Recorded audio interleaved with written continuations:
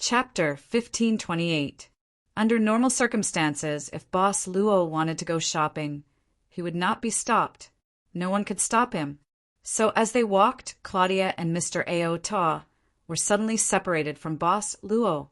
After a while, Claudia realized that Luocio, who was beside her, was missing. "When did you get lost?" Only she and Mr. Ao Ta were left. Claudia's tone was somewhat unfriendly and even guarded. Mr. Ao Ta, who was asked this question, frowned at this time.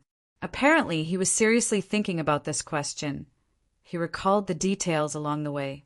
Since they knocked Ibn out and hit him, they followed several servants and wanted to go to the banquet in the palace. During this process, he actually talked with Luocio. Luocio even asked him a few questions, seemingly casually. For example, he asked if he knew about the Gospel of Judas and what he thought about it. Although Mr. Ao Ta was curious about why this young man suddenly asked these questions, he simply said some words that Claudia had heard before, on the way to the oasis. But this conversation was almost the same as when they were walking in the oasis. Claudia couldn't figure out why Luocio asked again, but the memory seemed to have stopped here after question. It seemed that they didn't notice the existence of Boss Luo anymore.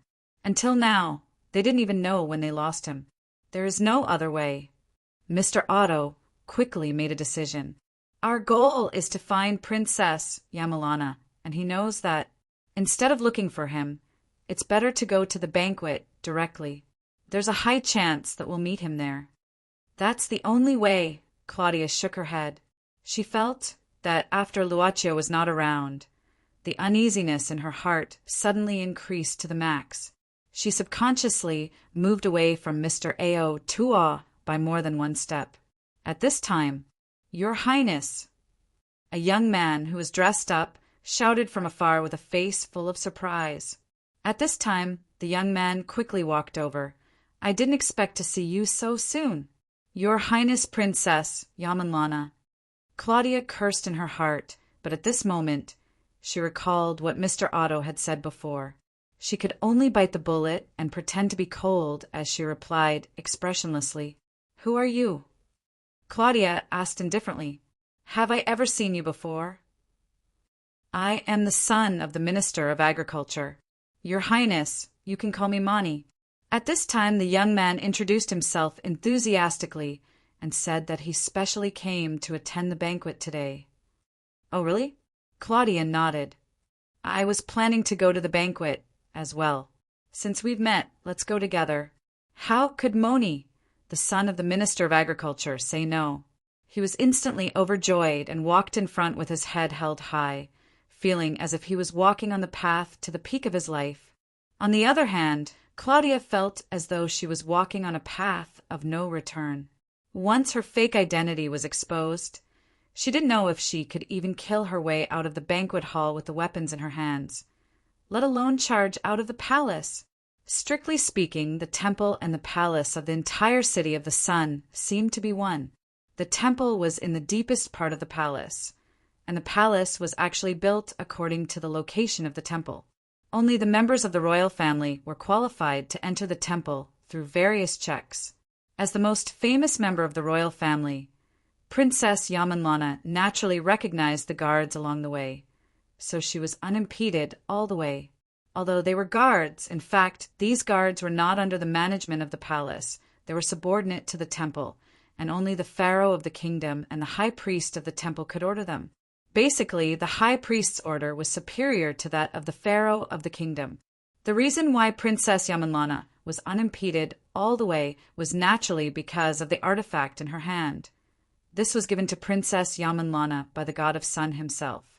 For the guards of the temple, it was no different from a holy object. Naturally, Princess Yamanlana was equivalent to a saintess to them, an agent chosen by their true god to enter the human world. How could the guards of the temple stop the saintess of the temple, as long as the saintess could appear here? Where's the high priest? Princess Yamanlana, who had completely entered the temple, met a priest and asked directly. The priest replied, "After entering the palace more than a month ago, the high priest didn't come back. He just said that he had to go on a long journey, but he would come back on the day when the night was the longest. The high priest was the national master of the kingdom, and also the teacher of Princess Yamanlana since she was a child. Princess Yamanlana nodded slightly and waved her hand to let the priest go. Interestingly, as a saintess, her power in the temple was even greater than that of the pharaoh of the kingdom. But as a princess, she couldn't enter the temple at will. Of course, if she wanted to enter the temple, the pharaoh of the kingdom couldn't stop her. This was the relationship between the pharaoh of the kingdom and the princess. Princess Yamanlana walked into the room of gods alone. It was the place where the high priest listened to the oracles of the true God. Only those who were chosen by the true God could have the ability to communicate with it directly. Although Princess Yamanlana was given an artifact by the true God, she actually didn't know whether she was really chosen by the true God. She could only listen to the voice of the true God occasionally and unilaterally. The room of gods wasn't a luxurious place. It was just a dim and narrow stone room. There wasn't even any decoration here, and there was no place to sit. But when Princess Yamanlana walked into the room of gods, the whole simple stone room was suffused with an orange-red light. It wasn't strong, just like the afterglow of the sunset. The princess knelt down on one knee and prayed piously. After a while, she stood up and raised her head, saying, "Great God of the sun, why don't you guide me? The speed of reproduction of the desert beasts is faster than before. If it goes on like this, the next time the longest night comes, I'm afraid that the Sun City won't be able to defend itself."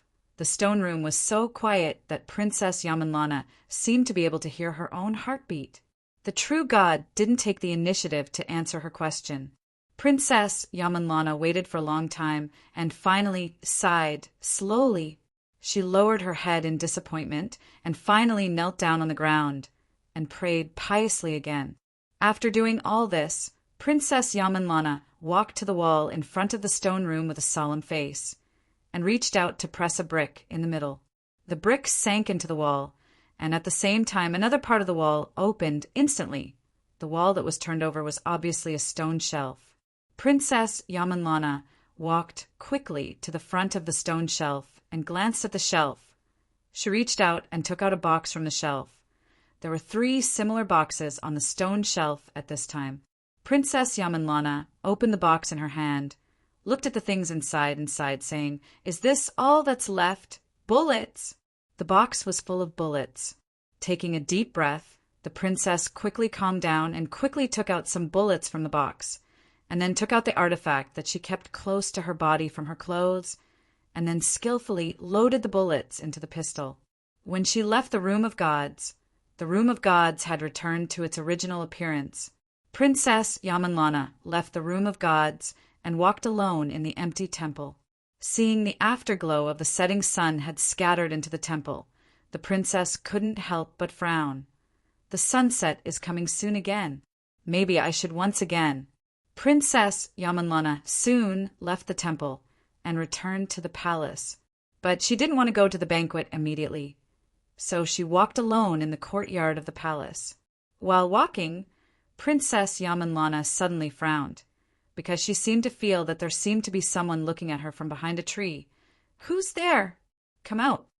Princess Yamanlana, who was brave and good at fighting and had been practicing martial arts since she was a child, suddenly turned around and smoothly took out the artifact that was hidden on her body.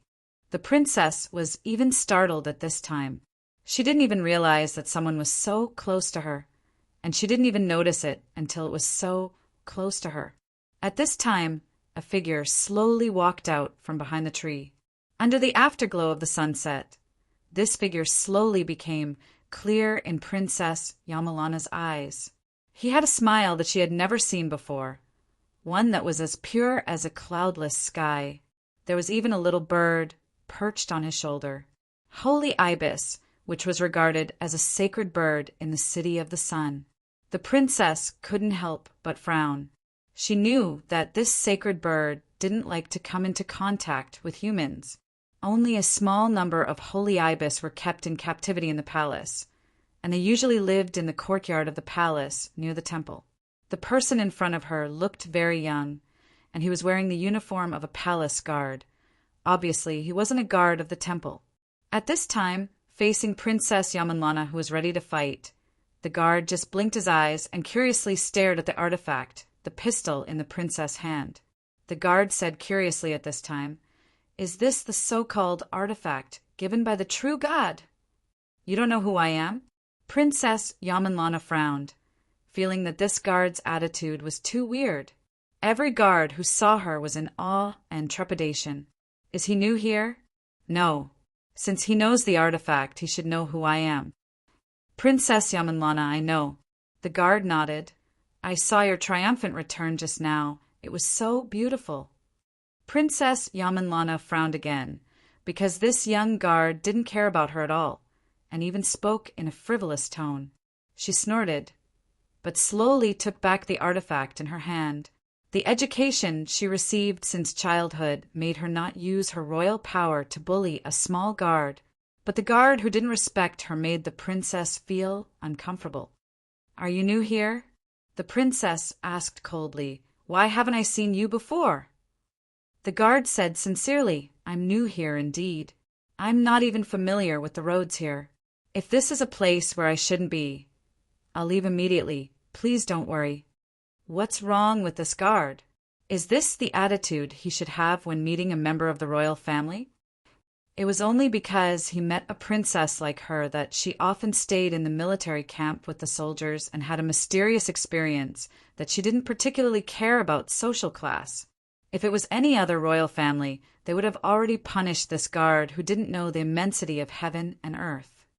It's not about whether you should be here or not. At this time, Her Royal Highness said indifferently, "But as a guard, instead of properly patrolling and guarding the palace, you came here to stroll. This is suspected of being lazy. Don't you know? Isn't this too strict? He's just a newcomer. Maybe the head of the guards hasn't had time to tell him the rules here." "I see." The guard nodded. "It's my fault. I'll leave immediately. Don't worry, Your Highness." Princess Yamanlana shook her head. She didn't want to argue with such a simple-minded guy. When she was about to wave her hand to let the newcomer leave, the princess took a look at the young, holy ibis standing on the shoulder of the newcomer. What's wrong with this holy ibis? It has been standing on the shoulder of the newcomer for a long time without leaving. Princess Yamanlana couldn't help but take a few more glances. "Huh, it's injured?" Princess Yamanlana suddenly noticed that the wings of this holy ibis seemed to have been bandaged. The guard nodded and said, "When I came here, I saw that its wings were injured, and it was leaning against a tree alone." "You bandaged it?" The princess had already walked to the side of the guard and directly reached out her hand to take this holy ibis down from the shoulder of the guard. The holy ibis looked very docile in the hands of the princess. "Just a simple bandage," the guard said casually. "I'm afraid that it will leave a wound in the future, but it shouldn't affect its flight. I'm quite confident in bandaging wounds, so don't worry, Your Highness." The holy ibis rarely touch others. Princess Yamanlana suddenly glanced at this young guard and said meaningfully, "They can distinguish between those who are malicious and those who are kind. They are the sacred birds of the City of the Sun. It's still young, maybe it can't tell." Unexpectedly, the guard said carelessly. Princess Yamanlana shook her head. She felt that this guard was very different from the other guards in the palace, so she asked directly, "What's your name?" "Ivan." "Ivan?" Princess Yamanlana nodded, then bent down, put down the holy ibis in her hands, and let it slowly walk into the grass in the courtyard. Then she said indifferently, "I like you very much. You can follow me in the future." "Your Highness, I'm new here, so I'm afraid that I don't understand a lot of things." The guard shook his head. The princess, who didn't expect to be rejected, snorted coldly, and the murderous aura that she had accumulated from fighting the giant beasts for 10 years was overflowing. "I am the princess, and my words are orders. If you don't understand, then learn from me. Follow me." After saying that, The princess waved her sleeves and walked straight ahead. Chapter 15:29. The palace of the City of the Sun was not as large as it looked, because a considerable part of the land belonged to the temple. But even so, the palace was obviously not small. The guard followed Princess Yamana all the way, and it took about 20 minutes to finish the transition area between the temple and the palace. During this period, Princess Yamana didn't even turn around to say a word to the guard behind her. She didn't know what to say. Princess Yamana was a person who liked to reflect.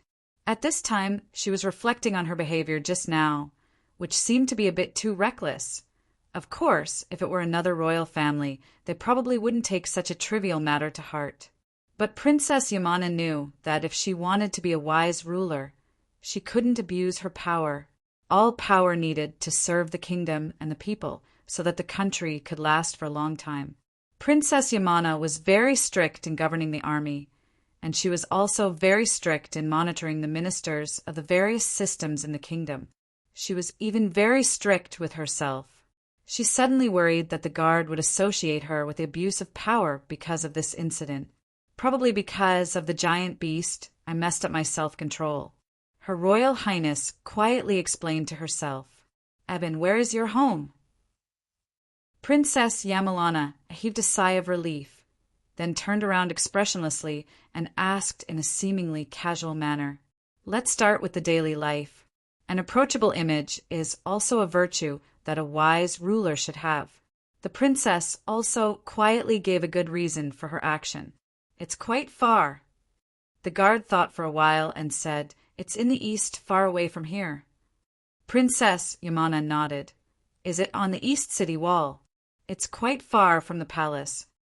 The air was dead silent for about half a minute, and then Princess Yamana, who had always been good at talking, suddenly said, "I like the market on the east city wall. I've passed by it several times, and I wanted to go and have a look." The guard blinked, with a look that said, "Go on, I'm listening." "Well, that's all." Princess Yamalana turned around and strode forward. She couldn't help but smile bitterly. In fact, she was not good with words, and she rarely communicated with people like this, not even with her father in the kingdom. She suddenly realized that, in addition to the high priest in this Sun City, she seemed to have never talked to anyone easily. This guard probably wouldn't either, because she was a princess and he was just a small guard. "Since we've passed by it several times and want to go in and take a look, why not go in and take a look?" "I can't stop." Princess Yamanlana immediately stopped and replied faster than the guard had expected. "Once you stop, you'll be relaxed. The kingdom is not as peaceful as it seems on the surface. We have always been under great threat. If we are not careful, what awaits us is the destruction of our country." "Princess, are you referring to the giant beasts in the desert?" the guard asked curiously. Princess Yamalana nodded and said seriously, "These giant beasts are not only huge, but they can also hide under the desert. Some of them can even disguise themselves as rocks. If you are not careful, you will become their food." In order to wipe out these giant beasts, Sun City sacrificed many young soldiers every year. Moreover, I don't know when this kind of war will end. Perhaps one day, Sun City will cease to exist. Who knows? The guard looked back at the temple in the distance and asked curiously, "Isn't Sun City protected by the sun god? Even so, it will still fall?"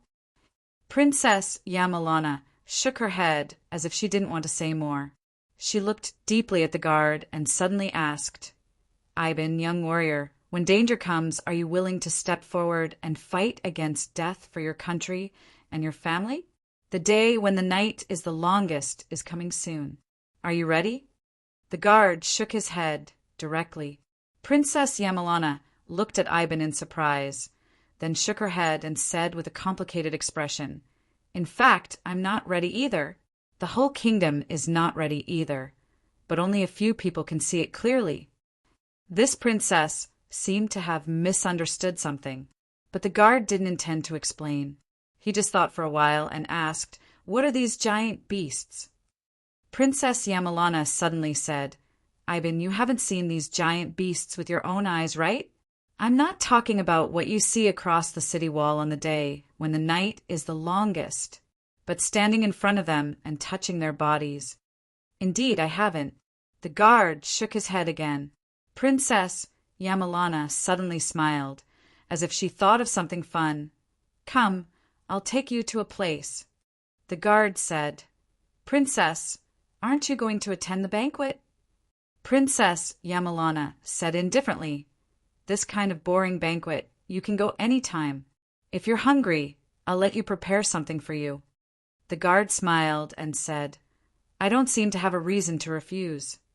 Princess Yamalana glanced at the young guard angrily. She was the princess of the City of the Sun. How could she treat him like a prince? Probably it had been a long time since she had met a guy who didn't care about her status as a princess. Ivan, have you thought about what the outside world is like? Princess Yamalana suddenly asked. The place outside the desert?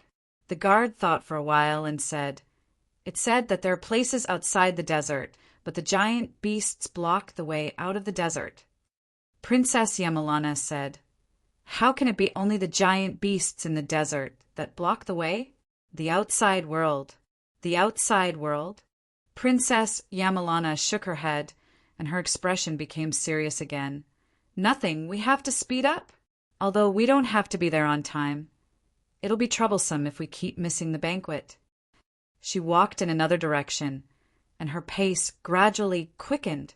Along the way, she didn't stop to talk to the young guard. I'm going to die. This thought had been completely thrown out of Claudia's mind, and was replaced by, I'm going to die. She probably underestimated Princess Yamalana's influence in the kingdom. Originally, she was only traveling with Moni, the son of the Minister of Agriculture, but the number of people in the team gradually increased. They were all the sons of the ministers of the kingdom. Claudia met them on the way, and then, like ants around honey, they immediately stuck to her. They sang praises beside her. Claudia didn't see how outstanding these sons of the ministers were, but these guys were quite good at sweet talking. In school, Claudia had never experienced being surrounded by so many men. She always felt that this experience of being surrounded by men was like a monkey in a zoo. But the real experience it was actually not bad, it was really nice. Claudia couldn't help but feel like she was floating in the sea of handsome, sunny, or polite appearances. She even thought to herself, since I can meet Princess Yamalana, who is like me, and also meet Ibn, who is like Arya, would I also meet a guy who got separated from me? As one of the sons of these ministers? What are you looking at? Mr. Otto, as the guard of Princess Yamalana, leaned forward and asked in a low voice, Did you find something? No, nothing. Mr. Otto's voice made some strange thoughts disappear from Claudia's mind, and she quickly said, I just want to see if that guy came here. Really? Yes. Mr. Otto nodded, looked at Claudia strangely, and then said, You need to find a reason to leave in front of these young masters. We are about to reach the banquet venue. Once we meet the real Princess Yamalana, we will be in trouble. I know. Claudia's face gradually became dignified. If she just wanted to find an excuse, then that was the only excuse.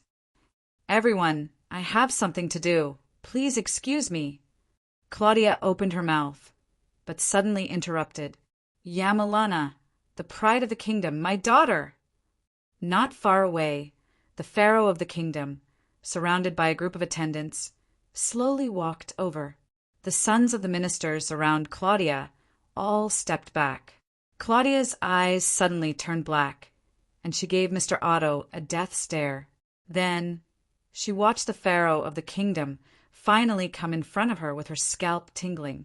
Unexpectedly, Mr. Otto lowered his head at this time and quietly took 2 steps back. Claudia's pupils couldn't help but shrink. I have never seen such a shameless guy. I'm so angry. I thought you didn't plan to attend tonight's banquet.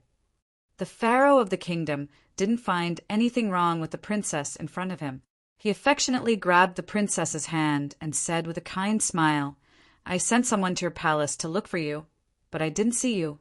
I didn't expect you to be here. I'm so happy, my daughter." Claudia had to bite the bullet and said, "After all, it's a celebration banquet. If I don't attend, others will say that I don't respect you." The pharaoh of the kingdom opened his mouth and looked at his daughter with some surprise, then suddenly laughed and said, "Others said that Princess Yamalana's achievements overshadowed her master's, and she never put me in her eyes. Look at all of you. The people who said this can be executed. This is my good daughter, the pride of the kingdom. Ha ha!" Everyone kept quiet out of fear. Cold sweat dripped down, and they all agreed. The pharaoh of the kingdom didn't care about this. He pulled the princess's hand and walked towards the banquet area and said loudly, "Let's go! My princess, let these people see how good the relationship between us father and daughter is." "Princess!" Claudia's wrist was grabbed by the pharaoh of the kingdom, and her heart suddenly beat fast, and her breathing became rapid. Her legs became weak. "I'm going to die! I'm going to die! This time I'm really going to die!" Claudia's neck stiffened and looked back, but she saw that Mr. Otto didn't say anything at this time and quietly mixed in with the pharaoh's servants and guards. She was more or less relieved. Unexpectedly, after a short while, Mr. Otto, who had blended in with the servants, had disappeared. Claudia immediately cursed. "Men are all trash! My son, who made you angry." The pharaoh of the kingdom was shocked at this time. "Did these guys offend you? You must tell me. I will execute them for you." "How much do you like to execute people, Yamulana?" the pharaoh asked again with concern. Claudia suddenly remembered that before entering the palace, Ibn had said that this banquet was for the pharaoh to choose a husband for Princess Yamulana. She suddenly had a flash of inspiration. "Tonight there will be a person who can spend the rest of my life with me, but I like to give this person some tests." The pharaoh of the kingdom couldn't help but ask curiously, "Tests? I need to prepare." At this time, Claudia said seriously, "In order to be fair, only I can know the test questions." The pharaoh of the kingdom heard this and immediately waved his hand. "This is easy.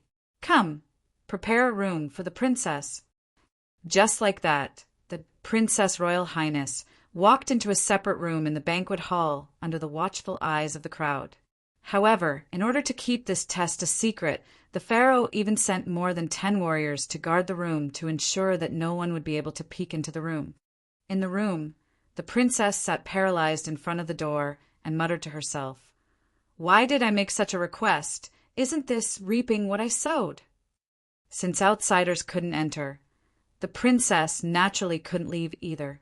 This place didn't look as luxurious as the other places in the palace, but it was definitely not shabby, and there were many soldiers guarding this place. The soldiers looked like elite soldiers, and they didn't smile much. Even when Yamlana came in person, she didn't make much noise and just quietly opened the door. "What is this place?" the young guard asked curiously at this time. "A place to study the giant beasts." Princess Yamlana said indifferently, "This place collects some of the giant beasts that the kingdom has killed over the years. The best scholars of the kingdom are all here, and their only purpose is to study how to kill the giant beasts more effectively. Come, I will take you to see the giant beasts' bodies." Unlike the indifferent guards outside, they had to go through a lot of guards to enter the research institute. When the people working here saw Princess Yamulana, they all came up to greet her warmly. The young guard took advantage of the time when Princess Yamulana was talking to the scholars here and began to look around. This place was like a museum, and there were shelves around the huge bodies. Looking at the shape of the bones left, it seemed that one could already imagine the appearance of these giant beasts when they were alive. The young guard gradually walked to the front of a pool, and a pungent smell suddenly came into his nose. In the transparent liquid in the pool, there was a huge and ferocious giant beast's head. Very shocking, right? Princess Yamlana had come behind the young guard without him noticing. "This is the giant beast's head We killed it 2 years ago. We spent a lot of effort to cut off its head and transport it to this place." The young guard blinked his eyes and suddenly asked, "What's the thing that's soaking this head?" "Formalin," Princess Yamlana said casually.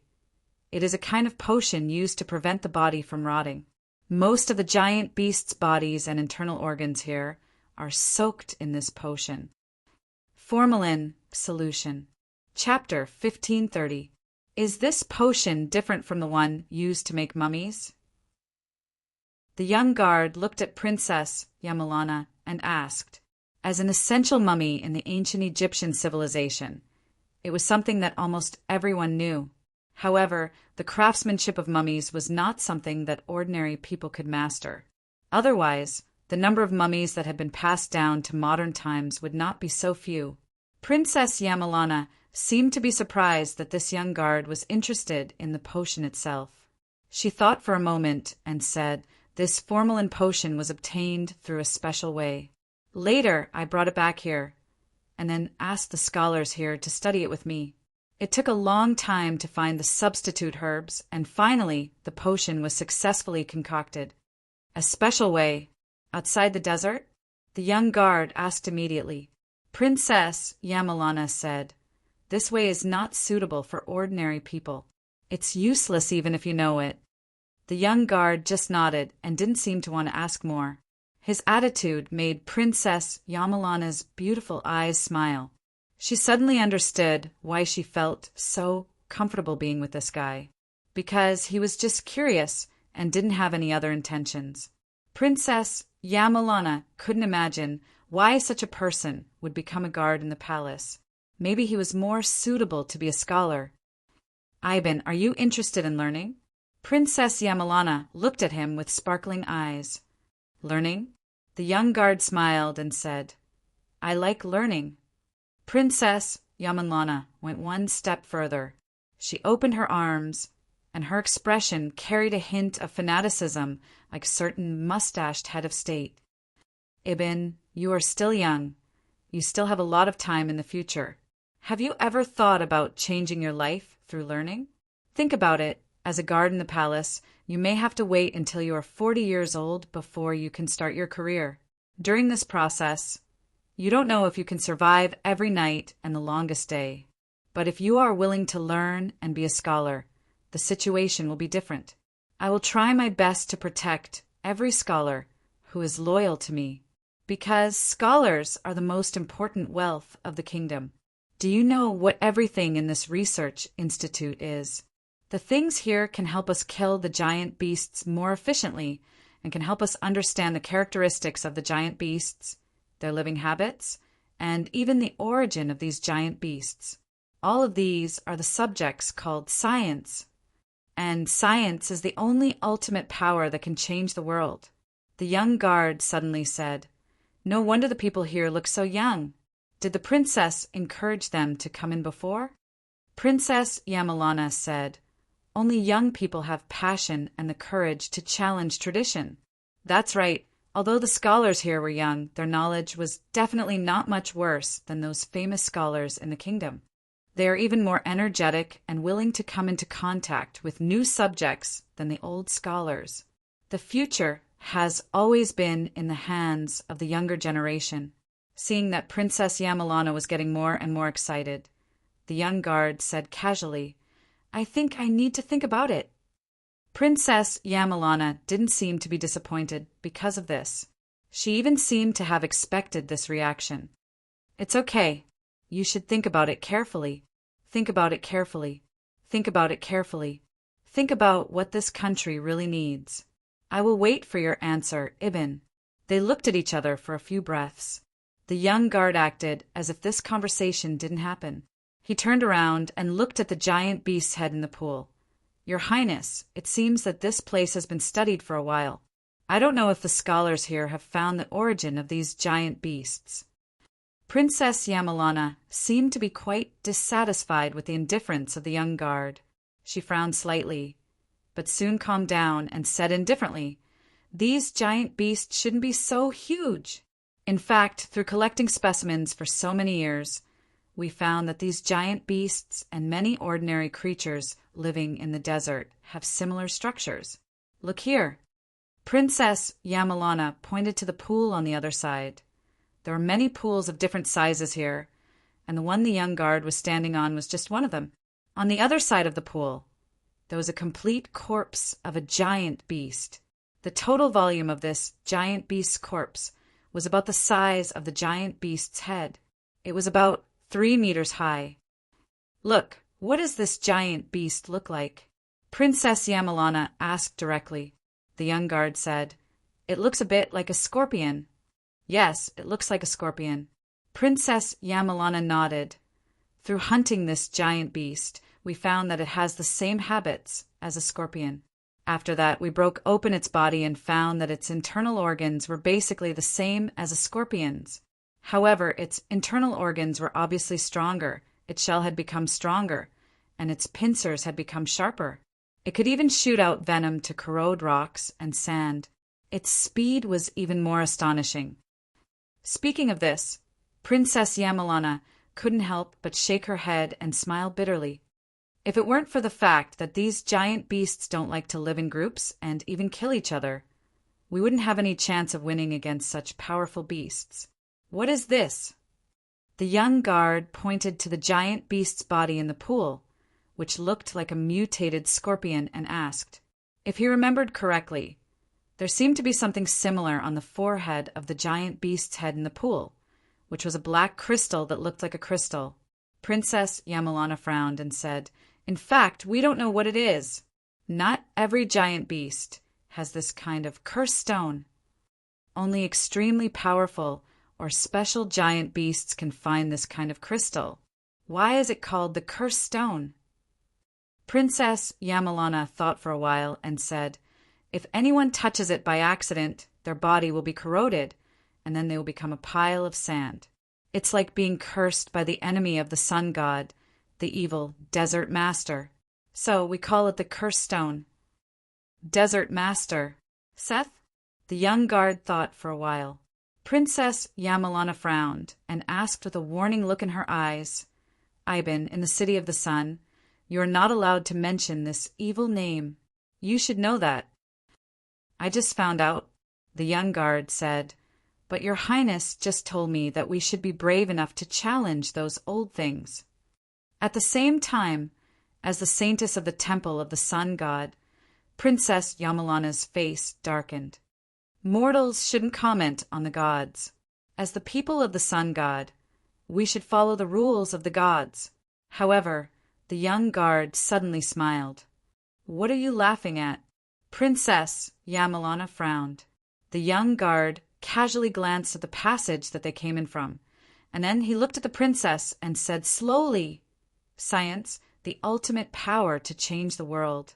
This is what you believe in, Your Highness. I'm just curious, I don't know if the power of science can defeat the gods." His voice wasn't loud, but it suddenly silenced all the sounds in the entire research institute. It was quiet all around, and the busy scholars all stopped and looked at this young guard. There was fear in their eyes and confusion, and even a trace of fanaticism. Princess Yamalana opened her mouth as if she wanted to say something. The princess looked around and suddenly waved her hand and said in a deep voice, "Today's visiting time is over. The banquet should have started, and I should be there. Come with me."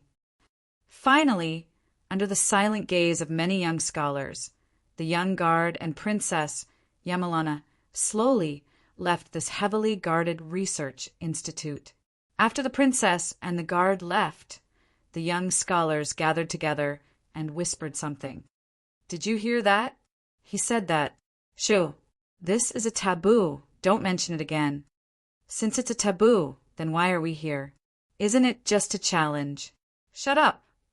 The scholars suddenly kept quiet out of fear, because the one who said "shut up" was the oldest one among them, and also one of the founders who first followed the princess to establish the research institute. The brief chaos was quickly suppressed, and the young scholars began their research work again. But no one noticed that in the midst of the sudden discussion and commotion, A black shadow had quietly broken into the research institute and quietly walked deeper into the research institute.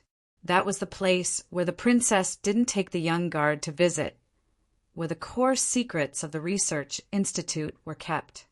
Princess Yamalana didn't say anything along the way and walked alone in the front until she saw the lights in front of her, which was probably not far from the banquet. The princess suddenly stopped. "Ivan, I hope you won't tell anyone what happened today."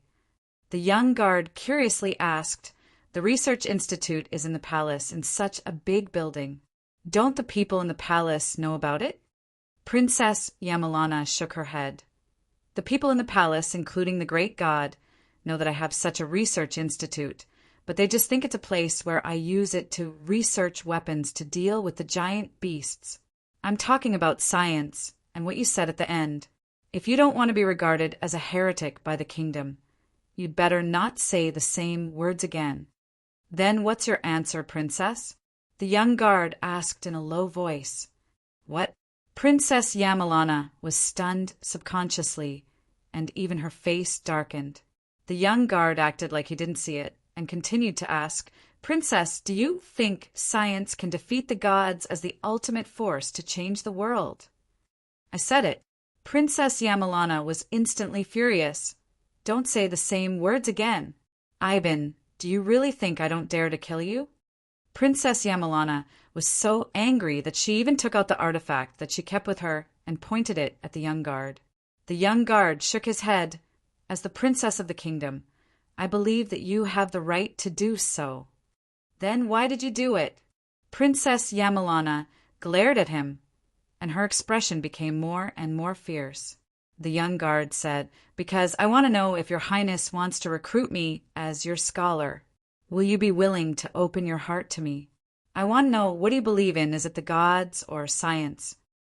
The artifact, the pistol, shook a few times because of the emotional fluctuation of the holder at this time. Princess Yamalana took a deep breath and finally lowered the artifact slowly and then put it away. Then she said slowly, "Use your eyes to see. You can judge for yourself whether it's worth being a scholar or not. This is the last warning. You're not allowed to say the same words for the third time. Next time, I won't hesitate at all." "I see." The young guard nodded and then said softly, "Then let me follow you for the time being. Use my eyes to see clearly." Princess Yamalana's eyebrows couldn't help but twitch slightly, and then she snorted and turned around. "This guy, is he doing it on purpose?" These words, compared to flirting, are at this moment. "Quick, come here and look for it. I will definitely find it. Find something that can make the princess smile. Ha ha, I will become the princess of the kingdom. Dream on. The person who can find something that can make the princess smile must be me. Get out of my way, all of you. Ha ha ha." I didn't expect Princess Yamalana's question to be so simple. I already know the answer. A few palace guards and a man who looked like a young master of a minister's family rushed into the courtyard at this time, and then they started to look for something everywhere. They didn't talk loudly, but it was enough for Princess Yamalana, who was in the dim corridor, to hear them clearly. Princess Yamalana was stunned. She was a smart person, and just by listening to these men's words, she had already guessed what was going on. The general idea was that the princess gave a question, and the man who could solve this question would be her guest. The princess? But Princess Yamalana didn't remember when she gave a question. Could it be father? Princess Yamalana was confused. She knew that she had a bad relationship with the pharaoh of the kingdom, and in order to restrict her, the pharaoh did want her to get married. "You really want me to?" Princess Yamalana silently looked at the banquet lights not far away and suddenly sighed slowly. What happened? The young guard walked forward and asked curiously. At this moment, Princess Yamalana raised her head and looked at the young guard in front of her. Suddenly, she gritted her teeth. The princess suddenly reached out her hand and took off her earring, stuffing it into the young guard's hand. "You take this earring to the pharaoh and then tell him." I already have the answer. The young guard. Father, since you want me to get married so much, I will fulfill your wish. Chapter 1531. The Pharaoh of the kingdom was a magnanimous person. After the Princess Royal Highness gave the question, he waved his hand and allowed the sons of the ministers and even the young guards in the palace to move around freely other than a few palaces to search for the item that could make the Princess Royal Highness smile. The princess's original words were, "Do you want me and my wealth? If you want it, I can give it all to you. Go and find it. The thing that can make me smile is hidden in this palace. Roar. Go and find it. Go." Therefore, there was a lively scene in the palace that hadn't been seen for decades. The Pharaoh of the kingdom hadn't been this happy for many years. At this moment, he allowed these young men to mess around in his palace and drank with the ministers. He watched as the young warriors carried all kinds of things into the attic where the Princess Royal Highness was. Then they walked down dejectedly. "Oh, this seems to be the general's son. He didn't succeed either? Actually, I quite like his bravery." The Pharaoh of the kingdom commented from time to time. As for the fathers whose sons were commented on, it was unknown whether they were happy or not. The farce was still going on. The moon was already high in the sky. At this moment, a guard hurriedly ran over and said in front of the Pharaoh of the kingdom and the ministers, "The high priest is back. He will be here soon." The high priest? The Pharaoh of the kingdom was stunned. Then he stood up and laughed. "This is really a good day." Unlike the Pharaoh of the kingdom, who was happy at this time, the ministers were secretly shocked. They knew that Princess Yamalana had another identity, the saintess of the temple. Although the temple didn't forbid the marriage of the saintess of the temple, the appearance of the high priest seemed to mean something. After all, the former queen, who was the saintess of Princess Yamalana, was also the previous saintess of the temple. Where is the high priest now? The Pharaoh of the kingdom asked directly at this time. The guard quickly replied, "The high priest said that he didn't want to disturb everyone. He only asked me to tell you that he walked around and will come back here later." "Oh." The Pharaoh of the kingdom frowned, then nodded. "If that's the case, we'll continue the banquet. You may leave as well." The Pharaoh of the kingdom waved his hand and dismissed the guard who came to inform him. Then he raised his wine cup again, but his smile was not as warm as before. "Dear Princess Yamalana, this is a holy ibis that I specially brought from a corner of the palace for you. Look at its cute appearance. It can really make people smile from the bottom of their hearts." Through the curtain, Claudia is carrying the young man who brought the holy ibis. She listens to his sweet words and looks at the lights in the Sun City outside the window. The celebration is not only in the palace, but also in the entire city. She seemed to be able to faintly hear voices coming from outside the palace. She actually felt that it would be better to be outside the palace, probably because she wasn't a real princess.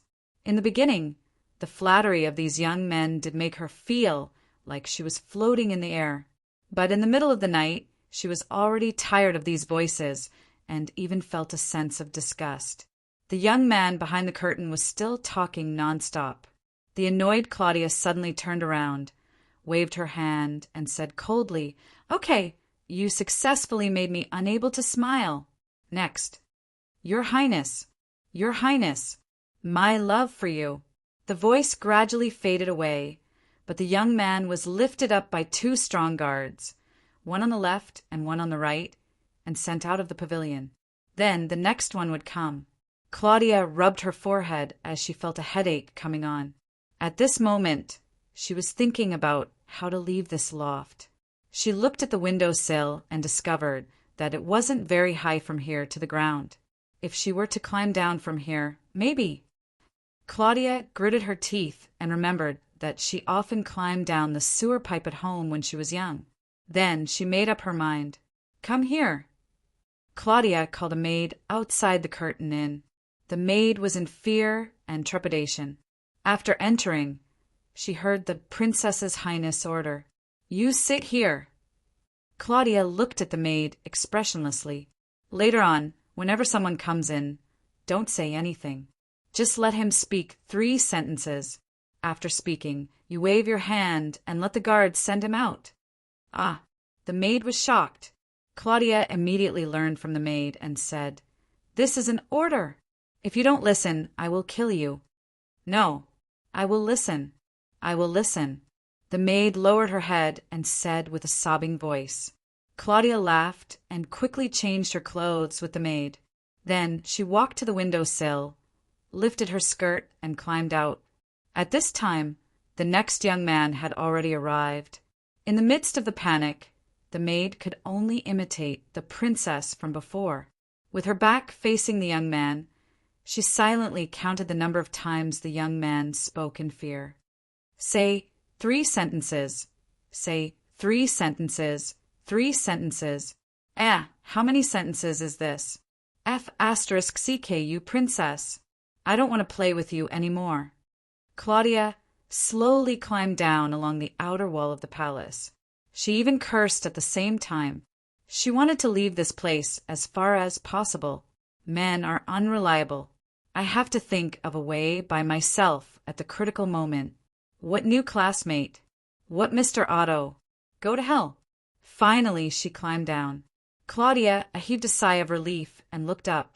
She realized that after so many years, she didn't seem to have fallen behind in climbing walls. She twisted her neck and immediately turned around to leave. At this moment, as a princess, don't you think this kind of behavior is really harmful to the image of a princess? Yamalana. A voice came from behind.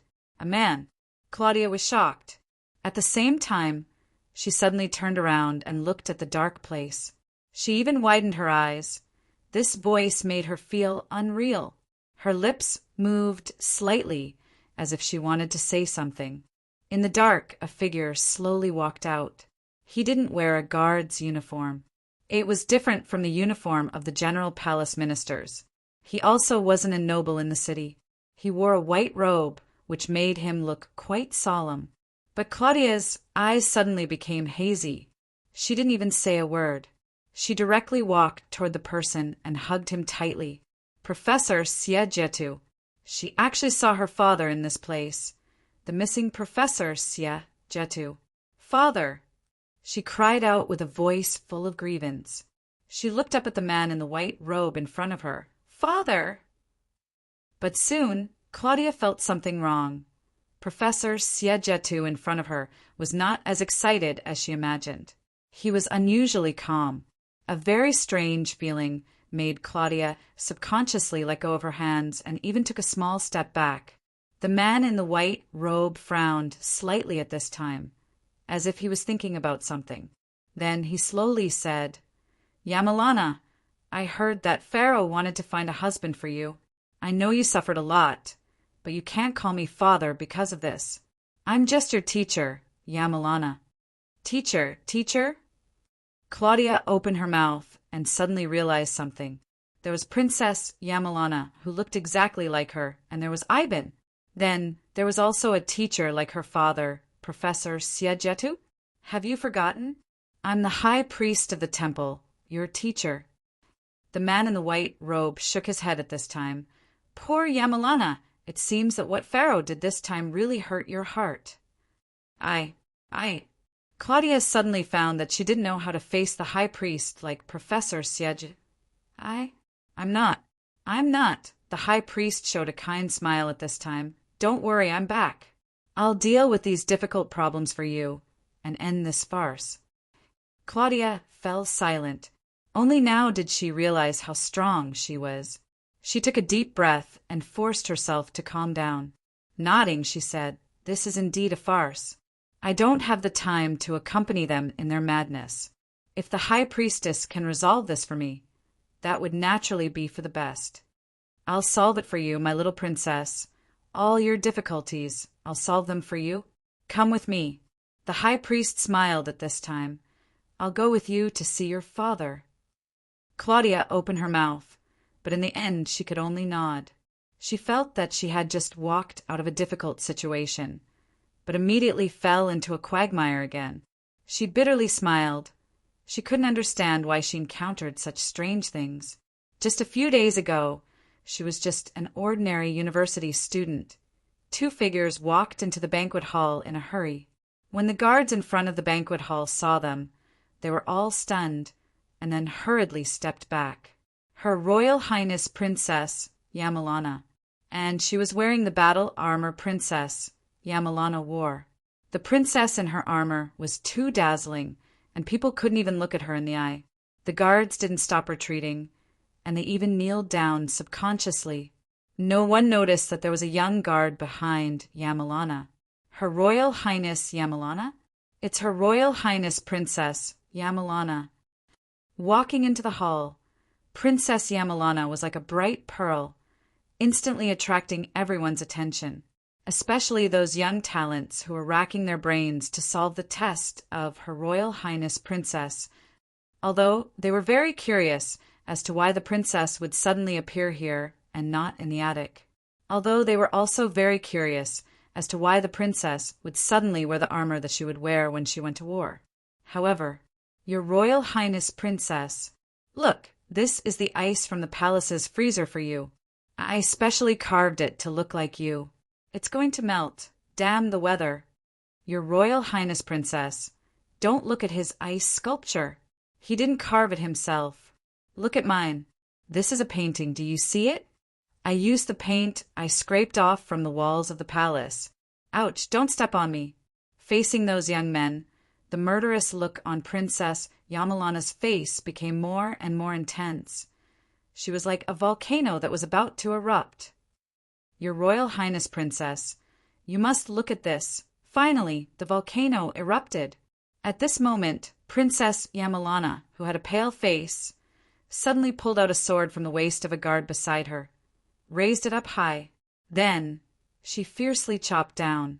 At the same time that the ice sculpture was split open, the saber even directly cut into the ground, almost cutting into the crotch of the young master who brought the ice sculpture. But this young master was already scared to the point that his face was pale, paralyzed on the ground. The saber was really a finger's distance away from cutting into his life's happiness. Everyone felt a chill run down their spines.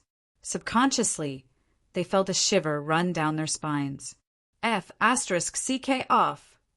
Princess Yamalana angrily shouted. Everyone retreated. After that, Princess Yamalana coldly snorted and walked directly to the place where the pharaoh of the kingdom and the ministers were drinking with each other. Holding the sword, the princess walked up the stairs step by step to the front of the pharaoh of the kingdom, and the ministers around the pharaoh of the kingdom were so scared that they all shivered. 3 years ago, there was a minister who objected to the princess going to war. The next day, this minister mysteriously disappeared. The ministers all guessed that he was secretly killed by the princess. This princess really dared to kill those who opposed her without saying a word. Finally, Princess Yamalana, who walked up to the throne, waved the sword and chopped it on the throne handle of the pharaoh of the kingdom. The sword was embedded in the throne, and it was still vibrating, making a buzzing sound. The pharaoh of the kingdom swallowed his saliva and looked at the swaying sword in front of him, with cold sweat all over his body. Yamalana, my daughter! Tell me who made you angry. I will definitely kill him for you. Will you kill yourself? Princess Yamalana suddenly said. The pharaoh of the kingdom opened his mouth, and his face slightly changed, and then his face turned pale. In front of everyone, Yamalana, you've gone too far. I'm the pharaoh of the kingdom. The pharaoh was also very angry at this time. He stood up and stared at the princess in front of him. Princess Yamalana was not afraid, and she stared at him like two lions in the grassland, not giving in to each other. In the end, the pharaoh of the kingdom sighed slowly and said in a low voice, as if he had a headache, "What's the matter? Wait until we go back to the palace. The ministers are still watching, and the people are still watching. Yamalana, I beg you." The princess just silently took off the earring on her right ear and threw it in front of the pharaoh of the kingdom.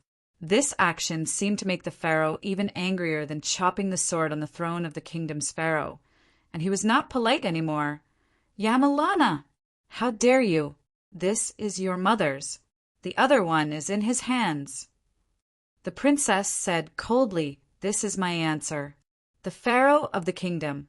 I will choose my husband myself." The pharaoh of the kingdom immediately opened his mouth and subconsciously looked behind the princess, and then frowned. "Yamalana, there is a limit to your nonsense. There is no one behind you." The princess turned around subconsciously, but there was no one behind her, and she could not see the young guard at all. The princess even looked down from the stairs, but under the watchful eyes of the people below, she could not find the young guard at all. This is too much. The princess was so angry that she could not say anything. Chapter 1532. Maybe he quietly left during the chaos, or maybe he already realized her motive when she threw out the earrings. There were too many possibilities. At this moment, these possibilities quickly appeared in Princess Yamana's mind. But no matter how hard she tried to imagine, she couldn't imagine that the truth was that this young guard didn't leave the scene of the banquet, and he didn't even go far away from her. Just beside her, the young guard's eyes were always on Princess Yamana, looking at her quietly. Just as Princess Yamana once said, if you want to know the answer, you have to observe and judge with your own eyes. At this moment, the young guard was looking at Princess Yamana up and down. He was expressionless, and no one knew what he was thinking. In fact, no one could see the expression on the young guard's face clearly, because in everyone's eyes, this young guard's existence seemed to be just a speck of dust on the ground. No one would have any opinions about a speck of dust on the ground. "Yamana, stop your farce right now." The pharaoh of the kingdom shouted at this moment. He felt that he needed to emphasize his supreme power in the kingdom, although Princess Yamana was his only descendant and the most outstanding woman in the kingdom. "I'm not fooling around." Surprisingly, the princess looked quite calm at this moment.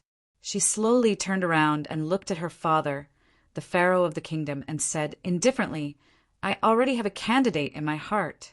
Maybe you can't see him. Even I can't see him now. But I can feel that he's beside me, right here, the young guard." Boss Luo heard this, and suddenly blinked his eyes. His presence, which had been reduced to an extremely low level, was reduced again. This time, he probably became the air in other people's eyes.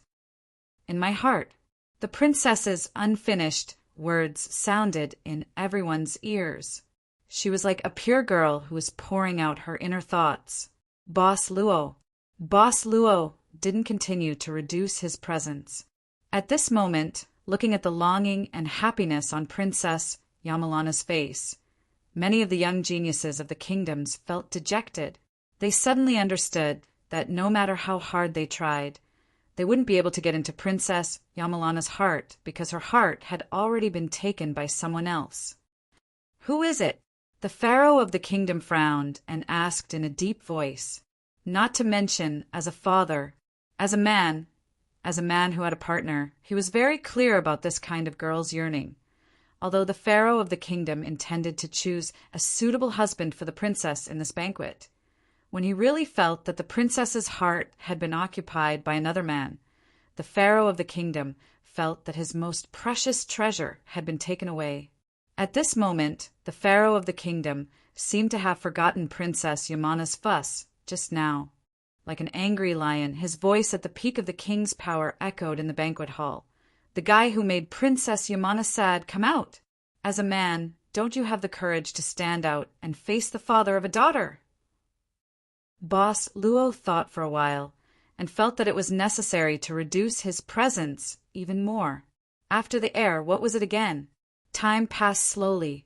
The banquet hall became quiet after Princess Yamana walked up the stairs. At this moment, it was so quiet that only the pharaoh of the kingdom's sharp eyes were scanning the hall. But there was still no movement. Looking at the group of nobles and ministers who didn't know what to do, the pharaoh of the kingdom took a deep breath and heavily knocked the floor with the scepter in his hand.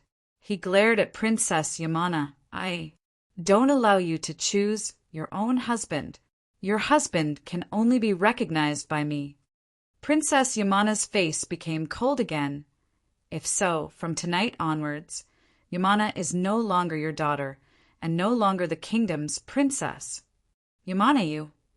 That's it." Yamalana heaved a sigh of relief. "Don't worry. From now on, I will live in the temple, and I will fight the giant beasts as usual. When the night is the longest, I will appear on the city wall of the kingdom." "Yamana, you are so presumptuous." The pharaoh of the kingdom was so angry that his face turned red. He raised the scepter in his hand, and it seemed that he wanted to give an order, but his rationality seemed to be restraining his impulse. Yamana took a deep look at the pharaoh of the kingdom, then turned around and slowly walked down the stairs. Her eyes were so sharp that no one dared to look into her eyes. Before Yamanlana even walked down the stairs, people had already subconsciously moved to the sides, making a wide path to leave the banquet venue. At this moment, something strange happened. In an instant, more than a dozen figures rushed into the banquet hall. These people were wearing white robes, barefoot, and had tattoos of the sun god on their faces. The guards of the temple. More than a dozen guards of the temple from the depths of the palace suddenly appeared in the banquet hall. These guards of the temple easily pushed away the young talents and the kingdom's guards, and directly came to Yamana and surrounded her. Seeing this scene, the ministers suddenly realized. It seemed that Princess Yamana's falling out with the pharaoh of the kingdom tonight was premeditated. Look, as the saintess of the temple, this princess even sent out the white-robed guards of the temple. These white-robed guards were all brave and extraordinary warriors. More than a dozen ordinary guards were no match for one white-robed guard. With more than a dozen white-robed guards, even if the pharaoh of the kingdom ordered the palace's guards to come out, he was afraid that he couldn't stop Princess Yamana from entering the temple. "Yamana, you actually... How could the pharaoh of the kingdom not see these white-robed guards at this time?" The pharaoh's face became very ugly, and he muttered to himself, "Do you really hate me so much? Even the white-robed guards are sent out." The pharaoh of the kingdom suddenly sat down in disappointment. From the moment these white-robed guards appeared, he actually already knew that Yamana would enter the temple tonight, and from then on, she would no longer be the princess of the royal family. It was a foregone conclusion. But things didn't seem to be so simple. Just when everyone thought that Princess Yamana would just leave like this, the more than a dozen white-robed guards who broke into the banquet hall actually took out their weapons and aimed at Princess Yamana, who was in the circle. They actually didn't come to escort the princess. What kind of drama was this? They didn't know what was going on, and even Yamana herself didn't know what these white-robed guards were doing. Princess Yamana frowned at this time and snorted coldly. "What are you doing? Don't you know who I am? Who asked you to come? In the name of the high priest, we're here to catch the monster who pretends to be Princess Yamana." A particularly tall and sturdy man among the white-robed guards said loudly at this time, "The high priest, the monster who pretends to be the princess?" All the nobles and ministers were shocked. The young geniuses gasped. The pharaoh of the kingdom even stood up from his throne. But Yamalana's eyebrows were furrowed so tightly that they looked terrible. "You, what nonsense are you talking about?" Yamana shouted in a deep voice. But the white-robed guards didn't care. They had already taken out their weapons, and now they started to attack Yamana mercilessly. At this time, facing the fierce attacks of the white-robed guards, Yamana didn't dare to be careless, even though she had experienced countless battles with giant beasts. These white-robed guards, who were personally trained by the temple, were very powerful, and Yamana knew better than anyone in the palace how powerful they were. To be honest, Yamana's training over the years was at the level of these white-robed guards at most, but here there were more than a dozen white-robed guards who were at the same level as her. "Are you crazy? How dare you attack me?" Facing Yamana's angry roar, the white-robed guards didn't waver at all, and they still attacked fiercely. They quickly took out their weapons. while Princess Yamana was fighting against them empty-handed at this time. In just a short while, Princess Yamana had been defeated. Seeing that she was about to be caught by these white-robed guards, Princess Yamana gritted her teeth and instantly took out the divine artifact that she kept close to her body. But the white-robed guards seemed to have expected this, and one of them threw out a big net at this time, which instantly covered Princess Yamana. They started to tighten the rope of the big net, and Yamana was tightly bound. The divine artifact in her hand was even knocked down to the ground by a white-robed guard who rushed out from behind. Princess Yamana was instantly flustered. Seeing that the divine artifact that was knocked down to the ground was now sliding out due to inertia, a feeling of fear arose spontaneously. The divine artifact that slid out. The pistol finally stopped in front of a figure. The figure bent down, picked up the divine artifact that was given by the sun god, and raised it to the sky without saying anything. Bang! That was a loud sound that shocked the whole audience and also attracted everyone's attention. They looked at the person who held the divine artifact in his hand. He was also wearing a white robe. High Priest. It's the High Priest. It's really him. High Priest. Under everyone's gaze, the High Priest in a white robe slowly walked out and walked to the captured Princess Yamana. At this time, Princess Yamana's eyes were wide open, and her chin was directly pinched by the white-robed guard, so now she could only let out an unclear whimper. Princess Yamana was still struggling, panic, anger, and disbelief. Finally, the High Priest slowly lowered the divine artifact in his hand and pointed it at Princess Yamana, who was pressed on the ground. Princess Yamana's eyes were more sad, so sad that she was almost desperate, and her eyes were instantly filled with blood streaks. But the High Priest didn't activate the divine artifact again. He just waved his hand, and a white-robed guard instantly stepped forward, directly knocking Princess Yamana unconscious on the ground. What's going on? At this time, the pharaoh of the kingdom came angrily under the protection of the guards. High Priest, how dare you attack the princess? The High Priest at this time said indifferently, she's not the real Yamana, but the transformation of a rare giant beast in the desert. What did you say? The pharaoh of the kingdom was shocked. After being shocked, he directly rushed forward, grabbing the High Priest's collar with one hand, and stared at him firmly. This is the holy water, given by the true God. You'll understand soon. With this, the High Priest directly took out a bottle and ordered the white-robed guards to pour the contents of the bottle into the unconscious Princess Yamana's mouth. Ah! A horrified voice came from the crowd. Princess Yamana's body, who had poured the holy water into the High Priest's bottle, had a horrible mutation at this time. Lizard-like scales began to grow on her body, and her teeth became sharp. Her beautiful long hair began to peel off, and her beautiful face became ugly. A horrible tail even grew out of her back. Even the pharaoh of the kingdom was shocked by this ugly monster on the ground at this moment. How could this happen? The pharaoh of the kingdom suddenly grabbed the High Priest's collar again. She's a monster, transformed from a giant beast. Then where's Yamana? Where's the real Yamana? Is she already? Don't worry. The High Priest shook his head at this time. Princess Yamana is fine, she's here. Look, she's here. Looking at the direction where the High Priest's finger was pointing, they saw a young woman slowly walking out at this time. Yamana! The pharaoh of the kingdom yelled in surprise. Who else could it be if it wasn't Yamana? The clothes she was wearing were the clothes she wore when she just entered the banquet. This was the real Princess Yamana, not the monster who came in armor and finally showed her true form under the attack of the High Priest.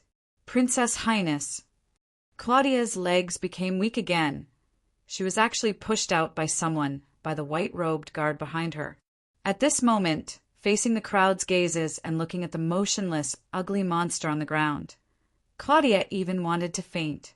At this moment, her hair was numb, and her body was trembling to the point that it was hard to hide. Just now, this horrible giant beast sneaked in and knocked the princess out. It even used a special transformation ability to transform into the princess's appearance. The high priest used his voice to attract everyone's attention. This giant beast is probably a spy sent by the giant beasts deep in the desert. Its ultimate goal is to sneak into the temple as the saintess of Princess Yamana's temple and blaspheme the true God. Hearing such a shocking big conspiracy, the crowd couldn't help but turn pale. But don't worry, the high priest said loudly, "I'll distribute the sun, holy water, to everyone, as long as you drink it. Once the giant beast turns into a spy, it will immediately show its true form. Long live the high priest! High priest! High priest! High priest! High priest!" They praised the high priest of the temple so fervently. In an instant, the divine power directly suppressed the royal power and climbed to the peak. At this moment, the pharaoh of the kingdom didn't care about the high priest who was being praised by everyone at this moment. He just silently looked at the princess highness in front of him and asked softly, "Yamana, are you okay? Did the giant beast hurt you?" Claudia opened her mouth, but she saw the high priest glancing at her. She subconsciously whispered, "No, that's good." The pharaoh of the kingdom sighed lightly at this moment and hugged his daughter. "It's good that you're okay." She felt the pharaoh of the kingdom whispering in her ear. The real princess and the pharaoh of the kingdom, were they really as incompatible as what others said? Chapter 1533. As for the matter of choosing a husband for the princess at the celebration banquet, no one dared to mention it. The monster that was beaten back to its original form by the high priest was still locked in a cage at this time. It was placed in the middle of the banquet, guarded by more than a dozen brave, white-robed guards. The nobles and ministers found all sorts of excuses and hurriedly left the palace with their children. They were the first batch of people who had received the holy water from the high priest. Naturally, they were anxious to go home. Even the proud princess of the kingdom, Yamalana, was successfully replaced by the monster with the ability of transformation. Then those who stayed with them every night were already, once they thought that the beautiful figure who shared the bed with them was very likely to be the monster. These nobles didn't dare to be cold, even though the city of the sun was full of martial arts. But no matter how brave they were, once the name of controlling the monster spread, they would still meet on the city wall. Therefore, the palace that was bustling for half a night suddenly quieted down. The princess was escorted back to her bedroom by the white-robed guards sent by the high priest because she was frightened tonight. The pharaoh of the kingdom and the high priest were discussing how to deal with the monster that pretended to be Princess Yamalana. The conversation between the pharaoh and the high priest was blocked by everyone except for the guards outside the door, who could occasionally hear the pharaoh's angry voice. He's probably angry because Princess Yamalana was attacked by a giant beast. The guards thought to themselves, "Siajatu, I handed Yamalana to you, but you almost let her be killed by the monster. My patience with you is reaching its limit." The pharaoh of the kingdom was sitting on the throne. At this moment, the pharaoh of the kingdom, who seemed to be a little weak in front of Yamalana and couldn't be tough, but the pharaoh of the kingdom was actually very imposing, the real pharaoh of the kingdom, the peak of the power of the kingdom. "I didn't expect this to happen." The high priest said indifferently, "Of course, I'm not shirking my responsibility. I did not do well in this matter. From now on, I will take good care of the princess. She is not allowed to fight the monster again." The pharaoh of the kingdom said again in a deep voice, "High priest," Sia, Daru said, "you are the one who agreed to let her go to war with the behemoths. If you don't agree, you can only tell her yourself." The pharaoh snorted and said, "Do you think I don't know Yamalana's character? She is just like her mother. Once she has decided on something, not even 10 horses can pull her back." High priest Sia, Daru took a deep look at the pharaoh and slowly said, "Since you know that her personality is the same as her mother's, then, has her mother ever listened to my advice?" "You," The pharaoh of the kingdom glared at the high priest Siejere, but soon he let out a sigh of relief and relaxed his body. He seemed to be tired. He waved his hand and said, "That's all for today. I will send an order to the minister tomorrow about forbidding Yamalana from fighting the giant beasts. As for Yamalana, I will find a way to deal with it myself. I don't need you." Then, "High priest Siejere said indifferently, if there's nothing else, I'll return to the temple. I'll take the giant beast outside with me. This kind of giant beast with the ability to transform is very special. I need to study it carefully." Speaking of this matter, the pharaoh of the kingdom was probably not much different from those ministers who left in a hurry. He was also worried that he might have become a man who could control beasts. He opened his mouth and said, "Siejetu, is your holy water really useful?" The high priest, who seemed to have seen through the pharaoh of the kingdom, said indifferently, "Don't worry, your new princess has no problem at all." "I didn't mean that. Forget it." The pharaoh of the kingdom shook his head and said, "Hurry up and take that monster away. The day of the longest night is almost here." Now, a giant beast with the ability to transform suddenly appeared. I don't know if it's good or bad. This time, Yamalana came back from the war, and the spies who came back earlier said that the size and number of the giant beasts in the desert seemed to have increased again. The day of the longest night this time? God will still protect this city of the sun. The voice of the high priest seemed to still reverberate in this hall, but the pharaoh of the kingdom could no longer see him. The high priest had left, and only this old man who was sitting on the throne was left. "God," the pharaoh of the kingdom whispered, "even if it's God who wants to take away mine, I will do whatever it takes to take God," he sighed. But his heart knew better than his hands that the power of God was simply unmatched by mortals, especially in this city of the sun. At this moment, in the empty royal hall, a voice suddenly sounded. "Sir, do you want to do something to God?" The hall was still empty.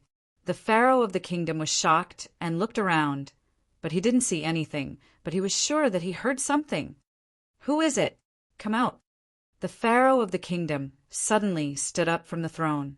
He was no longer young, and even his old figure seemed to have grown a few inches taller. His muscles were still strong, and his momentum had been hidden under that seemingly incompetent appearance. He slowly pulled out the sword in the scepter that represented the royal power. "I'm just a traveling merchant who came here by accident," the voice sounded again. "It's the ardent expectation in your heart that led me here. I feel a pure and great emotion. As a father, do you want to consider buying something for me?" Pharaoh of the kingdom.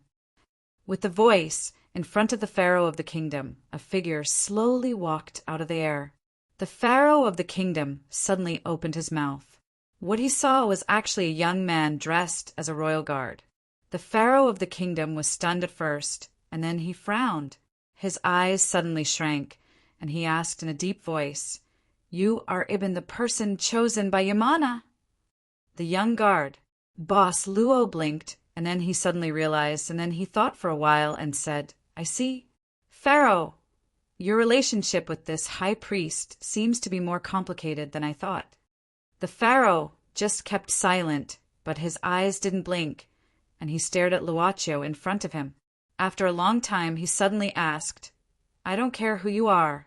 You just have to answer my question. Can I believe you?" Luaccio thought for a while and didn't say anything. He just slowly took out the earring that Princess Yamana had given to him.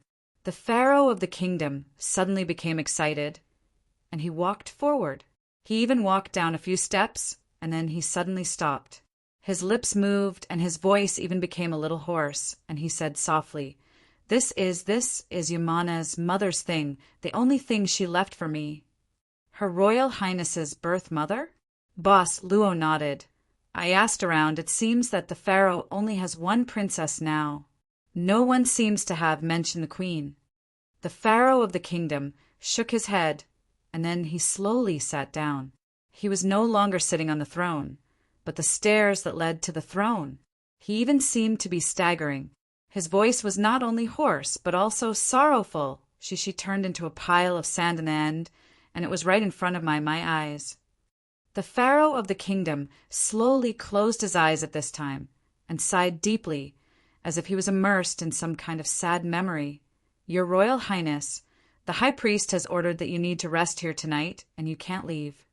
When Claudia was about to walk out of the bedroom, she was blocked by 2 white-robed guards. Of course, she was not as brave as the real Princess Yamana, who could fight against more than 10 white-robed guards and still hold on for a while. She was probably the type that would be beaten down in less than 3 seconds. So this Royal Highness could only leave in embarrassment, but she kept cursing the high priest in her heart. This high priest had the same appearance as her father, Siejiru, but now she knew that this high priest was not as good as those people in the City of the Sun said. This high priest actually turned the real Princess Yamanlana into a monster and trapped her. Claudia knew that she was the fake one. The high priest had probably recognized her when he saw her climbing down from the attic. But why didn't the high priest point it out? Why did he let the real Princess Yamana drink the holy water and turn her into that ugly monster? What was his real intention? Claudia walked back and forth in the room anxiously. The keyword, holy water, kept appearing in her mind at this time. He wants to let all the people in the city drink the holy water. Suddenly, a horrible conjecture occupied all of Claudia's mind. It was said that this high priest had left the temple in the kingdom some time ago, and no one knew where he went. He suddenly returned to the celebration banquet today. He didn't say that I was the fake one. He used the holy water to turn the real princess into a monster, saying that she was a giant beast. Claudia gradually felt a chill on her back. He wants everyone to drink the holy water. If the people who drink the holy water will turn into monsters, then everyone in the City of the Sun will become monsters? In an instant, Claudia realized a shocking conspiracy and exclaimed in a low voice, "Is this high priest? Is he the real giant beast? His purpose is to destroy the entire City of the Sun from the inside?" At this time, a figure quietly climbed into the room. "It seems that something unspeakable has happened to you." Claudia was startled and looked toward the source of the voice, only to see a figure leaning against a pillar with his arms crossed. It was Mr. Ao Tua, who had snuck away in the crowd before the banquet started. "You bastard, how dare you? Wait, how did you come in?" Claudia suddenly frowned. In order to prevent her from leaving, the high priest had clearly arranged for white-robed guards with astonishing martial prowess to be stationed all around the palace. Of course, I walked in openly. Mr. Otto didn't care at all. The 2 guards outside your room seemed to be asleep. Claudia naturally didn't believe him. She quickly walked to the door and opened it to take a look. She saw that the 2 white-robed guards were indeed on the ground. However, they clearly weren't asleep, but had fainted. She could tell that they had been knocked unconscious from their posture. This Ao Ta, he had actually quietly taken away these 2 white-robed guards. "Where did you go?" Claudia turned around and hurried to Mr. Otto's side. "Do you know that a lot of things happened just now?" "I roughly know what happened." Mr. Otto nodded.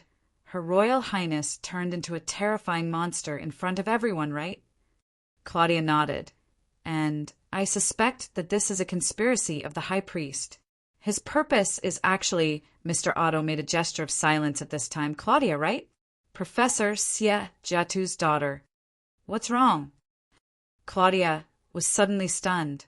Right? This Mr. Otto was not the one she saw when she came here, but the one who walked out of the oasis and lost part of his memory.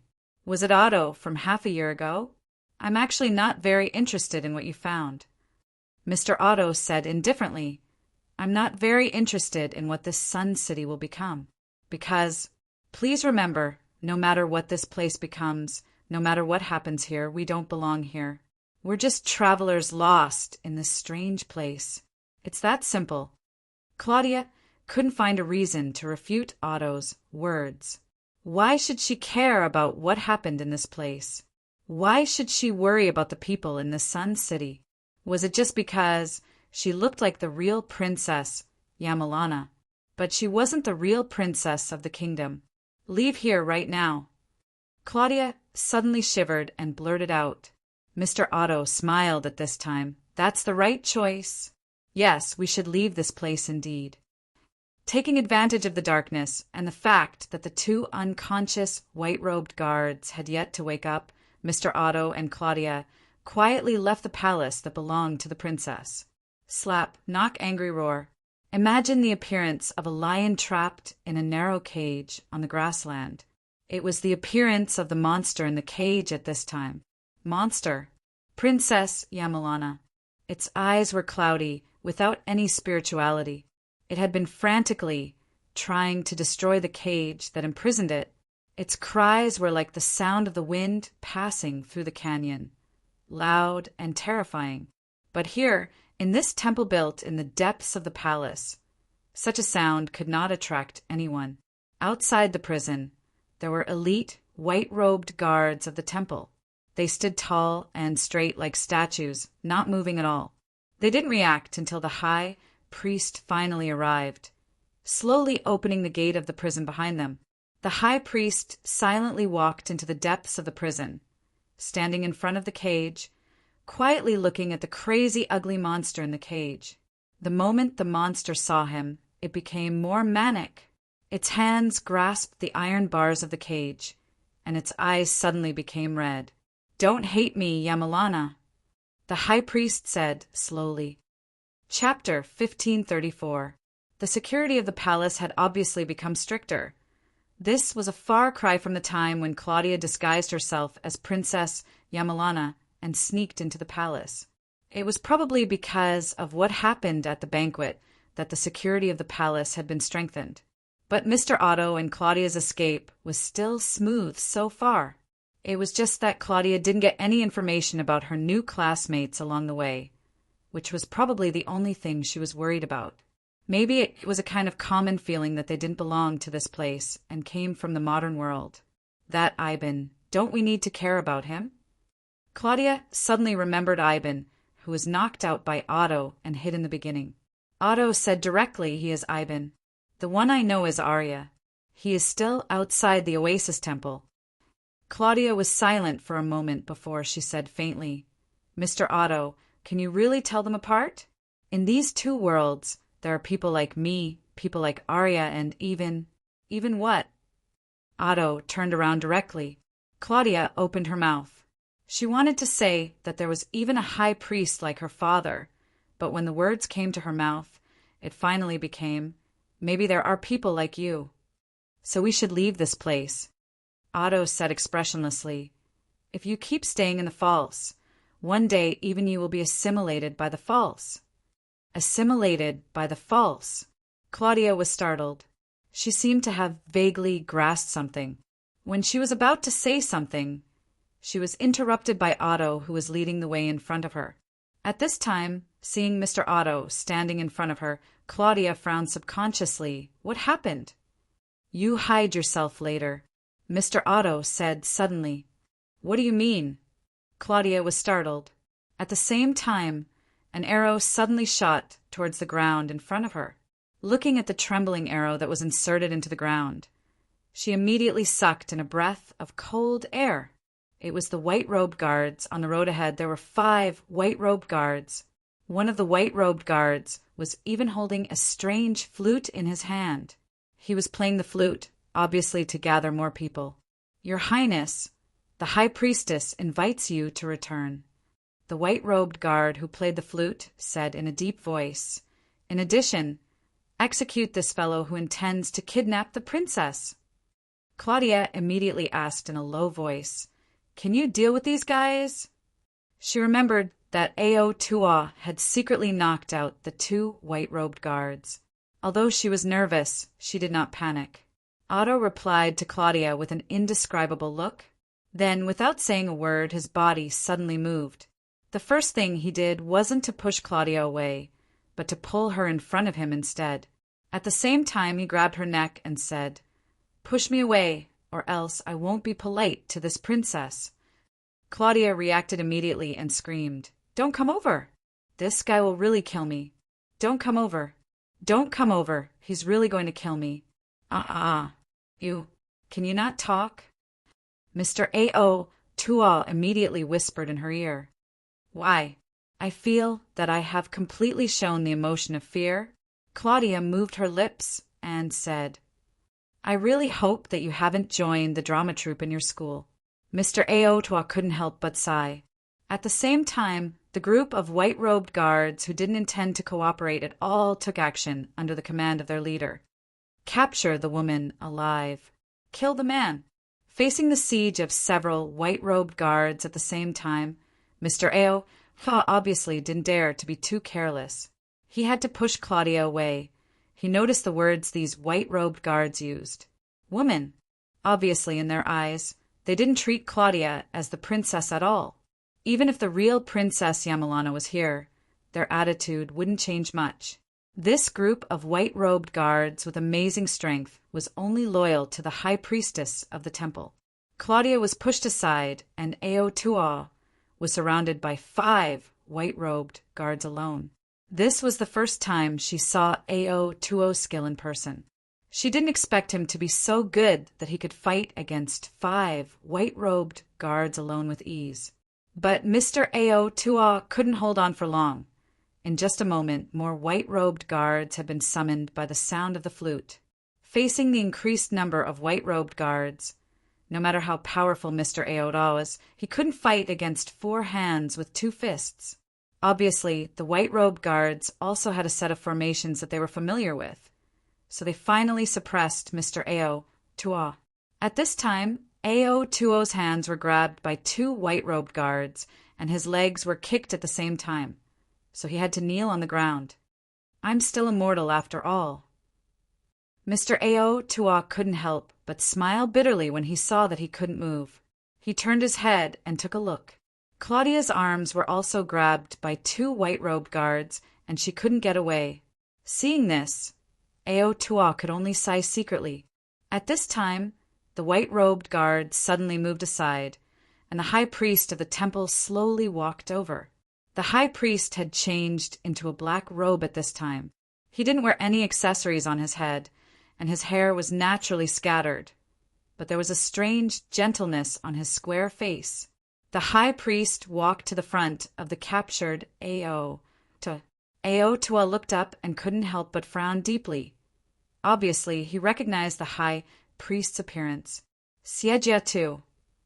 Mr. A.O. Tua subconsciously said, How dare you? How dare you call the high priest by his name? At this time, a white-robed guard ruthlessly slapped Mr. A.O. Tuo's face. This slap was so strong that after Mr. A.O. Tua was slapped, blood immediately flowed out of the corner of his mouth.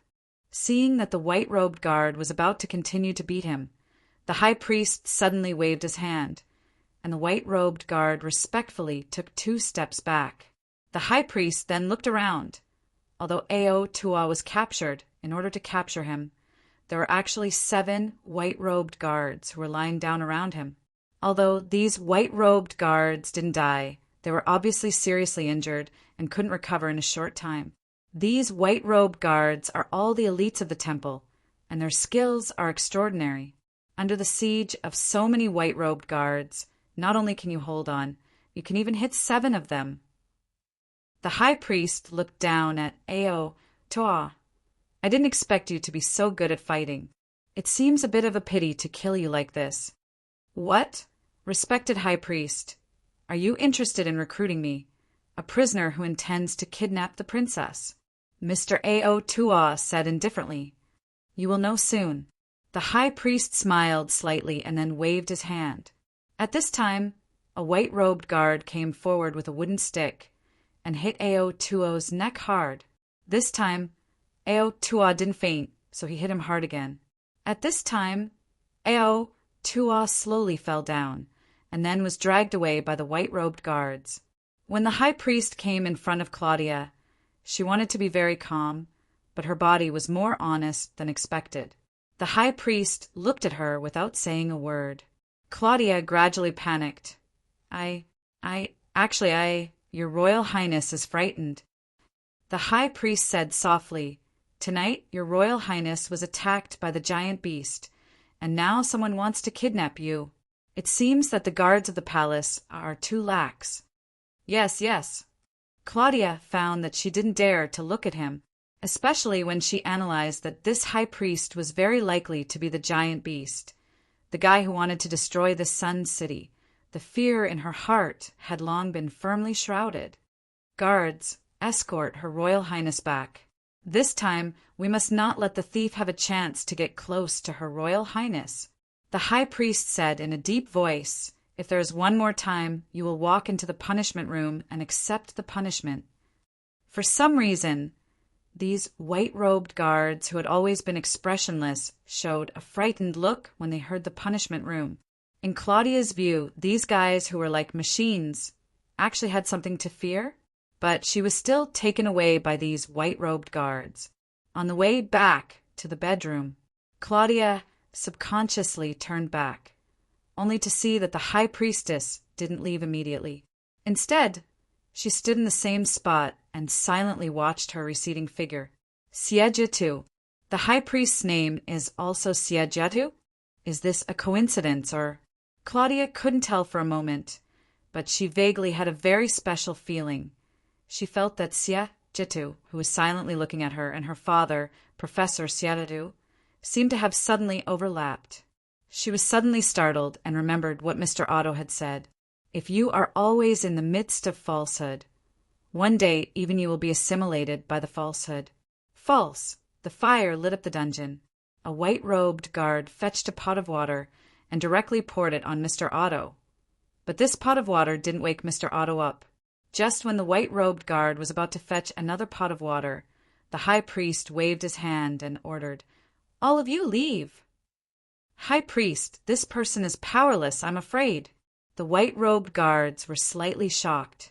The high priest shook his head and waved his hand again. These white-robed guards didn't dare to disobey and could only silently leave the dungeon. At this moment, the high priest walked up to Mr. Otto, who was chained up, and lowered his head to look at him. "Don't pretend. Open your eyes."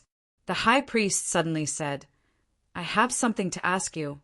Mr. Otto didn't have any reaction and still kept his head down. The high priest waited for a moment and then said indifferently, "Do you know where this place is?" "This is the place that leads to the punishment room. The door behind you is the punishment room." Mr. Otto still didn't have any reaction. The high priest didn't care and continued, "The so-called punishment room is a place where the true God punishes sinners. In there, you won't encounter any physical torture. It's just a room with nothing inside. There's one thing." Mr. Otto still didn't have any reaction. The high priest said indifferently, "Except one thing. If you stay in the punishment room for a long time, you will see the most painful and regretful things in your life. No matter if you pierce your eyes or ears, these painful and regretful things will play in your mind again and again and never stop." Finally, Mr. Otto's breathing seemed to speed up a little, and his eyebrows frowned imperceptibly. The high priest smiled indifferently after those disobedient white-robed guards entered the punishment room. "I only saw those guys who could only last for 3 days at most. Most of them would commit suicide in less than a day.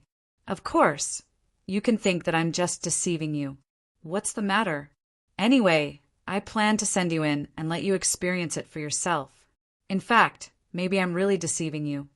Mr. Otto opened his eyes without warning, slowly raised his head and smiled. It turns out that the high priest of the temple also has such a wicked side. "As a priest, I didn't expect you to like torturing others so much." The high priest said indifferently, "Torturing? That's not it. We just think that normally only when a person is in a state of regret will they feel ashamed of the mistakes they made in the past. Only through mental torture can people realize the dividing line between right and wrong." Mr. Otto shrugged and said indifferently, "I don't know if the high priest has ever regretted and suffered."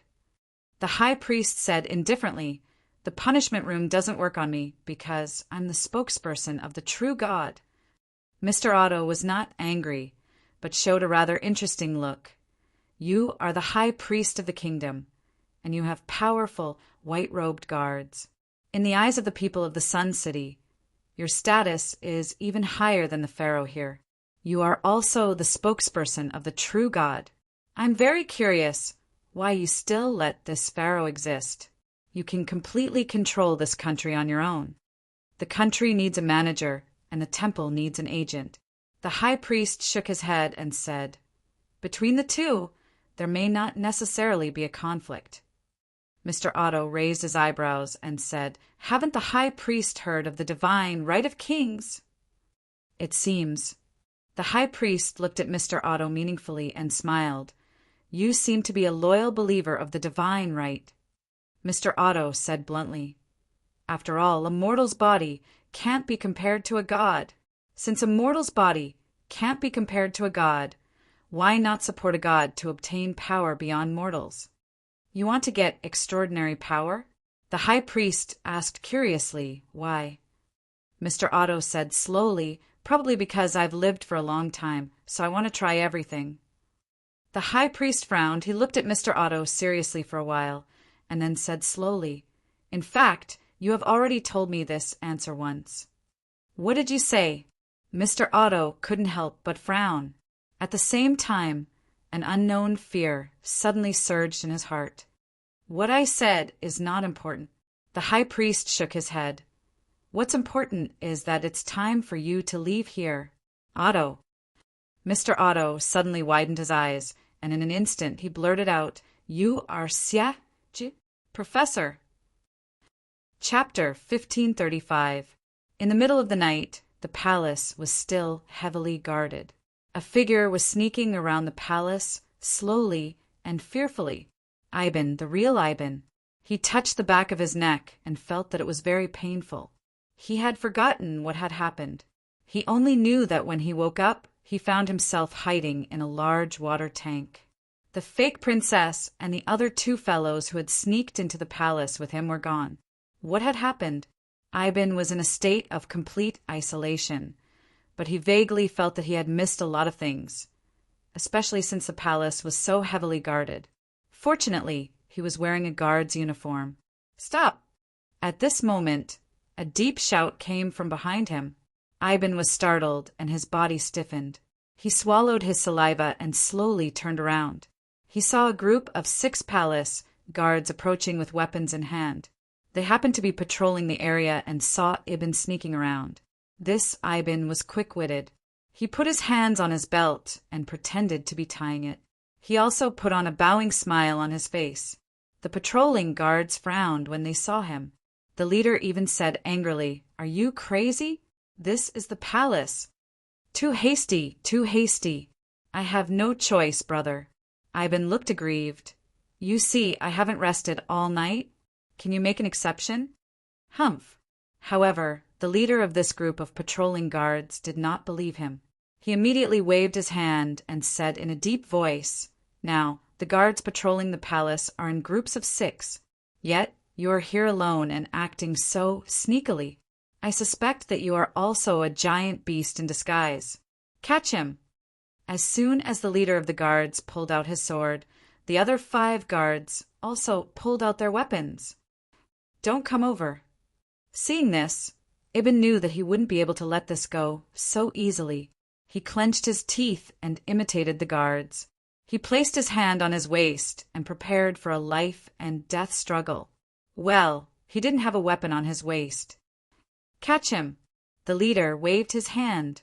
The 5 guards rushed toward Ivan. Ivan was scared out of his wits. He turned around and ran away, but he was not familiar with the palace. After a while, he turned into a dead end. Ibn was startled and gritted his teeth. At this time, he couldn't care about anything else. He desperately climbed up the wall, and before the guards behind him could catch up, he flipped over the wall. The guards hurriedly stopped outside the wall with a strange look on their faces. The leader's face was ugly as if he had eaten a dead rat. This is... A guard looked at the leader hesitantly. The former queen's residence. Us? Damn it. The leader gritted his teeth. Chase him. We are chasing a criminal. Don't be afraid. You go in first. The subordinates, they still went in from other places. They walked into this palace with many rumors and fear. It was said that the former queen did not just die here, but her resentful spirit did not disappear after her death and stayed in this palace. Ivan didn't do a good job when he climbed over the wall. Of course, he decided not to do it again, even though the consequence of this was that he fell in a very indecent way and it was very painful. Ouch, ouch, ouch. Grabbing his waist, Ivan crawled up in a sorry state. He scanned his surroundings and found that there were no lights. Not only was it not as bright as the palace at night, but it was also unexpectedly filled with an icy, cold feeling. He shivered, subconsciously, and quickly put his ear to the wall to listen to the movements of the palace guards outside the wall. After a while, when he heard the sound of hurrying away, Ivan was slightly relieved. What is this place? However, the surroundings were too dark and he couldn't see the road clearly. He could only feel his way forward. Darkness always made people fall into an atmosphere of fear. As Ivan walked, he felt a chill in his heart. He felt like there was a pair of eyes watching him from behind. He looked back several times and seemed to see a strange shadow floating in front of him. Ivan was shocked and scared.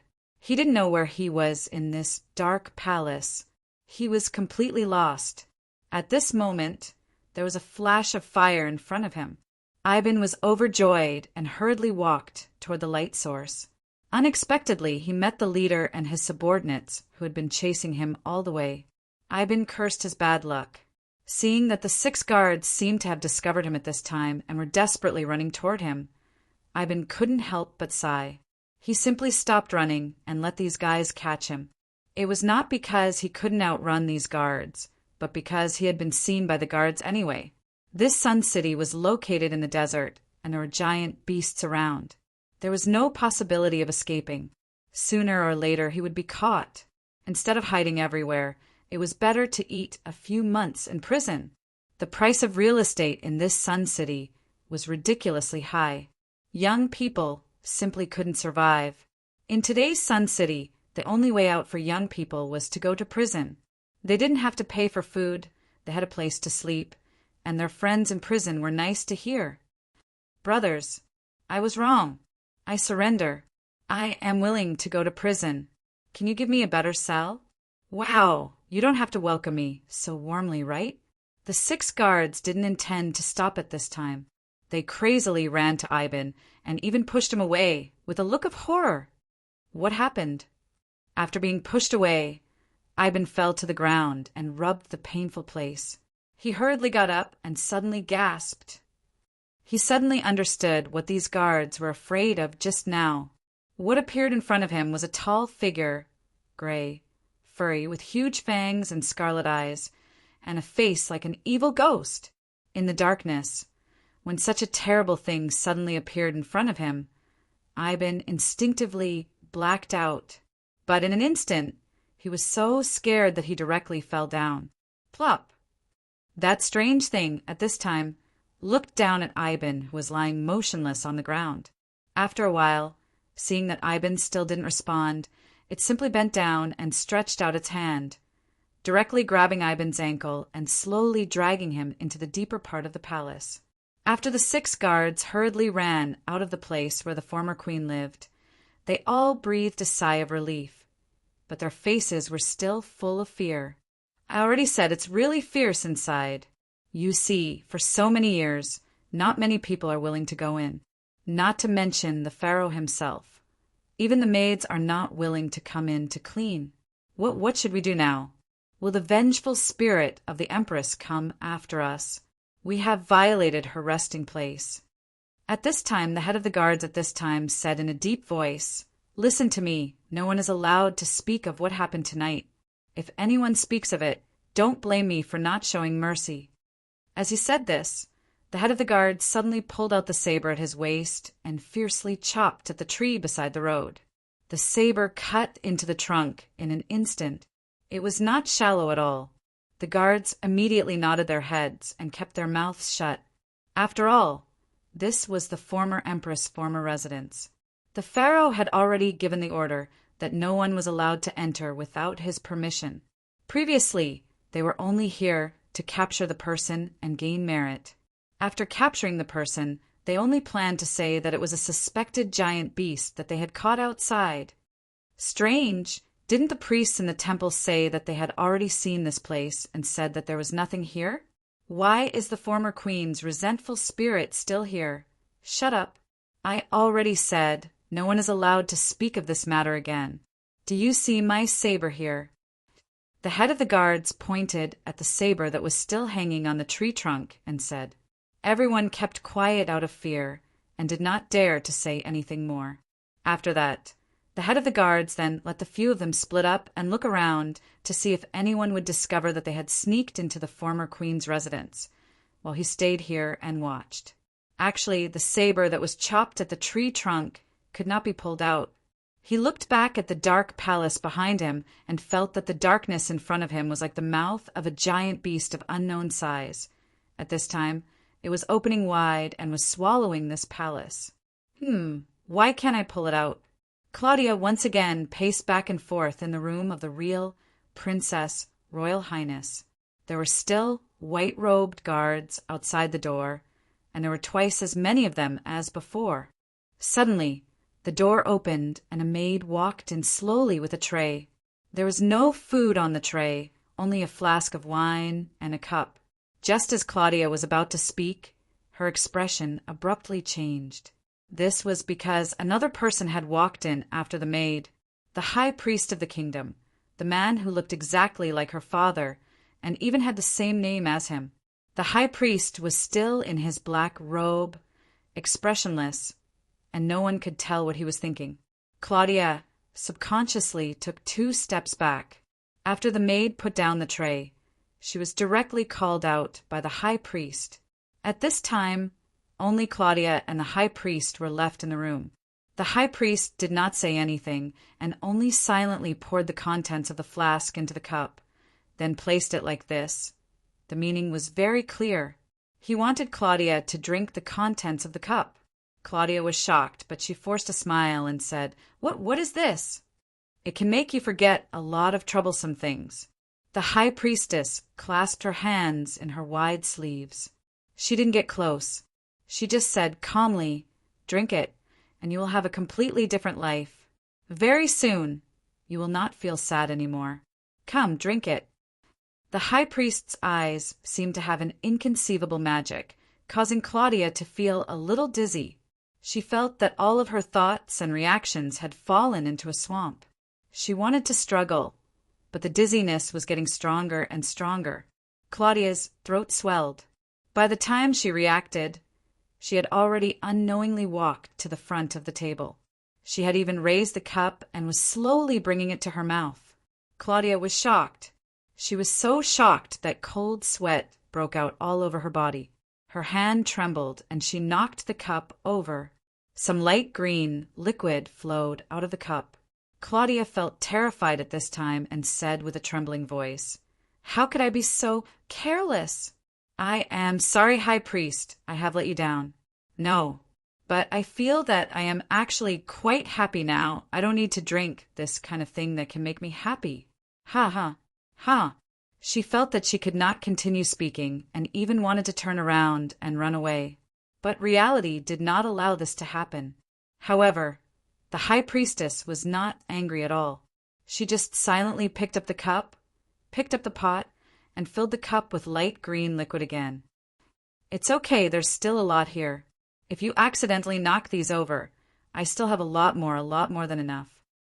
This time, the high priestess directly placed the cup in front of Claudia. That feeling of dizziness struck Claudia once again. She subconsciously reached out her hand to receive it. Her hand was trembling, as though she was making a final struggle. Believe me, I will not hurt you. My princess, the high priest said softly. The gentle voice instantly overlapped with the image of her father in Claudia's memories. In an instant, her last bit of rationality crumbled. Her hands finally stopped trembling. She received the cup steadily and was about to drink it. The high priest's eyes gradually became gentler. Suddenly he froze. Claudia, who was about to drink the liquid in the cup, suddenly threw the cup in her hand at the high priest. The liquid spilled out and splashed onto the high priest's black robe, drenching it in an instant. The high priest lowered his head to look at his robe and slowly exhaled. He glanced at Claudia. Claudia's lips were dripping with blood at this time. Obviously, in order to sober herself up, she used the last bit of rationality to bite her lips fiercely. Drink something that will make people forget their happiness. I think this is the damn holy water. Claudia threw caution to the wind at this time, although her face was pale. I saw it with my own eyes. It was you. It was you who turned the real princess, Yamalana, into a monster. It was you. This is not the holy water at all. This is clearly poison. Do you think so?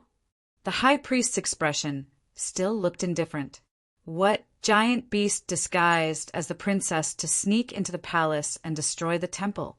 This is all a lie. Claudia screamed at this time. I think you are the real giant beast. You want to use the holy water to make everyone in the city become like Princess Yamalana. You are a demon. Facing Claudia's accusation, the high priest opened his mouth and then showed a bitter smile. His voice seemed to be a little tired, and he said slowly, I never realized that your imagination is so good. Claudia, what have you been through these days? My imagination is good? Humph, I'm just basing it on. Wait. Claudia couldn't help but be shocked at this time, and then she fell into a trance. What did you call me? Her name. He. How did he know? Chapter 1536. Claudia only felt a chill all over her body. There were some things she didn't even want to think about, but in addition to her body trembling uncontrollably in fear, there was also her mind. Her mind was running uncontrollably. How did the high priestess know her name? She had never revealed her real name to anyone in the City of the Sun. Even Ibn had mistaken her for Princess Yamanlana at the beginning. Therefore, in theory, there were only two people in Sun City who knew her name, Otto and Luaccio. Otto had been caught by the high priest in front of her eyes, and as for Luaccio, he was still uncontactable. Could it be that under the high priest's interrogation, Otto had already told her everything, including the fact that they actually came from the outside world of Sun City? No, it's not like that. In fact, there is another possibility, a possibility that she subconsciously didn't want to believe and even instinctively didn't want to verify. The high priest in front of her and her father, Professor Siajetu, were the same person. This could even easily explain a lot of things. For example, the artifact that Princess Yamalana had. It was clearly a gun made by humans outside. It was brought to this Sun City by his father, Professor Siajetu, and he gave it to Princess Yamalana, claiming that it was a gift from the true god. For example, why was someone who looked like Arya called Ibn here, while the Grand Shaman used the same name, regardless of whether he was here or outside? Even at this moment, the high priest revealed a feeling that Claudia was very familiar with. Earlier, she quietly planned to sneak away from the banquet attic. When she first met the high priest, it was because of this feeling that made her jump into his arms without hesitation. Who are you? Countless questions emerged in Claudia's mind. Is the man in front of her the real high priest, or is the beast pretending to be the high priest, or is he the real Professor Siajetu? The high priest said indifferently at this time, Claudia, don't you believe in me? I believe. Claudia only felt the feeling of dizziness hit her again, and it was unusually heavy. Her eyelids gradually closed, and finally her vision turned black, and she completely lost consciousness. Her body fell, but before she hit the ground, the high priestess took a step forward and supported her body. I'm Siajetu. The high priest whispered in Claudia's ear. No matter where I am, I only have one identity. He helped Claudia onto the bed and took out the flask again. Then, he slowly poured the liquid into her mouth. Not long after, the high priest left the princess's chamber and prepared to return to the temple. Tonight is much longer than usual. The high priest suddenly stopped and stared at the moon in the night sky. The white-robed guard beside him stepped forward and said, "Perhaps it's because the longest night is approaching." The high priest suddenly said, "When the day of the longest night arrives, it will be the day of God's death." As the white-robed guard approached, he naturally heard what the high priest had said. His expression immediately changed as he looked at the black-robed man in front of him in shock and fear. His forehead was unknowingly covered in fine beads of sweat. "It's just a joke." The high priest glanced at him casually and said in an unexpected tone, "After all, in the entire Sun City, only I can make this kind of joke. If I don't say it, how can you hear it?" "High priest?" The white-robed guard felt a chill run down his spine. The high priest shook his head and walked away with his hands behind his back. In his black robe, he soon merged with the darkness before dawn. Ivan actually woke up halfway, but when he found that he was actually dragged forward by that terrifying guy, he was instantly scared and fainted again. So, this was the second time he woke up. His nerves naturally adapted to the current fear a little bit. The surrounding walls were made of stone, so it wasn't dark at all. Instead, it was unusually bright. The light from the fire, the light from the oil lamp. A huge shadow was now on the wall behind Ivan, standing side by side with him. He looked at the huge shadow on the wall in horror, and his neck stiffened. He immediately bit his finger and moved his eyes bit by bit. Finally, he saw the source of this huge shadow. It came from the light from the fire. It was the terrifying guy who dragged him to this place. Ivan could only see the back of that thing clearly. Its back was full of coarse gray hair. Ivan swore that he had never seen anything with such hair in his memory. Its back was facing Ivan, and it seemed to be eating something. Beside, it was a pile of scattered gray bones. Judging from the different degrees of decay of these bones, this terrifying thing seemed to have lived here for a while. These were all human bones. Ivan's teeth couldn't help but start to tremble. He swallowed his saliva, and while this terrifying thing was eating with its back to him, he quietly got up and moved his feet, walking to the place that seemed to be the door. After 2 steps, Ivan looked back in fear. Seeing that this terrifying thing was still eating and didn't care about him, he secretly sighed in relief and continued to move forward quietly. After a few times, the door was finally in front of him. Ivan couldn't help but become more nervous. He reached his hand to the door, preparing to push it open and then run away recklessly. He didn't want to become this monster's food. But at this moment, bang! Something knocked on the wall. Ivan was startled, instinctively holding his head and squatting on the ground, screaming in horror, "Don't eat me! Don't eat me! I haven't eaten the thing in my stomach today. I really don't taste good." Cluck, cluck, cluck! Something seemed to roll to Ivan's feet. He opened his eyes and saw that it was a bone that hadn't been eaten completely. It looked like a leg bone or something. Ivan's eyes suddenly turned dark, and it seemed that he was about to faint again. But the terrifying thing with gray hair suddenly stood up. "This time, if you fall asleep again, I will consider eating you." Don't eat. Ivan was lying on the ground, begging for mercy in horror, but now he suddenly raised his head. Did he hear it wrong? This terrifying fellow could actually speak? Ivan's eyes widened, and his body couldn't help but tremble. But the appearance of the person gradually became clear. He finally saw the person's appearance, a body covered in long gray fur. It turned out to be the fur of an unknown beast that was draped over his body. This fellow was clearly a human. It was a guy wearing animal skin and a mask made from the skull of a strange beast. The beast's skull mask made this guy look very terrifying, especially in the dim environment. You? Ivan opened his mouth, and after knowing that the person was a human, he couldn't help but feel relieved and sat on the ground as if all his strength had been drained. He pressed his palm on the bone that rolled over. Ivan subconsciously picked it up and found that it wasn't a human bone. It seemed to be a cow bone. The other party didn't say anything and just sat down in front of Ivan, wearing the beast skin and the beast skull. He looked much bigger than Ivan. The pressure made Ivan, who had relaxed a little, tense up again. After a while, "This brother?" Ivan asked tentatively. How should I address you?" "Night Watcher." He suddenly said a name. "You can call me by my name, Night Watcher." "Night Watcher?" Ivan nodded subconsciously, looked around, and pointed. Where is this?" Ivan was a little confused by the attitude of the Night Watcher, but he still replied indifferently, "This is the basement of the former queen's bedroom." "The former queen?" Ivan jumped up in shock and said exaggeratedly, "Here?" The Night Watcher just glanced at him casually and did not have much reaction. Ivan calmed down, sat down again, and said to himself, "I heard that the former queen died suddenly, and no one knows the cause of death. There are many rumors that the former queen was killed by someone, and her soul has been staying in the place where she used to live after she died."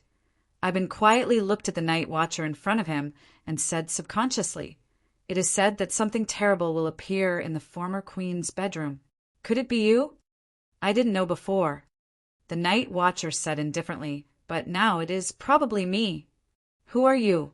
Why are you hiding here and pretending to be like this to scare the palace people?"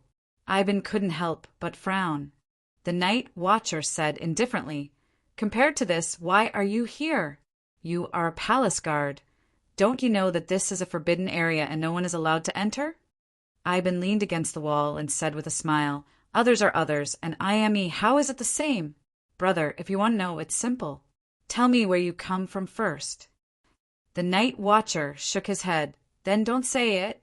Anyway, if you stay here for a long time, you will definitely not be able to hold back. You look like the type who can't keep secrets. You are AF *, King Big Mouth." Ibn was not happy. He sneered and suddenly jumped up. "Let me see what you look like. You're just pretending to be a ghost. Today, I will teach you what a master is." 3 seconds later. "Ouch, ouch, ouch. Hero, please spare me. I was wrong, okay? Not good." The Night Watcher sneered. At this moment, he sat on Ibn's body and casually picked up a bloody bone that was still attached to the flesh and began to gnaw on it. Ivan didn't know that he was so weak that he was finished off in a few moves. He wanted to cry but had no tears. He kept begging for mercy, and finally he told the Night Watcher why he was here. That's what happened. Ivan stretched his body with both hands and tried to look back at the Night Watcher who was sitting on him. "Brother, can you not sit on me?" "Can't." The Night Watcher threw away the bone in his hand. After wiping the blood on his mouth, he asked indifferently, "You said that in addition to you, there were 3 people who sneaked into the palace with you, and one of them looked exactly like Princess Yamalana. Where are they?" "Didn't I tell you?" Ivan said helplessly. "I don't know how I fainted, and after I woke up, I ran to this place. I don't know. Brother, can you get up first, my waist?" The Night Watcher ignored Ivan's croaking. He muttered to himself, "Princess Yamalana? Did someone else come in from outside?" "Outside? What outside?" Ivan said subconsciously. "Outside the palace? Who else is there besides us?" The Night Watcher ignored him, stood up directly, and then walked to the corner of the basement, which was covered with a huge cloth. The Night Watcher lifted the cloth, revealing the things inside. Ibn had never seen many of these things before, but there was one thing that looked very familiar to him. Abruptly, Ibn slapped his head and exclaimed, "Divine! Divine artifact! Divine artifact! You also have a divine artifact?" Crack! The Night Watcher swiftly loaded the black pistol in Ibn's hand with a bullet clip. "Brother, who the hell are you?" Ibn approached and asked nervously. The Night Watcher glanced at him and pointed the divine artifact at Ivan and pressed it against his forehead. Ivan raised his hands subconsciously. "Bo? Brother, I shouldn't ask. The Night Watcher suddenly said, "Ivan, right?" Ivan nodded subconsciously. "Go ahead." The Night Watcher said directly, "Now, there's a chance to make a lot of money. There's a chance to get a great fortune in front of you. Do you want it?" A great fortune? Ivan was suddenly spirited, even forgetting the fear brought by the divine artifact on his forehead. His eyes lit up. "What's that?" Accompany me to kill the high priest. The night watcher sneered. Ivan blinked and then fainted on the ground, motionless. The night watcher raised his foot and was about to step on Ivan's crotch. Ivan hurriedly rolled to one side, scrambled up in a panic, and said with a bitter face, "Brother, I need to be alive to enjoy the great fortune you mentioned. Kill the high priest? Am I crazy? What if I say, as long as you can kill the high priest, I can take you out of Sun City or even—" The night watcher said in a low voice, "Out of this desert." Ivan. Chapter 1537. Then, under Ivan's shocked and horrified gaze, the night watcher gave him a weapon. It was the same weapon as the princess, but he didn't know why it was silver. Desert Eagle, the name of this gun. The night watcher gave a simple explanation. There are only 7 bullets. Use them sparingly. The princess always had the divine weapon, and it was the most powerful weapon she used to defeat the giant beasts. Ivan didn't expect that he would have a divine weapon one day. Desert Eagle. Both of his hands were trembling as he held the silver pistol. It was clearly a cold gun, but it made him feel as if it was burning his hands. He said with a trembling voice, I don't know how to use it." The night watcher glanced at Ivan and said casually, "When you need it, you will naturally use it. Even if your brain forgets, your body's instinct will still be there." "What do you mean?" "Nothing." The night watcher shook his head and walked toward the door of the underground stone room. "Let's go. The chance to get rich is not always there. If you don't pay attention, it will slip through your fingers. Poverty can make people crazy, and I believe you can do the same." Ivan licked his lips, and his eyes were filled with the endless pursuit of wealth, the most primitive desire.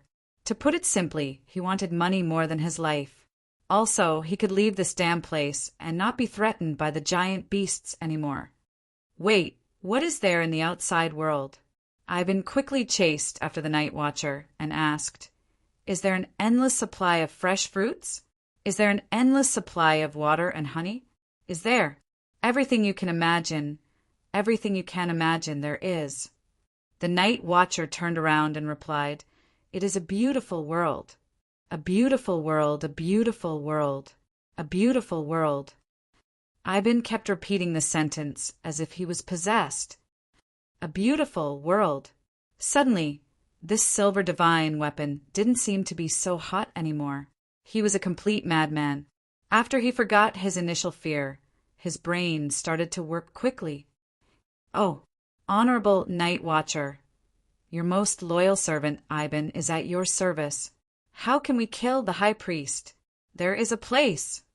The night watcher said in a low voice, "There's a place that is suitable for us to make a move. Don't ask about the rest. Just remember one thing. Wait for my signal, and don't hesitate to use the gun in your hand." Understood." Ibn nodded. While he was nervous, he also seemed to be a little excited. It was not difficult to leave the former empress' residence, especially after knowing that there was no vengeful spirit of the former empress. Ivan felt much more relaxed. When they were about to walk out, Ibn couldn't help but ask curiously, "Speaking of which, how did the former queen die? I heard that the pharaoh and the former queen were very loving." But Ibn observed the surroundings of his residence. Not only was it dark, but it also looked as if no one had cleaned it for a long time. It was as if this was a room that had been completely forgotten. But from the looks of it, the pharaoh doesn't seem to love his queen very much. No, the night watcher, who had always given Ibn the impression of a cold person, seemed to have some fluctuations in his voice. "The pharaoh's longing for his wife is stronger than any of you can imagine. This is a longing that comes from the depths of his soul. I can feel it." Ibn pursed his lips behind his back, as if he didn't agree. "What you feel is not the taste of love, but the sour smell of a house that has not been cleaned for many years, right? So, you seem to know how the former empress died? It seemed that no matter which era people were from, they all had something in common. The soul of gossip that pushed humans to evolve was now burning in Ibn's heart. The pharaoh killed her with his own hands. Unexpectedly, the night watcher gave Ibn an unbelievable answer. Ibn laughed subconsciously and patted the night watcher's shoulder. Ha ha ha! Brother, you also know how to joke?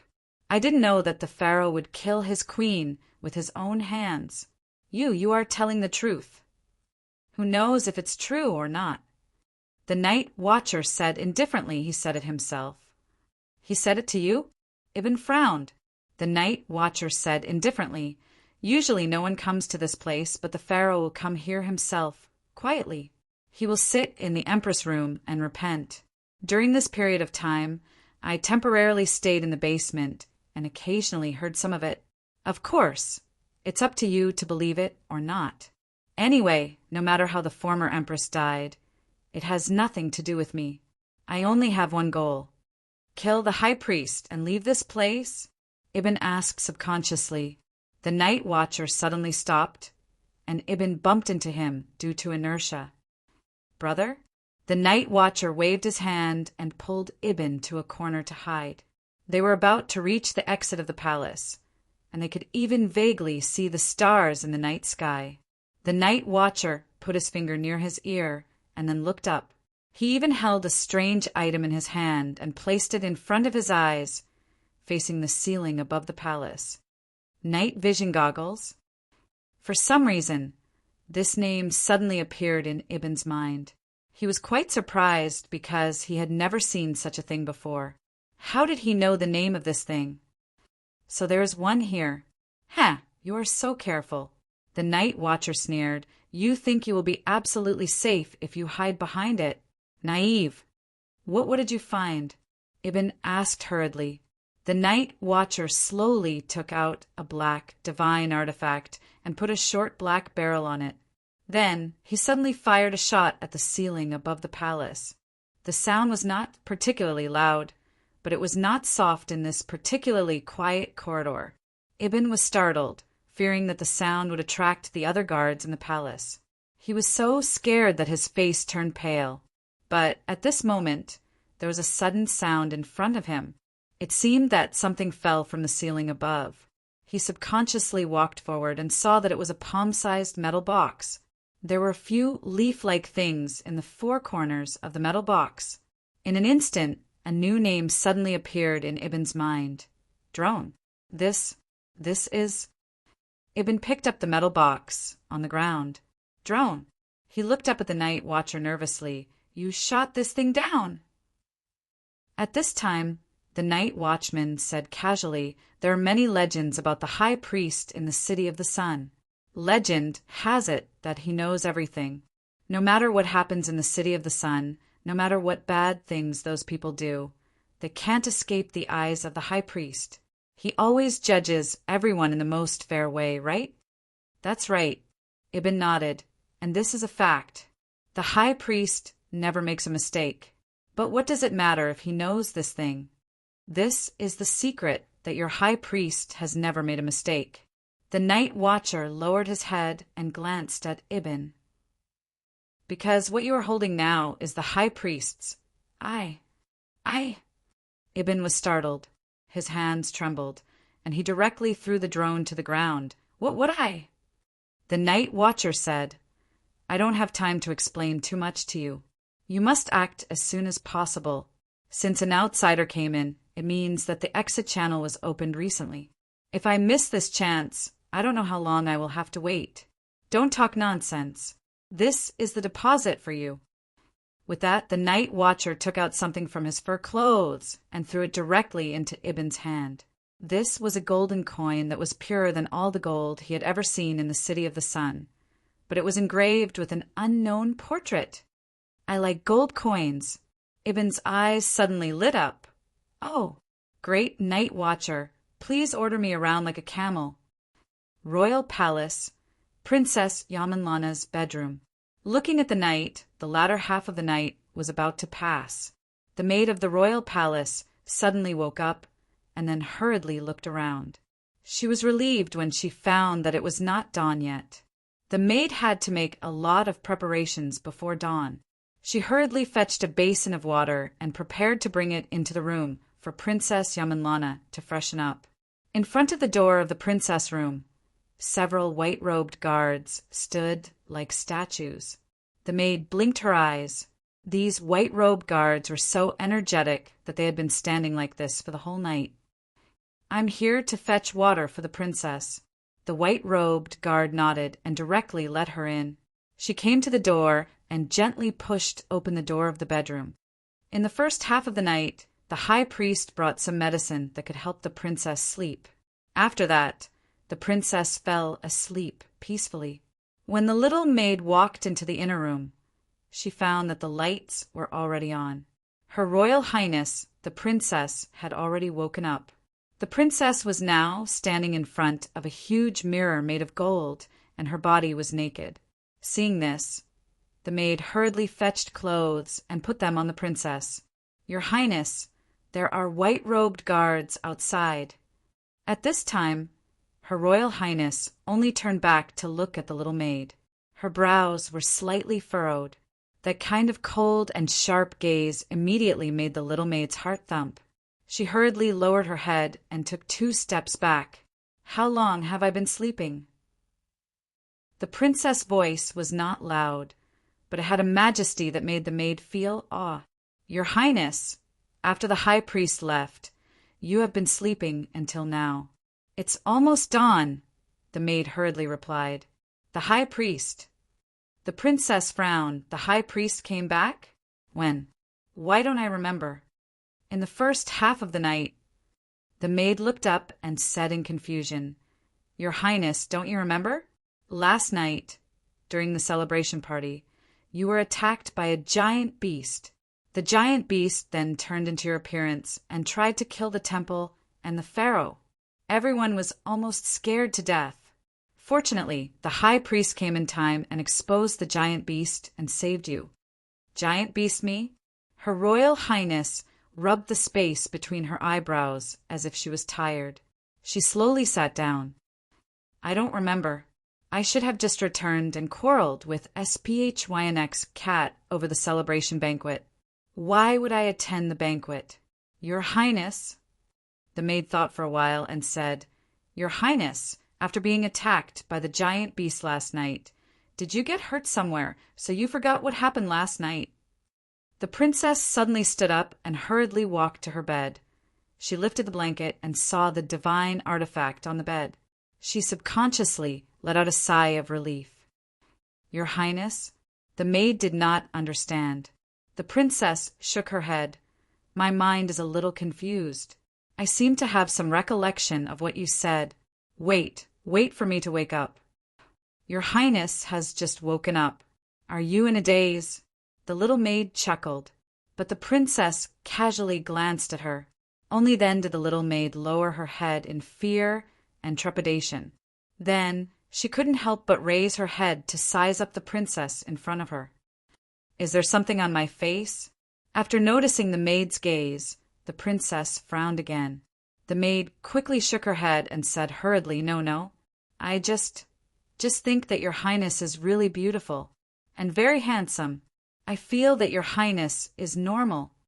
I don't know what you are talking about." The princess shook her head and then thought for a while and said, "I still can't remember. Come, put on my clothes. I want to go out." "The sun is not up yet. Where are you going, your Highness?" The maid asked curiously. "The temple." The princess said indifferently, "Since the high priest is back, I need to see him and discuss some important matters with him.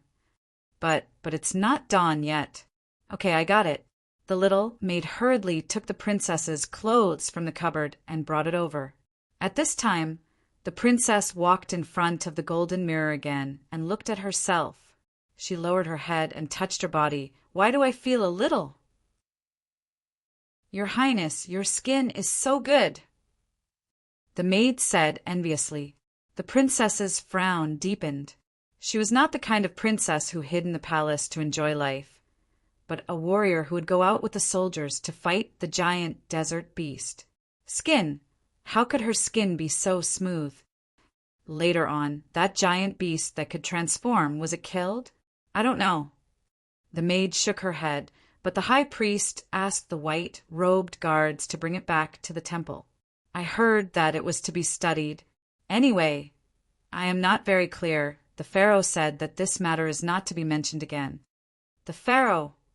The princess frowned and thought for a while before saying indifferently, before going to the temple, I will go to the pharaoh's palace. You can send someone to inform him first. Oh, okay. The maid pursed her lips and smiled.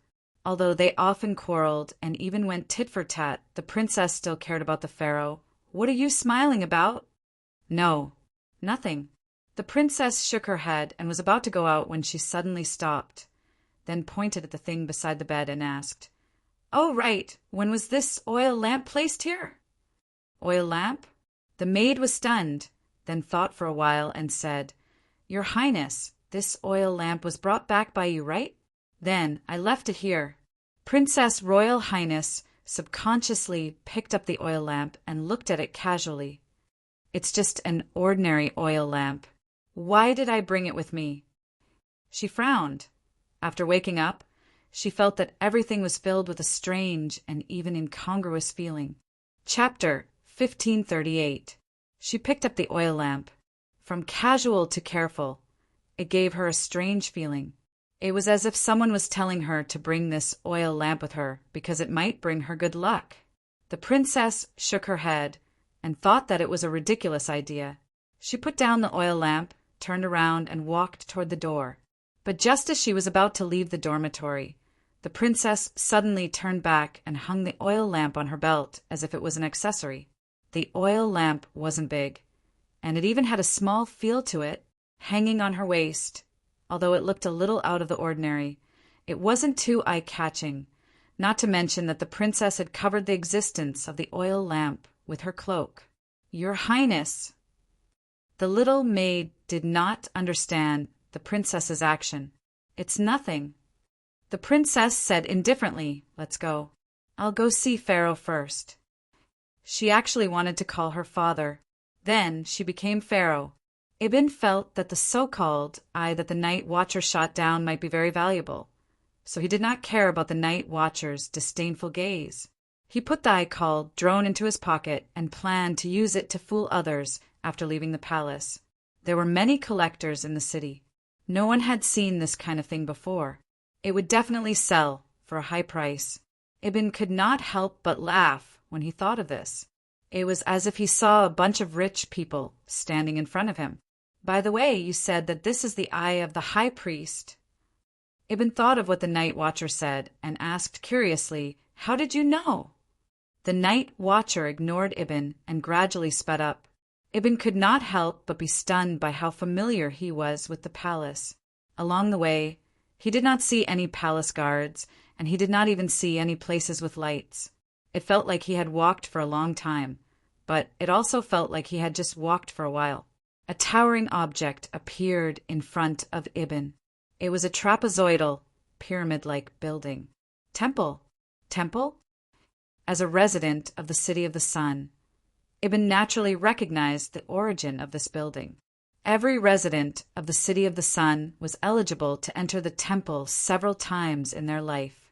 When they were born, on the day they came of age, and after they died, when the residents died, they would be sent to the temple to be cremated.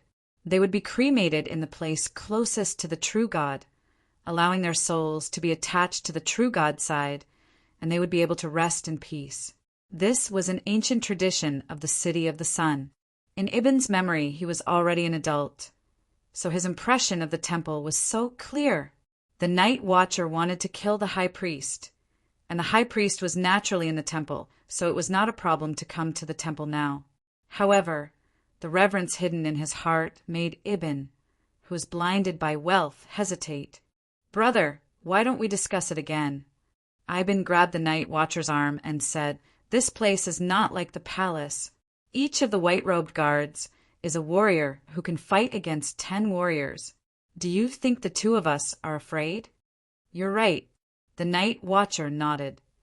This is the high priest's nest. It's unrealistic to sneak in. I knew it. Ibn was overjoyed. Let's go back and think about it. He happily turned around. He still remembered the way he came, so he did not panic at all. At this time, the night watcher took out a fist-sized thing and threw it directly at the wall that was blocking the way. Boom! A sudden sound came from behind Ibn, and a gust of wind hit Ibn's back, causing his clothes to flutter.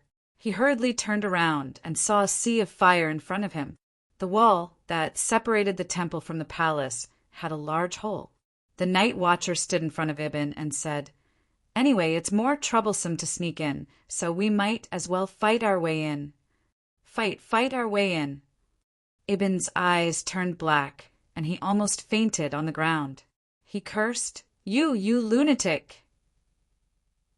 Only lunatics have the right to live. Remember what I said.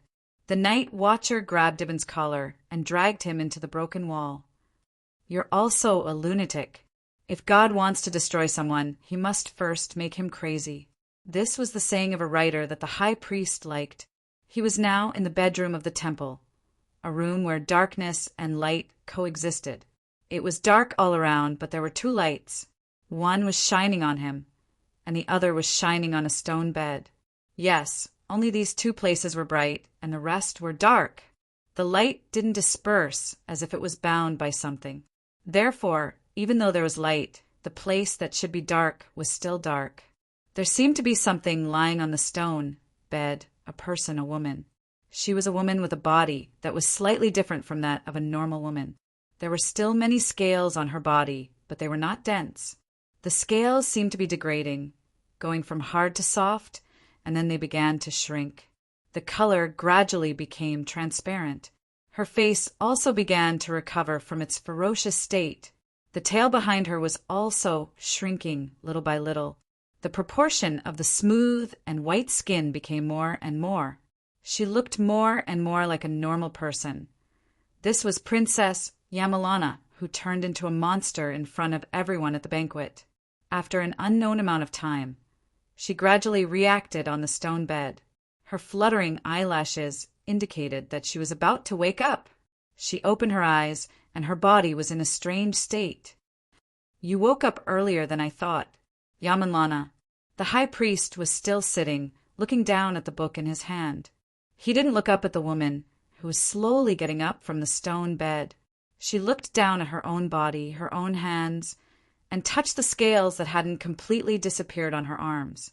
Suddenly, she grasped her arms tightly, and even pulled out the scales that were about to degenerate and disappear from her arms. Her hands were dripping with blood because of this. They will completely degenerate soon, and even if you pull them out now, new ones will grow out. The high priest said expressionlessly, "So this kind of behavior, except for making you feel pain, has no substantial effect. Yamalana, have you forgotten what I taught you?" "Why?" She. Princess Yamalana suddenly raised her head and glared at the high priest, who was under another light source. "Why did you let me do it in front of everyone?" The high priest thought for a while and said, "Everyone needs to face some unexpected and unimaginable pain in the process of growth. Pain is the food for growth. Do you know why the cactus fruit in the desert is so sweet? Because in the harsh conditions of the desert, the value of life can be more reflected. Even so. Yamalana walked down from the stone bed and staggered toward the high priest, who was under another light source. "But you, betrayal, despair are all what you need." The high priest closed the book in his hand and said slowly, and the anger now even hatred, "You need these, Yamalana. Without these, you're only half of what you are." She clenched her fists, and her nails dug deep into her palms. She said with a hoarse voice, "I still feel the sadness now. So, in the end, I'm just an experiment in your hands? Just like my mother." "You can't say that." The high priest shook his head. "Your mother, strictly speaking, is also my daughter. She was actually perfect, but unfortunately, she learned to love at an early stage. Don't get me wrong, I didn't want to stop her from having the most beautiful feelings in the world. Even when she was born from your mother, I was quite happy to see it. This proved that your mother grew up very fast, beyond my expectations.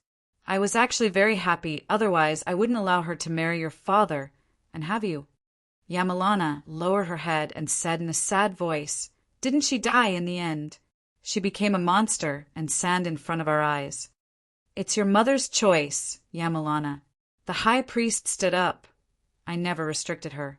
Even if she chose to fight against me in this way, I didn't stop her. All my love and expectations for her have been given to her, just as I have given these to you.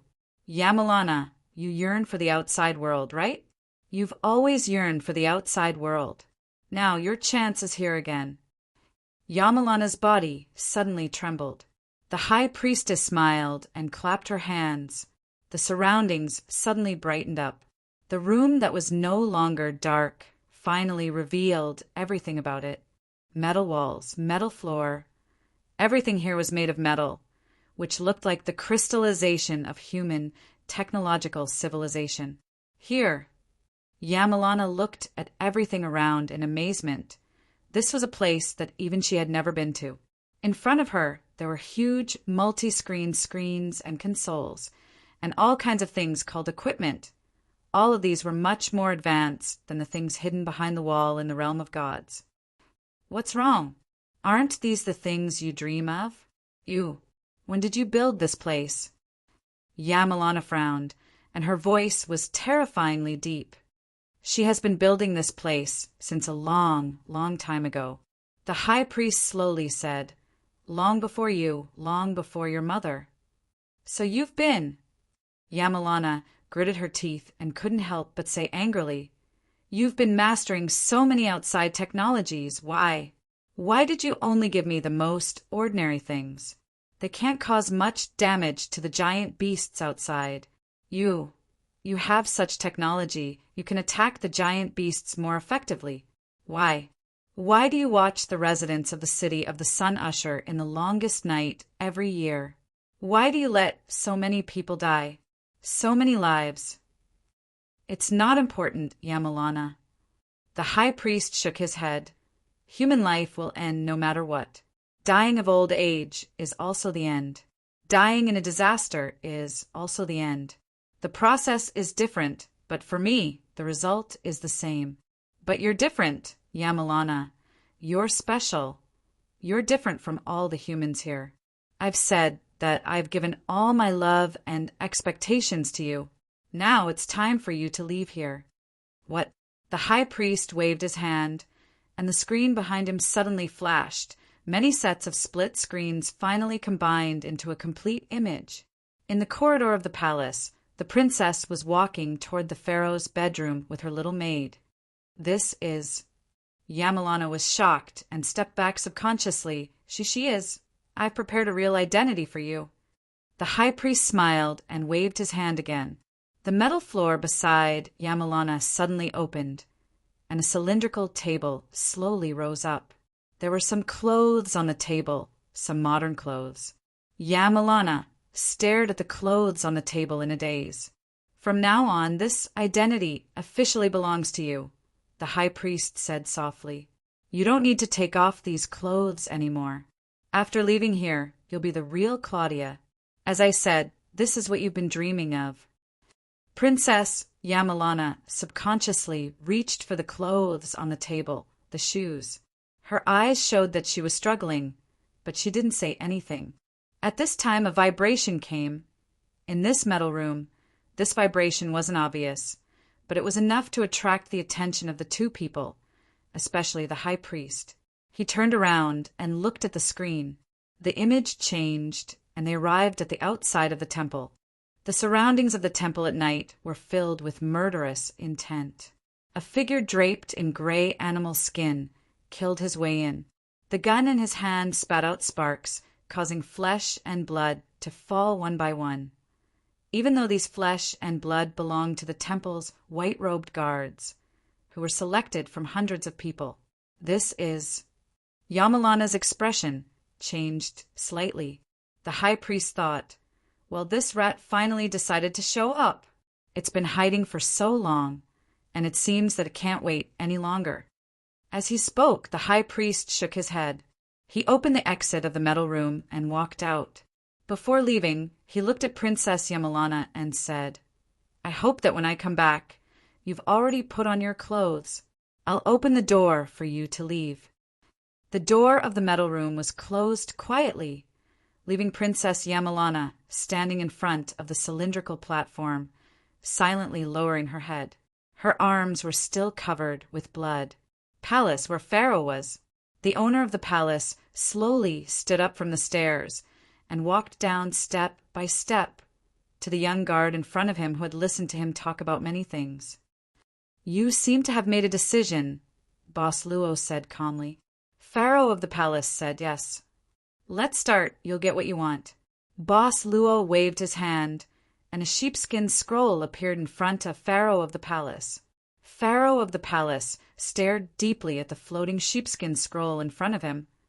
"This time I won't," his murmurs gradually faded away. At this moment, SBHYNX cat had actually stabbed his finger into his left eye and gouged it out. Chapter 1539. Ever since the night watchers broke into the temple, they had encountered more and more white-robed guards along the way. They were all weak and powerful, and even though Ibn had the divine artifact from the night watchers, he did not plan to fight against the white-robed guards. The main reason was that the divine artifact could only be used 7 times. Even if he could kill 1 white-robed guard each time, he could only kill 7 at most. That was why Ibn took advantage of the chaos and hid quietly. He only needed to watch the night watchers charge into the temple. He walked far away on the road, full of corpses. From time to time, he would find some small things from the white-robed guards' clothes and put them into his pocket. He licked them all the way. Perhaps this night watcher can really kill the high priest? Suddenly, this thought appeared in Ibn's mind. Because up until now, the number of white-robed guards that had died at his hands was no less than 30. How many white-robed guards can there be in the temple? At most, there should be 100 or 80 of them. In such a short time, the night watcher had killed almost half of them. He has even more powerful divine artifacts. Ibn suddenly understood why the night watcher was so powerful. But deep in his heart, he was more and more curious about the origin of the night watcher. Even so, he didn't give up on the great cause of searching for the white-robed guards. Why are these guys so poor? This was the 7th corpse that Ibn didn't find anything. These white-robed guards really had nothing but a white robe. Ibn shook his head. When he was about to walk forward, his hand touched something very familiar. It was something very familiar to him and all the residents of Sun City. It was sand. Ibn looked down and was so scared that his face turned pale. At this moment, the bodies of the fallen white-robed guards from the divine temple were actually gradually cracking apart. Sand. Their bodies actually turned into sand and then scattered all over the ground. He was shocked and fell to the ground, but he still kicked his body to move back. In his panic, Ibn felt that he had bumped into something. When he turned around, he saw a white-robed guard standing behind him. But Ibn recognized this person. "It's you. We've entered the temple." The night watcher threw the rifle that was still smoking on the ground. The rifle had run out of bullets, and in this place where there was no way to reload, a rifle without bullets was not even as useful as a longsword. The white-robed guards didn't chase after them, not only because they were all killed, but also because the new army hadn't arrived yet. The night watcher took out 2 pistols from the holster on his waist and moved forward cautiously. However, the inside of the temple suddenly became bright. The light started from where the night watcher stood and moved forward step by step until it reached the end. There were no forks here, only one straight path leading to the deepest part of the temple. The night watcher secretly frowned and then chuckled. He looked around the passage and finally looked at a decorative stone statue in the corner of the wall. He sneered and said, "Are you going to invite me in? It's too troublesome to go out. It's better for you to come in." The voice echoed in the bright corridor. It was the voice of the high priest. The night watcher snorted and walked slowly along the passage. Along the way, the high priest's voice didn't appear again, and the night watcher didn't speak either, until he arrived at the end of the passage in front of two huge doors. As the doors opened, the night watcher's breath suddenly quickened. He even subconsciously grasped his heart. It seemed that he was in pain and his steps were a little unstable. But he quickly recovered before the two doors were fully opened. Behind the two huge doors was a brand new temple. Looking from the outside, this temple looked no different from the one outside, except that it was much smaller. This place didn't have the hot air of the desert. Instead, it was quite cool. The high priest was standing at a place where the night watcher could see with his naked eyes. The night watcher walked forward silently. He walked to the square outside the temple. But at this moment, the pistols in his hands suddenly became very heavy. They fell from his hands and fell to the ground. The sound of impact was very loud. It was the sound of metal hitting metal.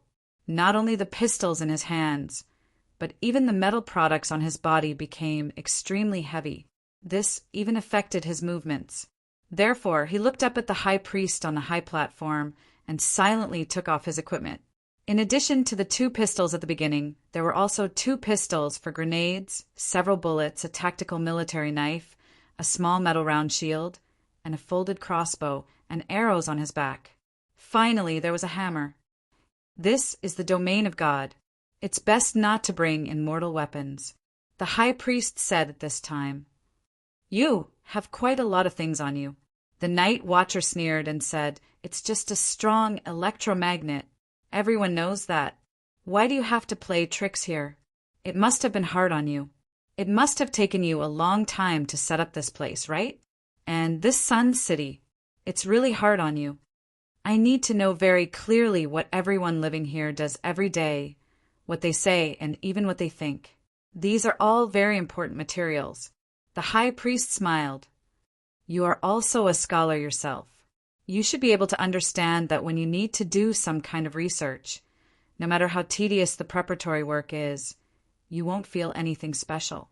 You will even enjoy the process. Sorry, I'm not that free. The night watcher snorted. I've never liked the tedious process. I prefer to get the results directly. It saves me the trouble. The high priest shook his head and suddenly said, I originally thought that you would hide for a while more. Why did you choose to come out at this time? I heard that an outsider came in. The night watcher sneered. And it's an outsider who looks like your most precious test subject. So I wanted to come here to try my luck and see if I can find a way to leave. I've been preparing a way for you to leave. The high priest shook his head. I never planned to trap you here forever. Of course, even if you can leave, I don't want to see you leave with the memories of this place. So I'll take some protective measures. It seems that we can't come to an agreement. The night watcher shook his head. Then let's not talk about it. I believe that as long as I kill you, I should be able to figure out these things in the temple. Let's go out. After saying that, the night watcher rushed directly toward the high priest. His speed was very fast, like a world-class sprinter. His muscle-burst ability could be said to be the limit of the human body. In the blink of an eye, he had rushed in front of the high priest. With a flick of his sleeve, a dagger made of bone slid directly into his hand and stabbed toward the high priest's heart. It pierced through without any difficulty, but soon the night watcher frowned and stopped. The bone dagger in his hand did indeed pierce through the high priest's body, but it couldn't cause any damage to him, because the high priest standing in front of him didn't have a physical body. Projection? The night watcher snorted coldly and put away the dagger. He seemed to have thought of something. It seems that every time you lure people to explore the Oasis Temple outside, it's not as simple as just replenishing the population of Sun City. Over the years, these excellent scholars have probably really created many things for you that are beyond the era outside. This is just a small part.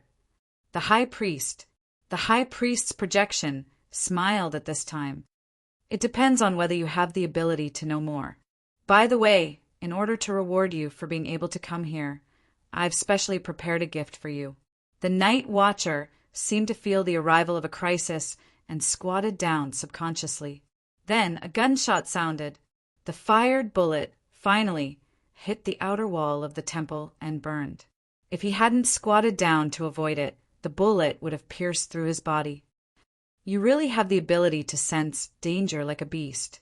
The high priest's projection praised at this time. The night watcher didn't have time to pay attention to this projection that was useless except for talking nonsense. Instead, he stared in the direction where the bullet came from. In the distance, at another smaller entrance, two figures slowly walked in, one in front and one behind. The one walking in front was Ibn. At this time, his hands were raised high above his head, and his legs were trembling as he walked. Obviously, he was forced by someone behind him. "Sir, your most loyal servant is here to see you again," Ibn said with an ugly expression. "But your servant seems to be in some trouble. If you don't mind rescuing your servant will be very grateful. Help." Behind Ibn there was a man in a white robe. At this moment he was holding a long black saber. He was pressing against Ibn's back as he walked over. The man's face gradually moved out from behind Ibn and appeared in front of the night watcher. It was Mr. Otto, who was captured by the high priest when he and Claudia were about to escape from the palace.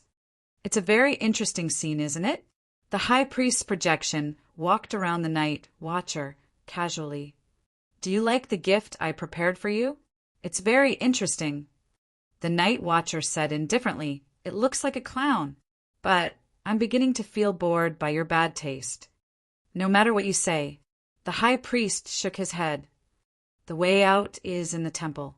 If you can come in, I'll open it for you." The night watcher and the white-robed Otto, who was holding Ibn, stared at each other. Suddenly, the white-robed Otto kicked Ibn away and slashed at the night watcher with his sword. The white-robed Otto wasn't slow at all. The night watcher could only block with the bone dagger in his hand.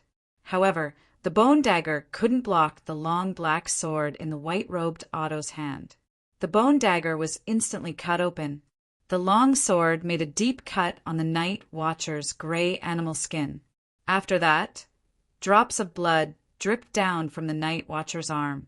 The night watcher, who had lost his weapon, was at a complete disadvantage facing the white-robed Otto. He could only dodge the white-robed Otto's attacks. "You've become hesitant," the high priest suddenly said. "It seems that even you can't maintain your usual rationality. You're really a bad person who likes to play tricks." While fighting with the white-robed Otto, the night watcher didn't respond to the high priest's words. Play tricks? At this time, the high priest looked at the night watchman with interest and suddenly said, "If it were you, shouldn't you believe in the existence of God more than anyone else? Because you yourself are a miracle. Every living person is a miracle that can't be replicated." The night watcher quickly said, "Only those who want to control it can't feel the beauty of the miracle and want to taint it." The high priest tilted his head and looked at the night watcher. Suddenly, he slowly exhaled and said calmly, "I want to invite you to be my companion. For so many years, you're the most charming person I've met in my life. Your appearance was beyond my expectations.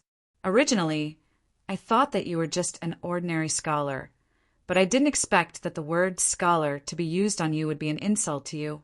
You, yourself, are history, a living history. Don't reject me this time. Come with me to explore the mystery of life." Otto, the immortal king. The night watcher's body suddenly froze. At this moment, white-robed Otto's long blade chopped down, breaking open the beast skull on his head, and a face that Ibn was familiar with immediately appeared. "You?" Ibn blinked, and his eyes widened. He looked back and forth between the white-robed Otto and the night watcher. You're twins." Unlike Ibn, the white-robed Otto didn't react at all after seeing the night watcher's face. He didn't even stop attacking. At the same time, facing Ao-Tuo's fierce attack, the night watcher didn't dodge at all. Instead, he allowed Ao-Tuo's long saber to stab into his shoulder. This kind of reckless fighting style gave the night watcher a chance to win. While grabbing the long sword that Otto stabbed into his body, the night watcher pulled out another bone dagger from his sleeve. Without any hesitation, The night watcher pierced the white-robed Otto's throat with the bone dagger. The white-robed Otto didn't show any pain. After his throat was pierced, he instantly knelt on the ground. His body gradually cracked and turned into sand. The high priest suddenly clapped his hands. As expected, no matter how many copies you make, you can't compare to the original you. You're indeed special.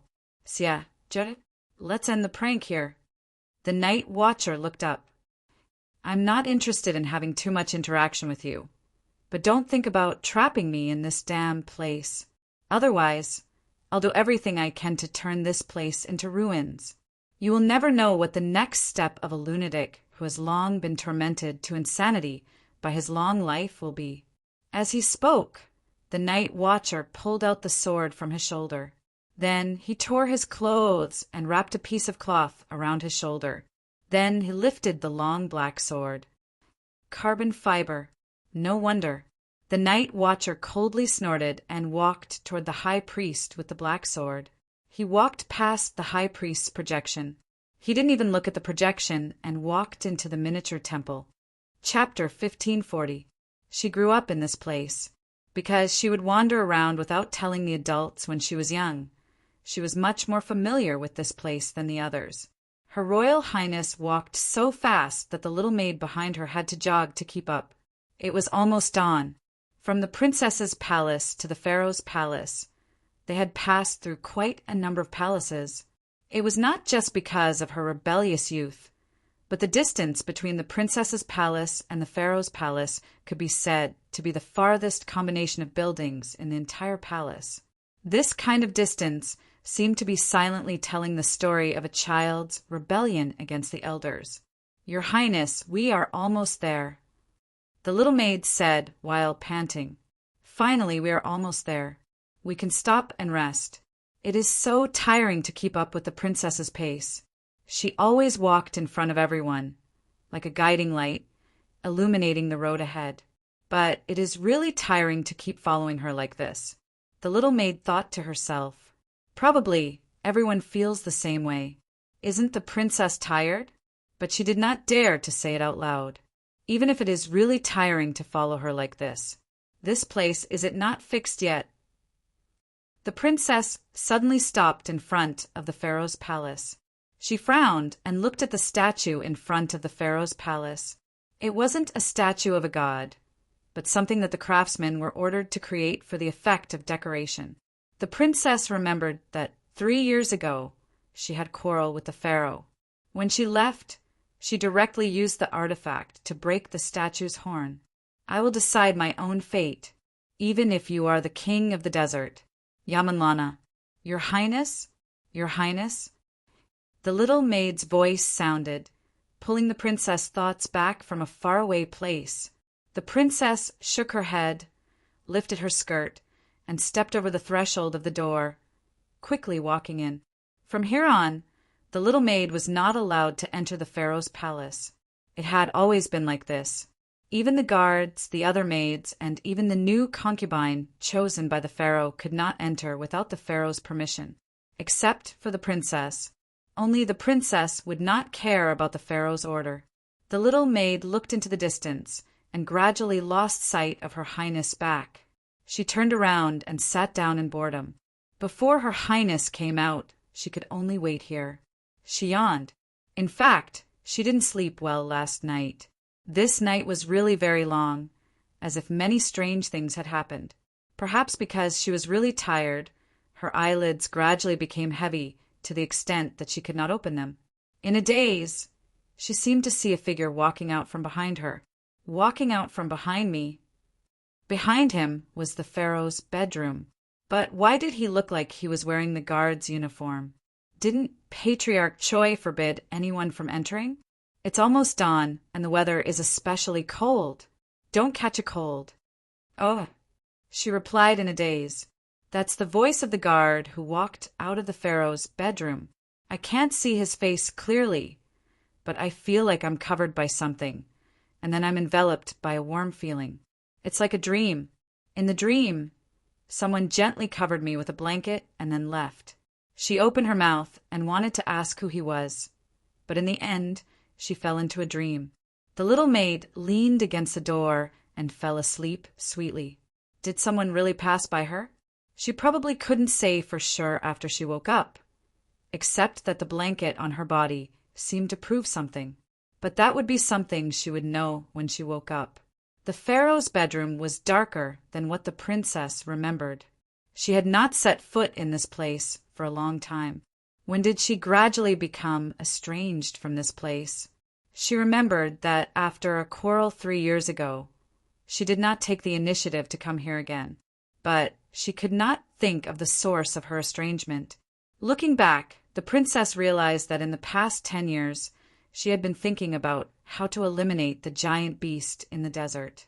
As for other things, if the country's crisis could not be solved and the people were always shrouded in the shadow of death, how could there be happiness? And what was home? Creek. The princess pushed open the inner door of the pharaoh's bedroom. Who was this tight door resisting? It took her so much effort to push it open. The sound of the door's axle was so loud and clear. She frowned and walked in the middle of the hall. There were oil lamps all around her. The outside of the bedroom looked dark, but the inside was as bright as day. There were a total of 999 oil lamps placed here. She could easily see the man sitting on the stairs on the throne. His head was lowered, as if he was the pharaoh of the kingdom in the past. The pharaoh did not wear his crown at this time. As for the scepter that represented the royal power, it was just casually placed at his feet. In the princess's impression, it was rare to see the pharaoh of the kingdom without the scepter in his hand. In her impression, this seemed to be the second time. The first time was when she was 10 years old. The pharaoh lowered his head, his hair was messy, and there were more gray strands than what the princess had imagined. She actually knew that this man had not been sleeping well for the past 10 years. Every night, 999 oil lamps were lit. Who could sleep in such an environment? The princess looked at him silently and walked to the stairs. She hesitated for a moment and did not step on the stairs in the end. She just looked up from below and said in a deep voice, "I just came to see if you are okay. At least, it seems that you are okay." The pharaoh of the kingdom did not seem to hear her. The princess was silent for a moment and then said indifferently, "Since you are okay, then I will leave. I still have something to do. I need to go to the temple." The pharaoh still lowered his head. The princess sighed and turned to leave. Before she left, she turned back and said, "Also, if there is nothing important, don't send your people to my side. In this desert country, there is sand everywhere. I don't want to rest in a pile of sand." Yamanlana! Finally, the pharaoh of the kingdom had some reaction. His voice slowly came. The princess turned around and saw that the pharaoh of the kingdom had stood up and then slowly walked down the stairs.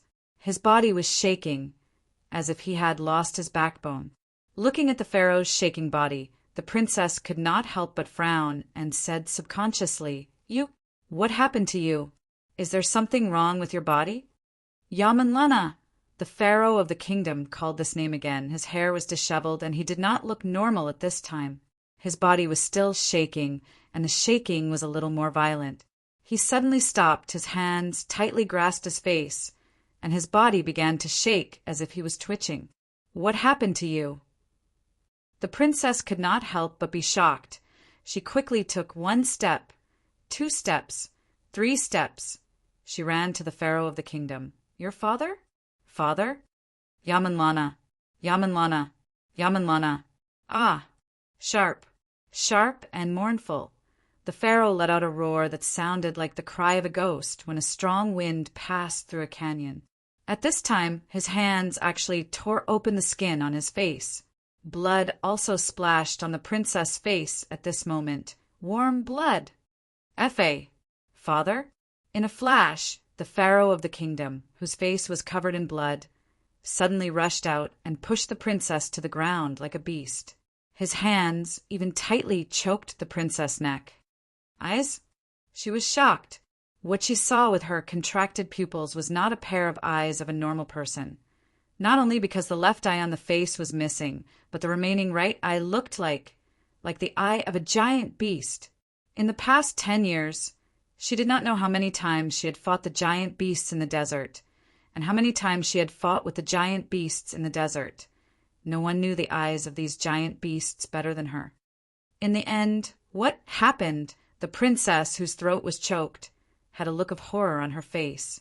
Instinctively, she resisted and grabbed the hands of the pharaoh of the kingdom. She had never thought that this man's strength was so terrifying. The elite, white-robed guards of the temple could not be compared to him at all. If he said that this was the transformation of a giant beast, no one would not believe it. Giant beast? The princess' eyes were completely filled with fear. The back of the pharaoh of the kingdom completely split open at this time, and then a pair of huge and ugly fleshy wings that looked like the claws of an animal suddenly bloomed in an instant. Something was about to break out of the pharaoh of the kingdom's body. Hiss! The terrifying scream sounded again, and the pharaoh of the kingdom became extremely painful at this moment. He suddenly let go of the princess who was choking him and began to howl with his hands on his head. When the princess was released, she did not have time to take a few breaths, and in a panic, she instinctively took out the divine artifact that she kept close to her body. She was not sure whether this thing in front of her was the real pharaoh of the kingdom or not. When she woke up, the first thing she heard was the little maid telling her that there was a giant beast in the banquet hall that took her appearance and invaded the palace. If this was true, then it seemed possible for the giant beast to take the appearance of the pharaoh. "What are you?" the princess asked sternly. The pharaoh of the kingdom suddenly stopped howling at this time. His hands drooped down and then directly fell to the ground. The princess finally saw clearly what exactly it was that came out of the pharaoh's body. An eagle head, a human body, and huge fleshy wings in the shape of claws.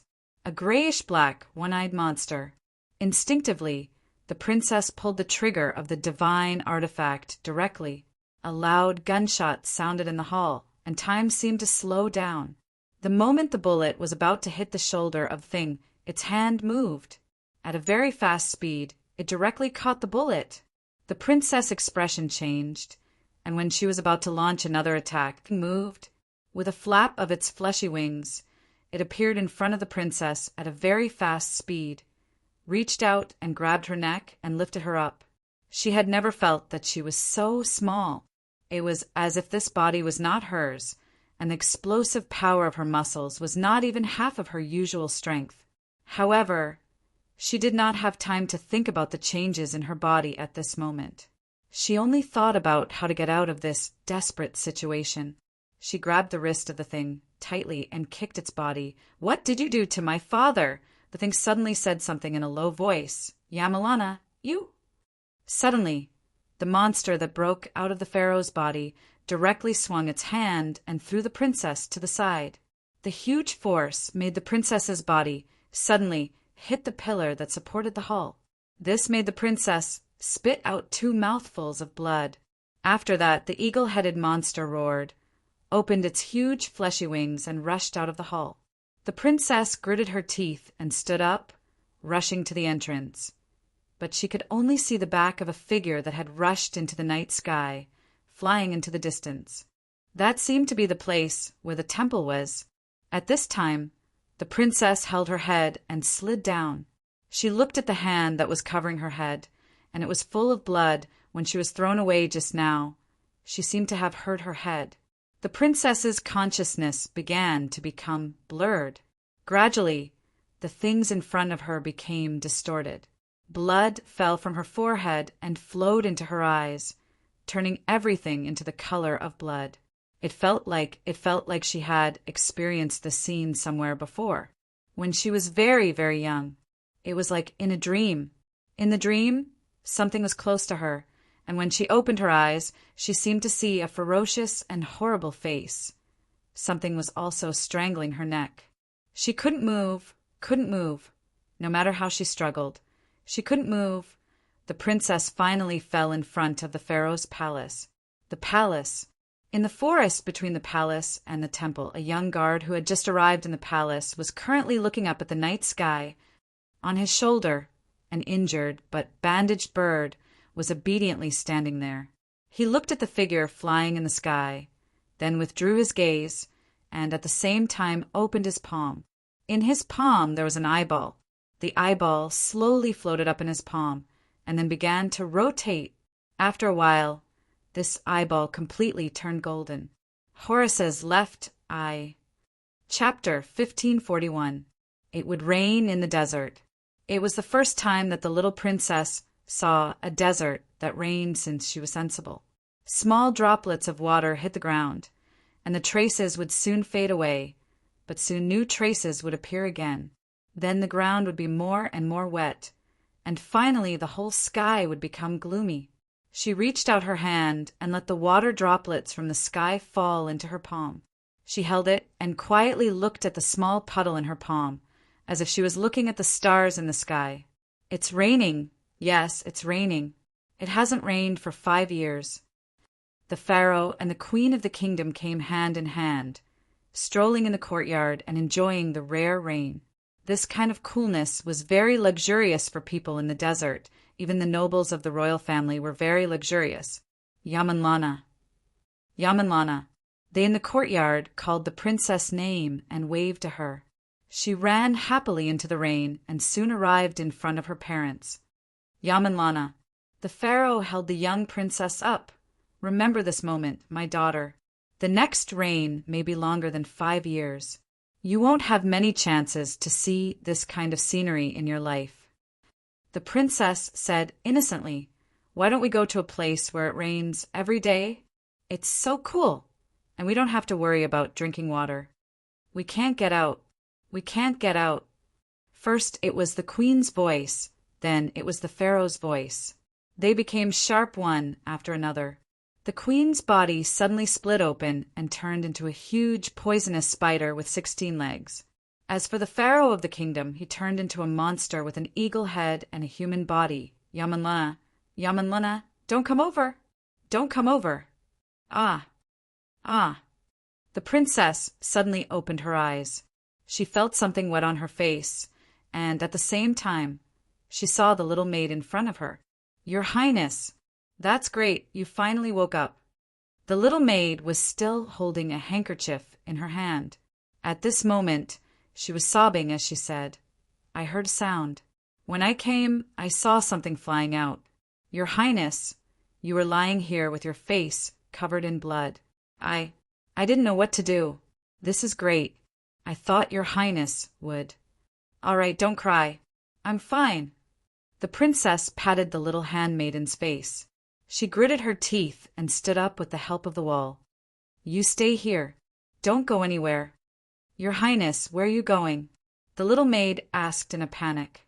Her Royal Highness picked up the divine artifact that had fallen on the ground. After checking the magazine, she inserted the divine artifact into the holster and said with a serious face, "Temple?" It went to the temple. "Your Highness, what happened?" The princess shook her head. This was the first time the little maid had seen the princess reveal such a perplexed expression. The princess slowly said, "I don't know. Perhaps I can find the answer there." "Your Highness, will you come back?" the little maid asked nervously. The princess looked back and smiled. It was the same look she always had when she was out on a campaign. She smiled like this and said, "Yes, I will come back." As she said that, she took the oil lamp hanging on her waist and threw it to the little maid. "Take it. Help me keep it. When I come back, return it to me." The little maid hugged the oil lamp tightly in front of her chest. Her eyes were filled with tears, but she nodded vigorously. She watched the princess walk out of the pharaoh's bedroom until she could no longer see the back of the princess. Then she looked at the main hall in a panic. She grew up in the palace, but this was the first time she walked into the pharaoh's bedroom. She was always curious when she was young. Moreover, before she came in, something seemed to have happened inside. The little maid hugged the oil lamp in her hand tightly and walked step by step into the main hall. Most of the 999 oil lamps that the pharaoh lit were extinguished, but the main hall was still bright. She saw the throne on the stairs in front of her and panicked. She did not dare to look up, But then she saw the traces on the ground. A corpse on the ground. It looked like the pharaoh, but only a layer of skin was left. The little handmaiden was so scared that she fell to the ground in a panic. She hurriedly got up and hid behind a pillar that was closest to her. She looked around for a while. After confirming that there was no danger here, she walked out from behind the pillar in fear. At this moment, a strange sound attracted her attention. The source of the sound was the pillar she was hiding behind. There were some cracks on the pillar, as if it was hit by something. There were even some bloodstains on it. The little maid was startled. Could it be that Her Royal Highness was injured because she hit this pillar? But inside the cracked pillar, there seemed to be something shining with a strange red light. The little maid swallowed her saliva subconsciously and reached out to touch it. Just as she touched the crack on the pillar expanded in an instant. Then, the fragments peeled off the pillar one by one. She immediately widened her eyes. There was a strange thing hidden inside the pillar. It was glowing red. It was round, and there seemed to be something shrinking inside. It looked like a human's eye. She did not know what it was, but she felt like she was being watched by something. The little maid was scared and quickly left the main hall. She did not dare to stay here any longer. She returned to the outside of the main hall and sat down on the stairs. The princess asked her to wait here. Wait for the princess to come back and return the oil lamp to the princess.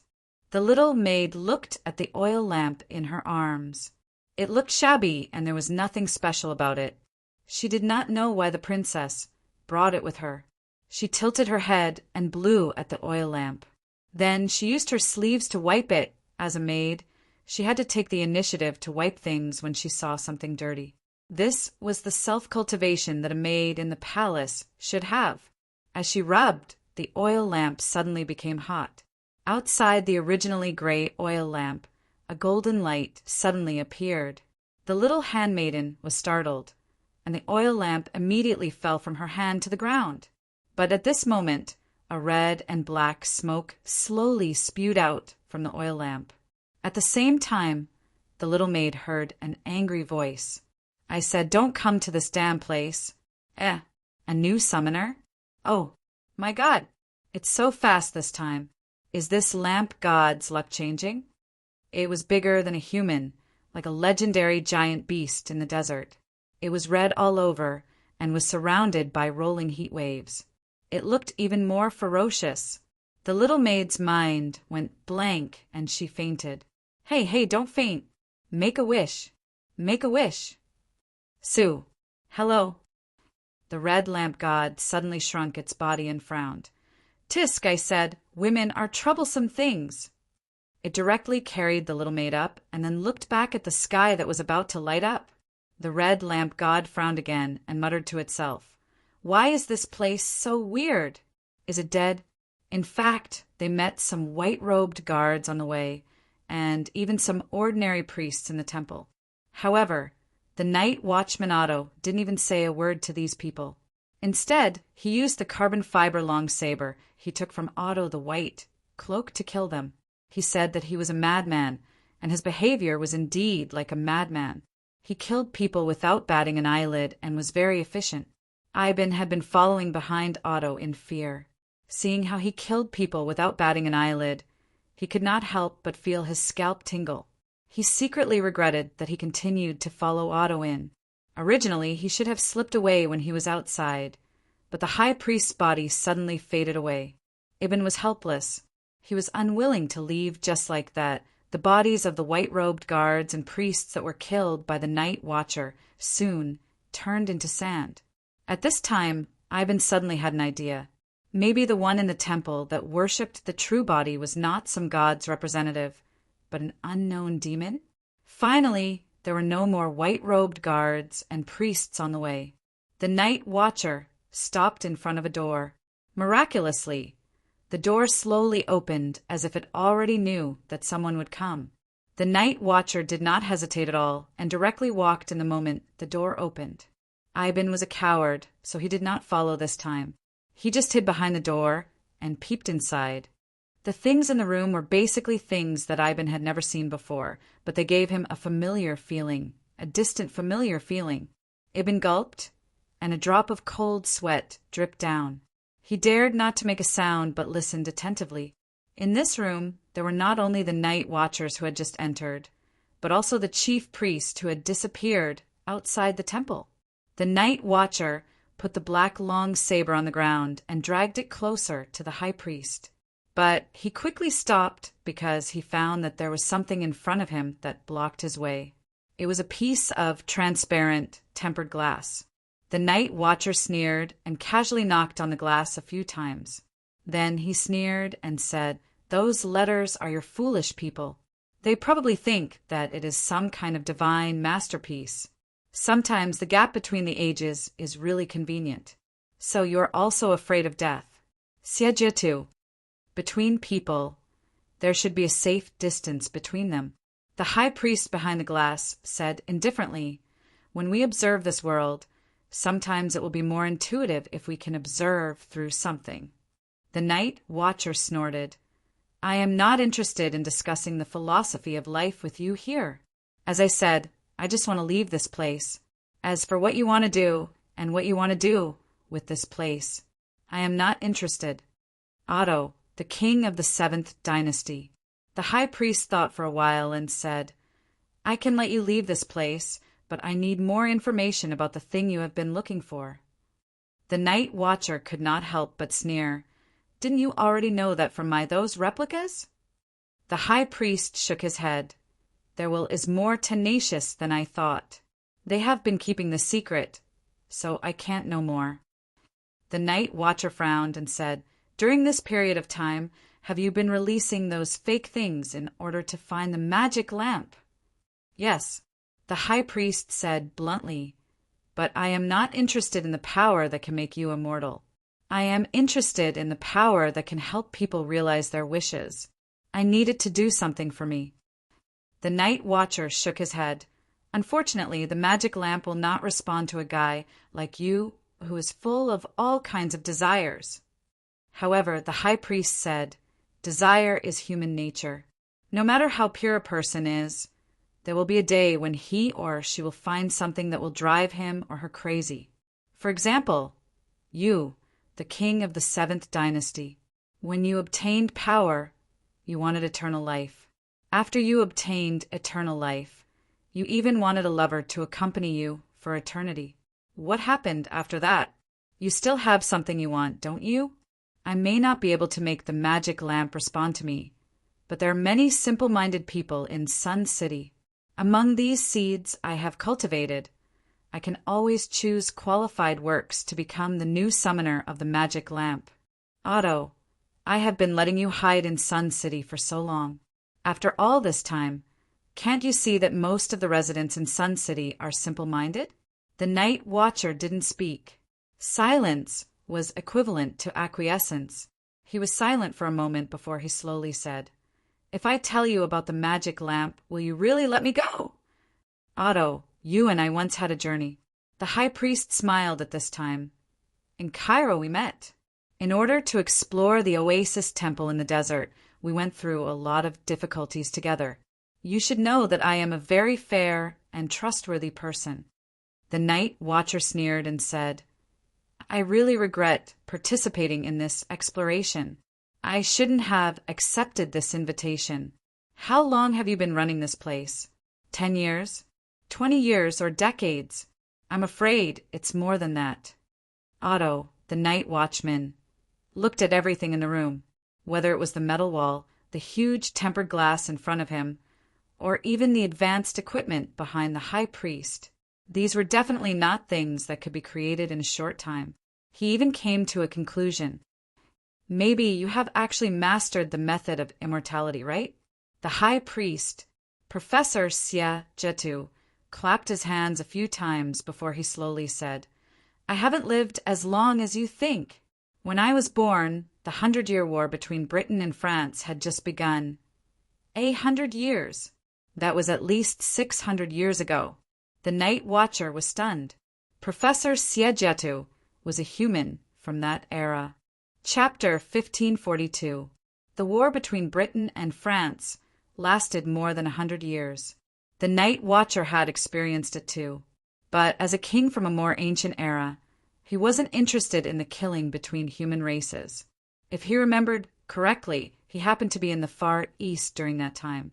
On the one hand, he was avoiding the war, and on the other hand, he was looking for the legendary elixir of immortality in the Far East. But he had the right to immortality because he made a wish to the magic lamp. Then what about Siegetu?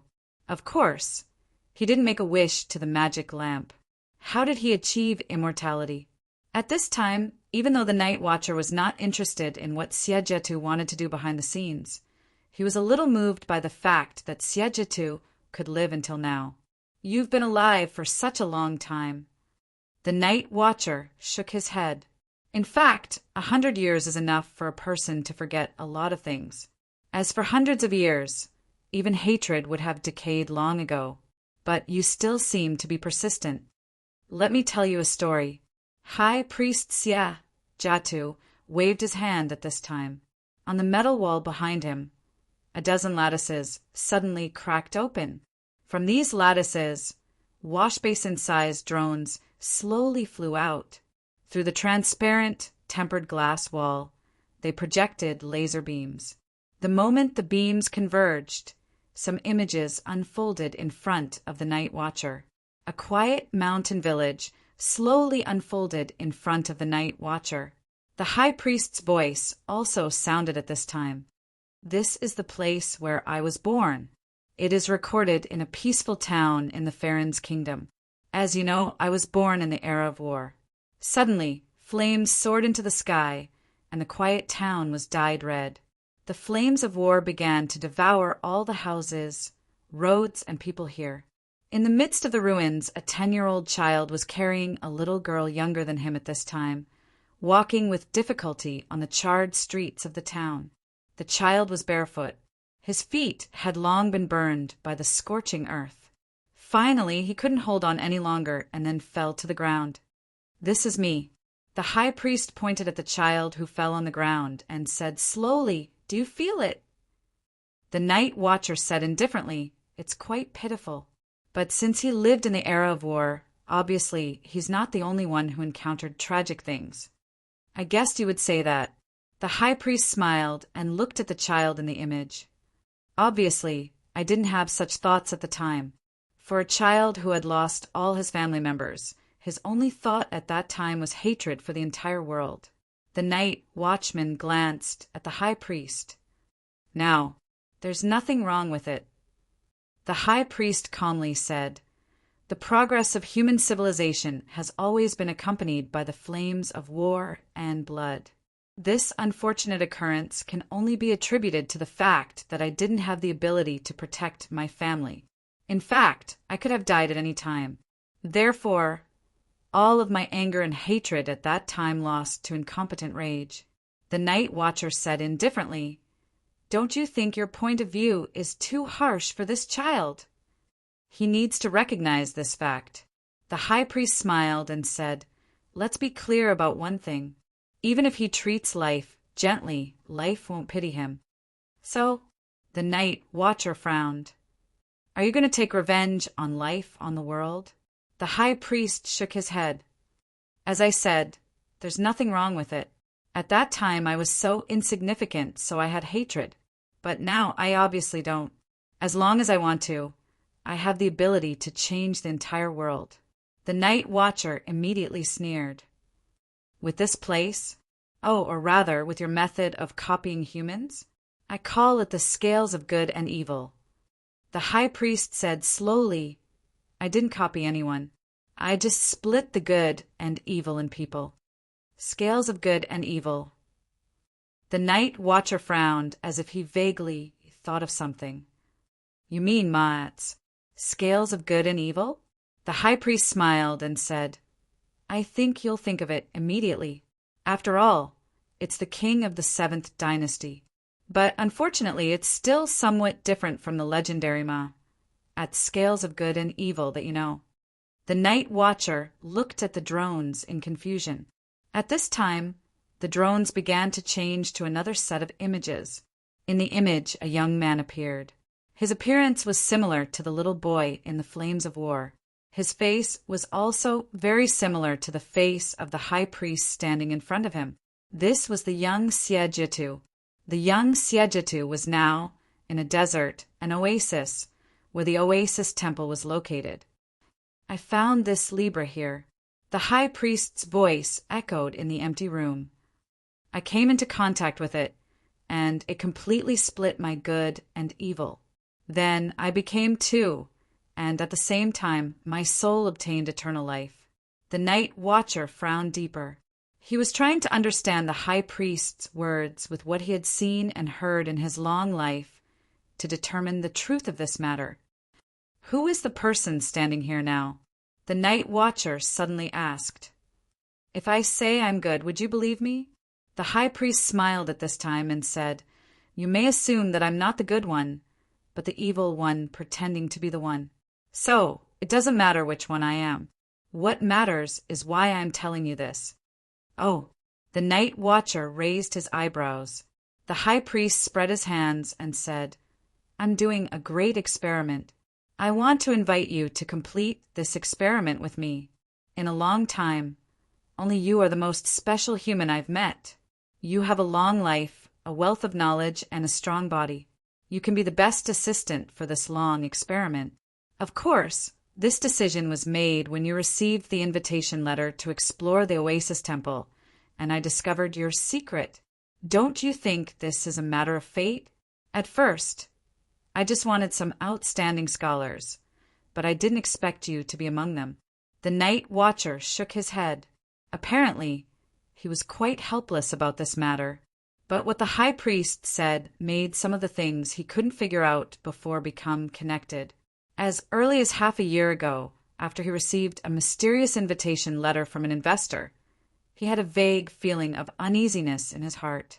But he had been searching for the mysterious power for a purpose in his heart. Half a year ago, an entire team of archaeologists finally arrived at the Oasis Temple after several trials and tribulations. This temple had never appeared in the text of human history. They almost went crazy and rushed into the temple. This was the beginning of all of this. When the night watcher thought of this, he suddenly turned around and looked at Ibn, who was hiding behind the door and peeking out sneakily. Those scholars who entered the temple before were just like Ibn now. They had forgotten everything and became puppet-like. They had been deep in the temple and had been engaged in all kinds of research. Even Ibn himself had been replicated by the high priest in a strange way. But in the end, he was special, a human who had no special ability other than immortality. His rich knowledge and experience allowed him to escape. Since then, he had been hiding in the Sun City, quietly waiting for the opportunity. Ibn, or Arya, because he had no knowledge, after losing his memory, he was thrown into the Sun City to fend for himself. The entire Sun City was actually under the high priest's surveillance. Every place in the Sun City was equipped with surveillance cameras, and there were even drones disguised as birds in the sky. The entire city of the sun was like a huge experimental field, except for the high priest himself. Everyone living here was probably a part of his experiment.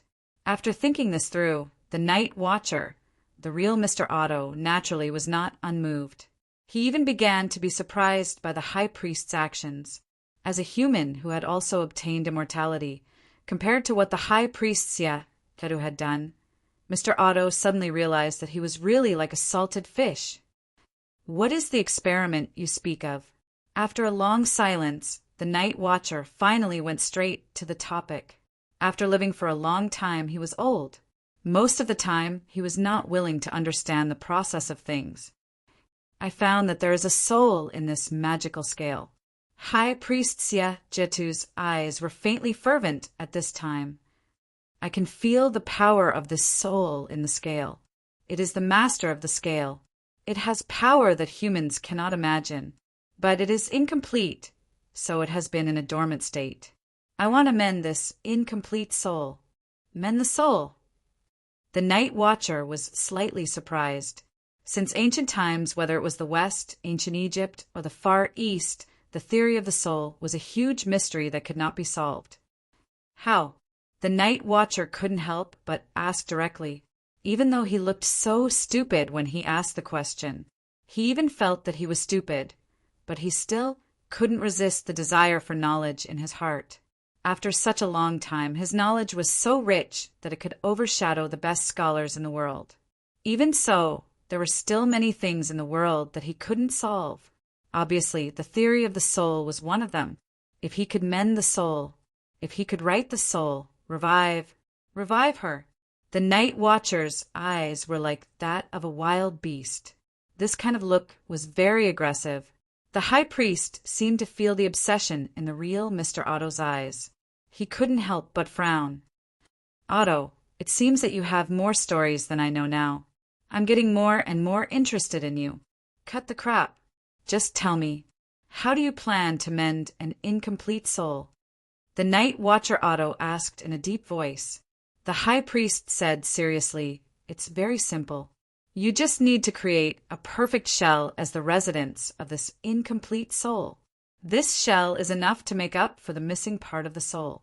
When this perfect shell is completed, it will be the time for the missing soul to awaken. The night watcher couldn't help but frown. He was thinking about what the high priest said.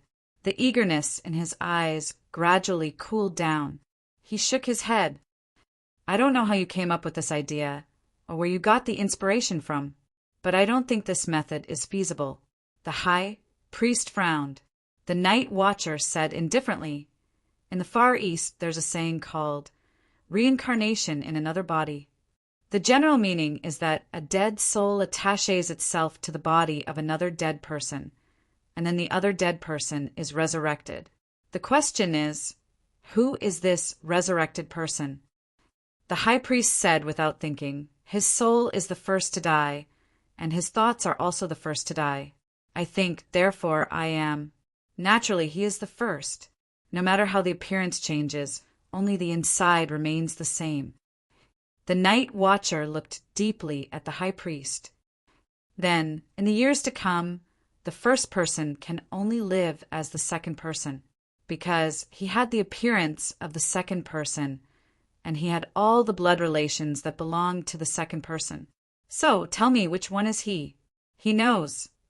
The high priest snorted. Only he knows.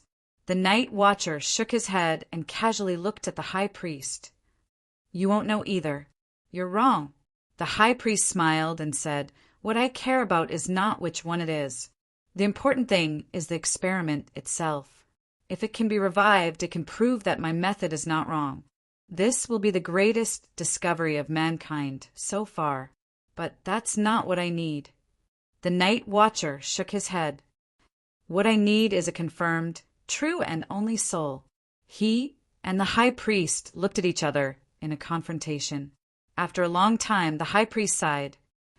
I will always make a last effort, but it is often in vain. Otto, I hope you can understand me. The night watcher did not say anything. The good conversation was almost over. He focused and tensed up. Then he raised the carbon fiber black knife in his hand. He was afraid that he would not have a good time after this. Usually, there was only one result left at this time. Don't worry, I never kill people. The high priest shook his head. I hate to let a life disappear, but you will not know who you are for a long time. You will also become the nutrients for the growth of this shell. After saying that, the high priest clapped his hands. The metal walls around them suddenly cracked open piece by piece. White-robed guards slowly walked out from the cracks in the walls. They approached Tuo step by step. At the same time, their bodies started to change strangely. It was as if something was going to break out of their bodies. Chapter 1543. Even so, Night Watcher Otto didn't panic. He carefully observed these white-robed guards who were mutating. But Eben was already scared out of his wits. He wanted to run away, but he couldn't move his legs. Something seemed to be forcing him to stay here. Even if his rationality told him that even if his legs couldn't move, he should be able to crawl away. As he got closer, these white-robed guards who had mutated into monsters, 1, 2, 3, 8, A total of 8 monsters with the body of a demon beast surrounded Night Watcher Otto. I know your background, Otto.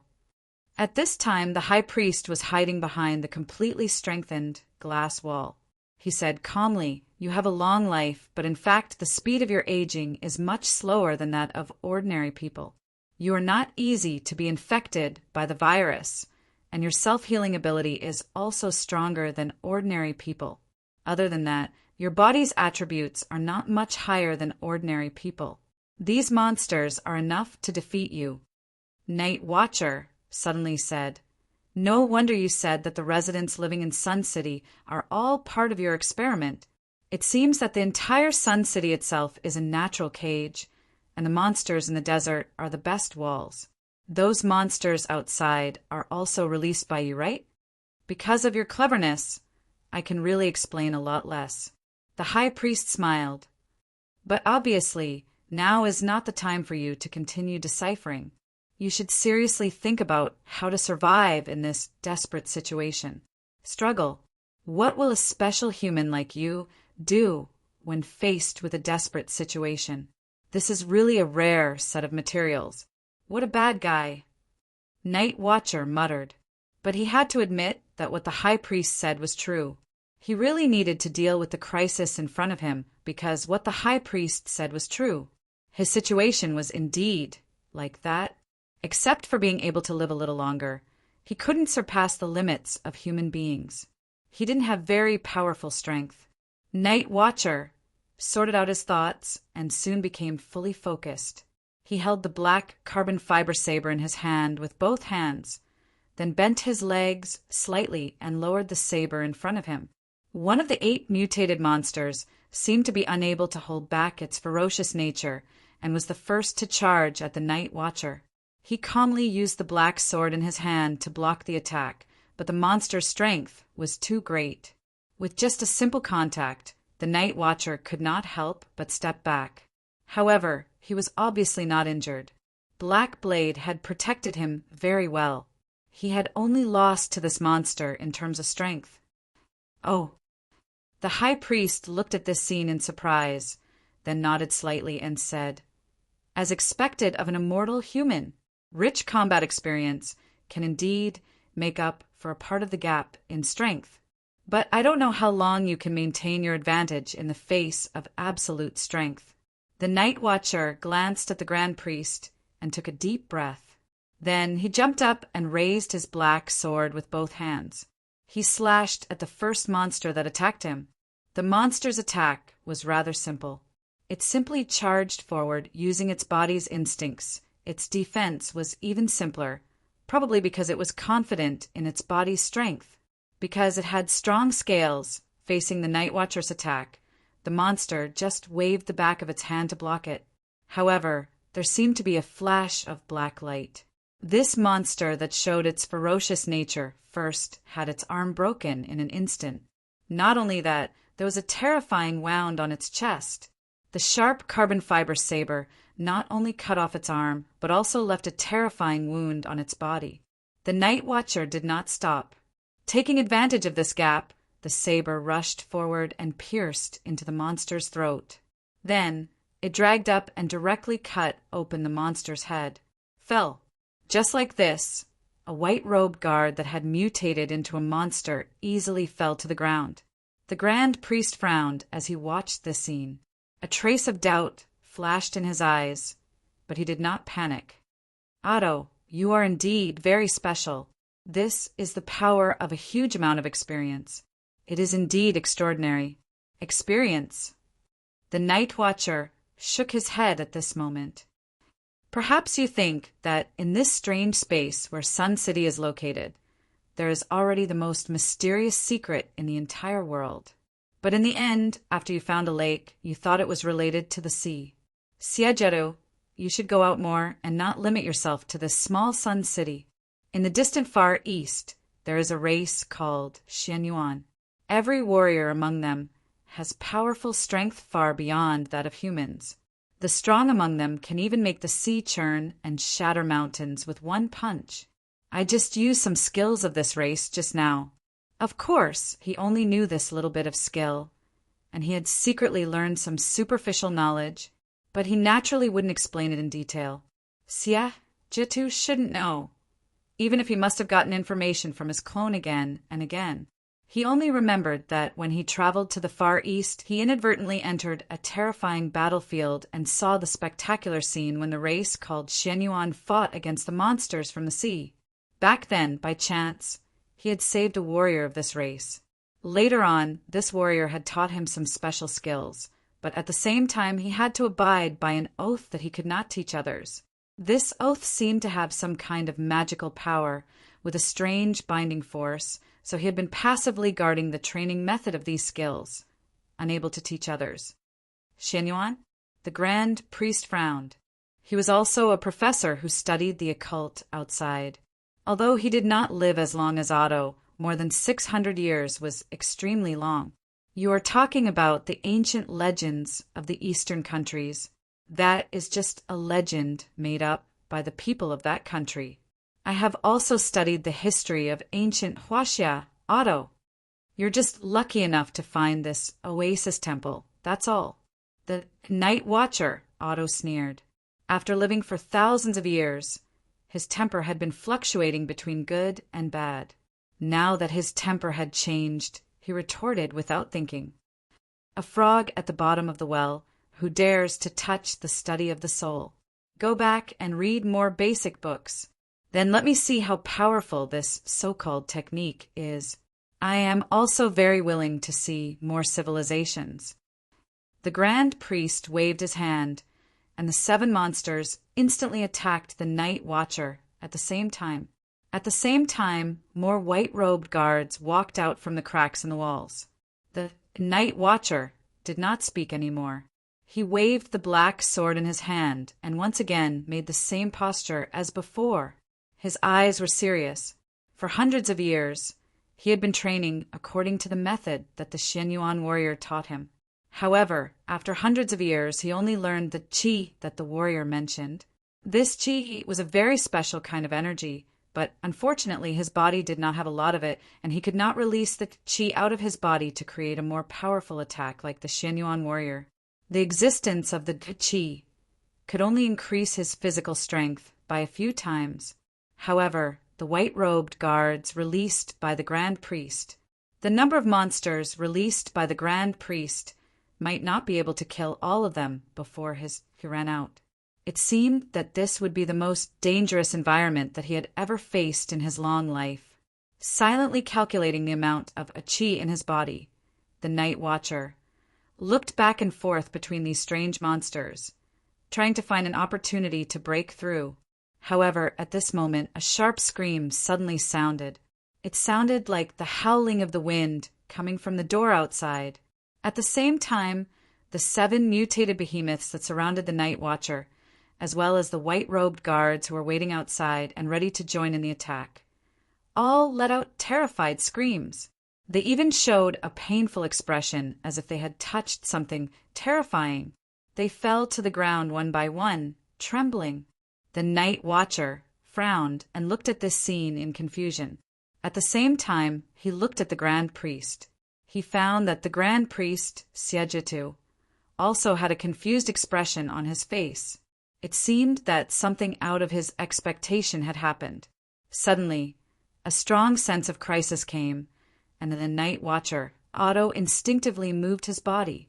A black shadow flashed past him, charging towards one of the mutated beasts. He couldn't see what the black shadow was doing, but he knew that in an instant the mutated beast's body had already been torn apart. It was the kind of tearing where one's hands were inserted into the monster's body and then violently lifted it up and tore it apart. Then blood and flesh splattered out. The sharp scream filled the entire room, and this small godly temple even shook because of this loud sound. It was a strange creature about 3 meters tall with a black eagle head, a human body, and a pair of wings on its back. This strange creature was standing in front of the Night Watcher, and he would have been the first one to be torn apart if he didn't instinctively dodge. The Night Watcher couldn't help but feel a chill on his back. It was a real threat of death. Eagle head, human body. The Night Watcher couldn't help but exclaim in a low voice, "Horace!" At this moment, this strange creature that suddenly barged into this place went berserk. It was like a lion that entered a rabbit's den, and it easily knocked down all the monsters here, tearing them apart. Soon, the strange creature with an eagle head and a human body killed all the monsters and white-robed guards, and then rushed towards the Grand Priest. However, the glass wall in front of the Grand Priest blocked the attack of this strange creature with an eagle head and a human body. It could only roar crazily at the Grand Priest and hit the invisible wall with both of its hands. Seeing this scene, the Grand Priest frowned.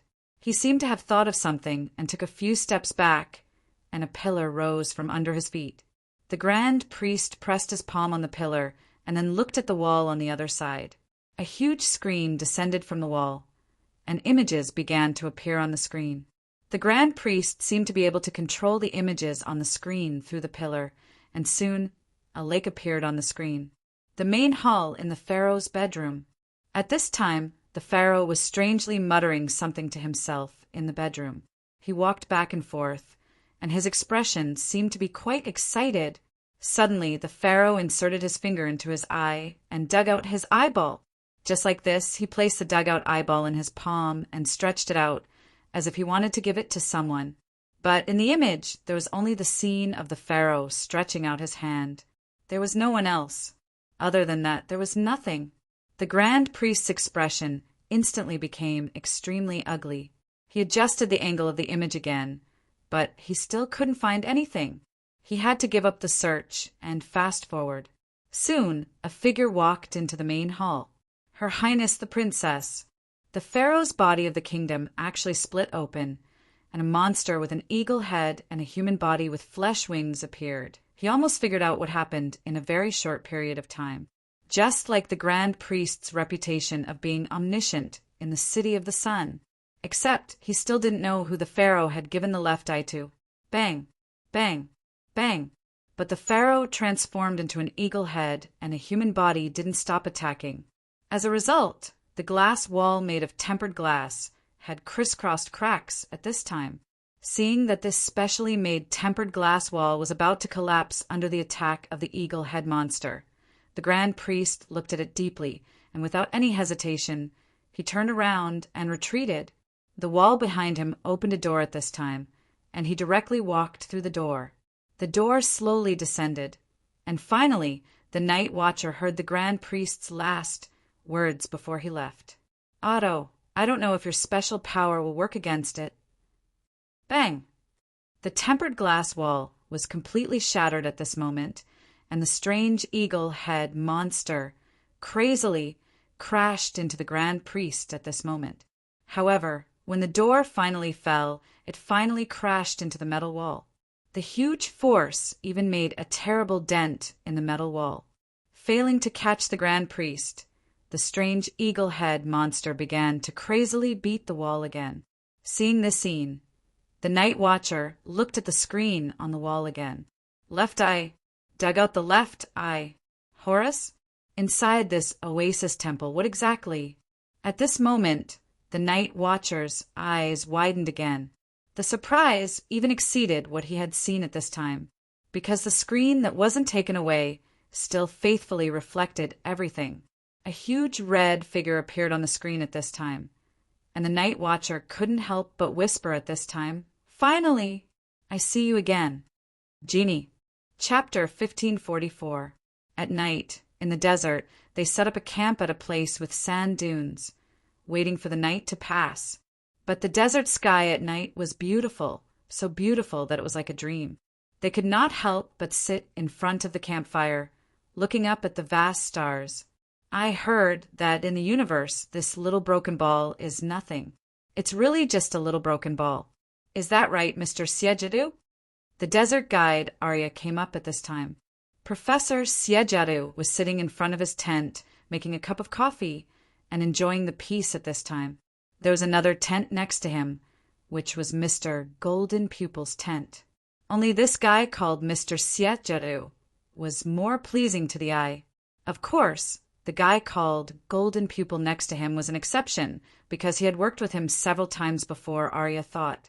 The reason why he found Mr. Siejetu pleasing to the eye was naturally because Mr. Siejetu was very friendly and gave him a lot of small things. Among them, there was a very good wine, which was a British product. Arya loved drinking, and he did not want to bring this bottle of wine out of the desert, so he was ready to drink it tonight. The world that we can see with our eyes is indeed very small.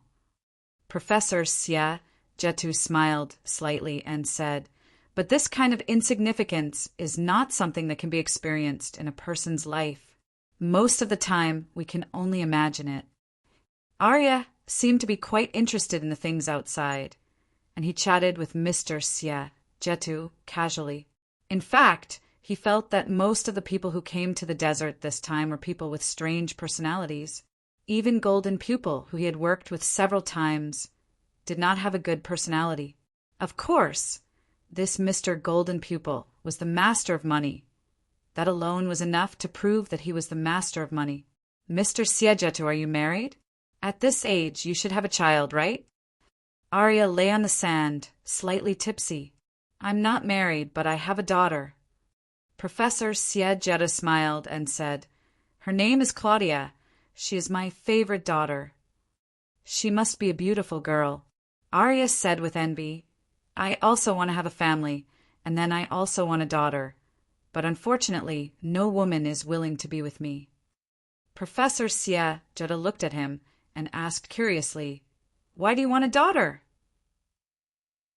In the local area, the status of women was relatively low. In an area where men were the main labor force, Arya's way of thinking was relatively different. Arya said without thinking, "How difficult is it to give birth to a boy? When he grows up, you still have to worry about his marriage. Marrying him will require a lot of money. It's different with a daughter. If she gets married, I can receive a lot of money. I don't have any money."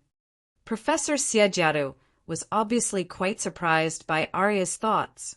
He began to look at Arya seriously, as if he was thinking about something.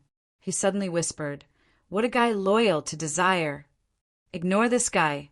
At this time, a man who called himself Golden Pupil walked over. This guy will start to talk about his dissatisfaction with life after drinking a few mouthfuls of wine. All his money is used to support the village. Professor Siejetu was stunned. When he looked at Arya again, he found that he had fallen asleep with a bottle of wine in his arms. Only some old people, women, and children are left. Golden Pupil sat down casually. He was holding a pot of boiling water with coffee in his hand. Mr. Golden Pupil added some coffee to Professor Siejetu's cup and said indifferently, "Most of the men in the village are out. Some of these people were desert guides, but they died in the desert. Some worked in other places and would send money back in the beginning, but gradually there was no news of them. He is the only young labor force left in the village." Professor Siejetu smiled slightly. "No wonder when we were discussing how to enter the desert, you proposed to hire him as a guide." Mr. Golden Pupil said indifferently, "No, I propose to hire him not because of his situation, but because he is indeed the best guide nearby. For me, he is the best guide, but his situation is a bit special." Professor Siejetu nodded. "Everyone has their own way of life." Mr. Golden Pupil asked curiously, "Then what is your way of life? As the only one among us who insists on using your original name?" "Truth," Professor Siejetu said indifferently. "Names are not just a symbol for humans. You know, in many ancient myths and legends, names have incredible power." "Are you talking about your real name?" Golden Pupil frowned and subconsciously found it funny. "But how can a person have a real name?" Professor Siejetu shook his head. "The power of a name is not what it can bring you, but it can let you know who you are, the person in the deepest part of your heart." Mr. Golden Pupil was silent. He held the cup of hot coffee with both hands and felt the passage of time. "What about you? Who is the person in the deepest part of your heart?" he suddenly asked. Professor Xie Jadu smiled and said, "Myself, the current me." Mr. Golden Pupil looked at Professor Xie Jadu deeply and thought for a while. "Otto, my name is Otto." "Surname?" Professor Xie Jadu asked curiously. "Only this name." "Mr. Golden Pupil." Mr. Otto said indifferently. Professor Xie Jadu thought for a moment and said, "Family, family. Giving up your surname is the same as giving up those. Are you willing to do that? There's nothing to be reluctant about." Mr. Otto smiled casually and said, "When you have 69 brothers and each of them wants the other to die, I don't think you want to be proud of your surname." Professor Xie Jadu opened his mouth in surprise. At this moment, the drunk Arius suddenly sat up and raised the bottle in his hand, shouting, "Long live dollar! Long live!" He fell asleep again, snoring loudly as he muttered, long live money!" "This way of living might not be bad," Mr. Otto suddenly said. Mr. Otto suddenly said, "At the very least, it's simpler and doesn't have so many complicated things." I'm starting to get interested in him. Professor Xie Jadu smiled. "He'll be interested in your money," Mr. Otto said non-committally. They looked at each other and smiled. At this moment, Professor Xie Jadu said slowly, "We can't feel how small this world is. It's so huge in the eyes of mortals. Fate is a wheel that can crush all lives. When it comes, you can't resist it at all. Only in the eyes of the gods, both mortals and the world are small." Maybe that's really the case. Mr. Otto thought to himself. No, that was indeed the case, because he had seen a god. The genie, the red figure, the ferocious red face, and the flames burning on his body. The flames weren't actually hot, because he had touched them with his own hands. A long, long time ago. Night Watcher.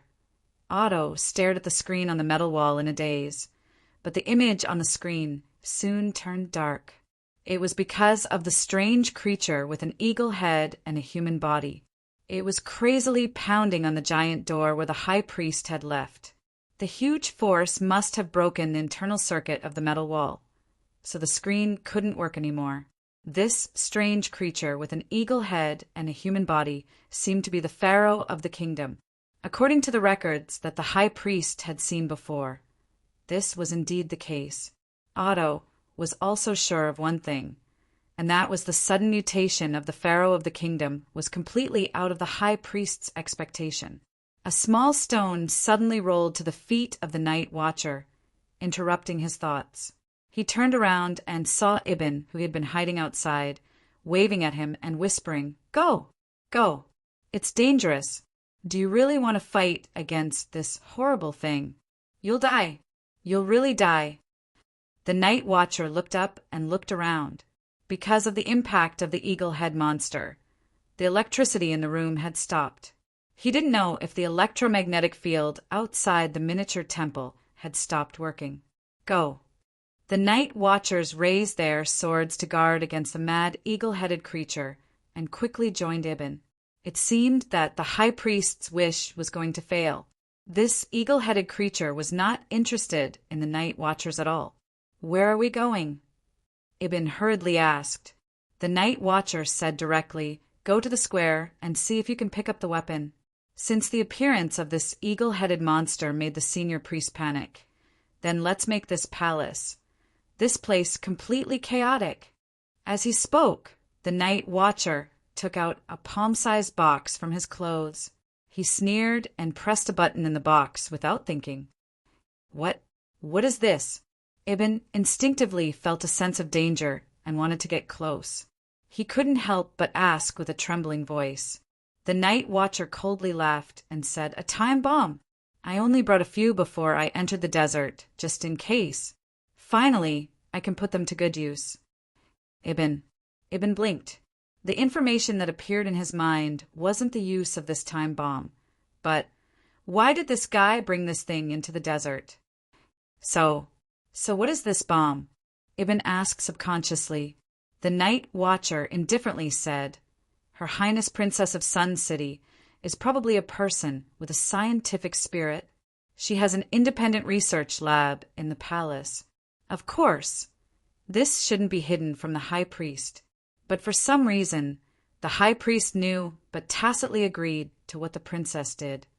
And then the night watcher directly said, "In the innermost part of this research lab, there is a giant beast hidden, and it is a living giant beast. I'm just opening the cage that's trapping this giant beast." Ibn suddenly patted his head and realized, "I see, that is to say, a giant beast will appear in the palace soon. Oh, Mr. Night Watcher, you are really full of evil." "What? Giant beast? What the?" "I just want the way out." The Night Watcher indifferently said, "The life and death of the residents of Sun City has nothing to do with me. This is my way of life. If you don't want to die, follow me. I will take you out of here. I will follow you. Even if I die, I will follow you, Mr. Night Watcher." Ibn said without thinking, "Only by following you can I have wealth. I'm not afraid of death. It's best if I don't die." The room began to collapse. The strange creature with an eagle head and a human body was not satisfied with simple physical collision at this time. It even opened its mouth and spat out blue and white light. The light could penetrate the surrounding metal walls in an instant. "Sia Jetu, what are you hiding here?" The Night Watcher couldn't help but take a deep breath, pulling Ibn with one hand, and rushed out of here. Metal doors opened one after another in front of the high priest. Behind these automatic doors was a seemingly endless passageway. He suddenly stopped, but the metal door in front of him didn't continue to open. The high priest turned a direction, and the metal wall next to him opened. He walked in, and it turned out to be an elevator that could lead to the underground. The elevator descended all the way to the deepest part of the temple. He silently watched everything that was happening on the screen inside the elevator. Who was it that woke it up? The high priest's brows were furrowed deeper than ever. Horus! The high priest's body suddenly jolted. The elevator had reached the end and stopped. He quickly walked out of the elevator. Before him was a long metal staircase. Surprisingly, below the metal staircase was a huge pool that emitted a blue fluorescent light. The metal staircase led to a platform in the middle of the huge pool. On this platform, there was a platform that was as tall as a person. On this platform, there was a golden scale placed there quietly. The high priest walked up the stairs and arrived at the platform. He casually glanced at the pool beneath his feet before walking directly to the platform. Behind him, in the pool that was emitting a faint blue light, there were many human faces. Many human faces with closed eyes were floating under the surface of the water at this moment. No, they were not human faces. Rather, they were people with their eyes closed, submerged within the pool.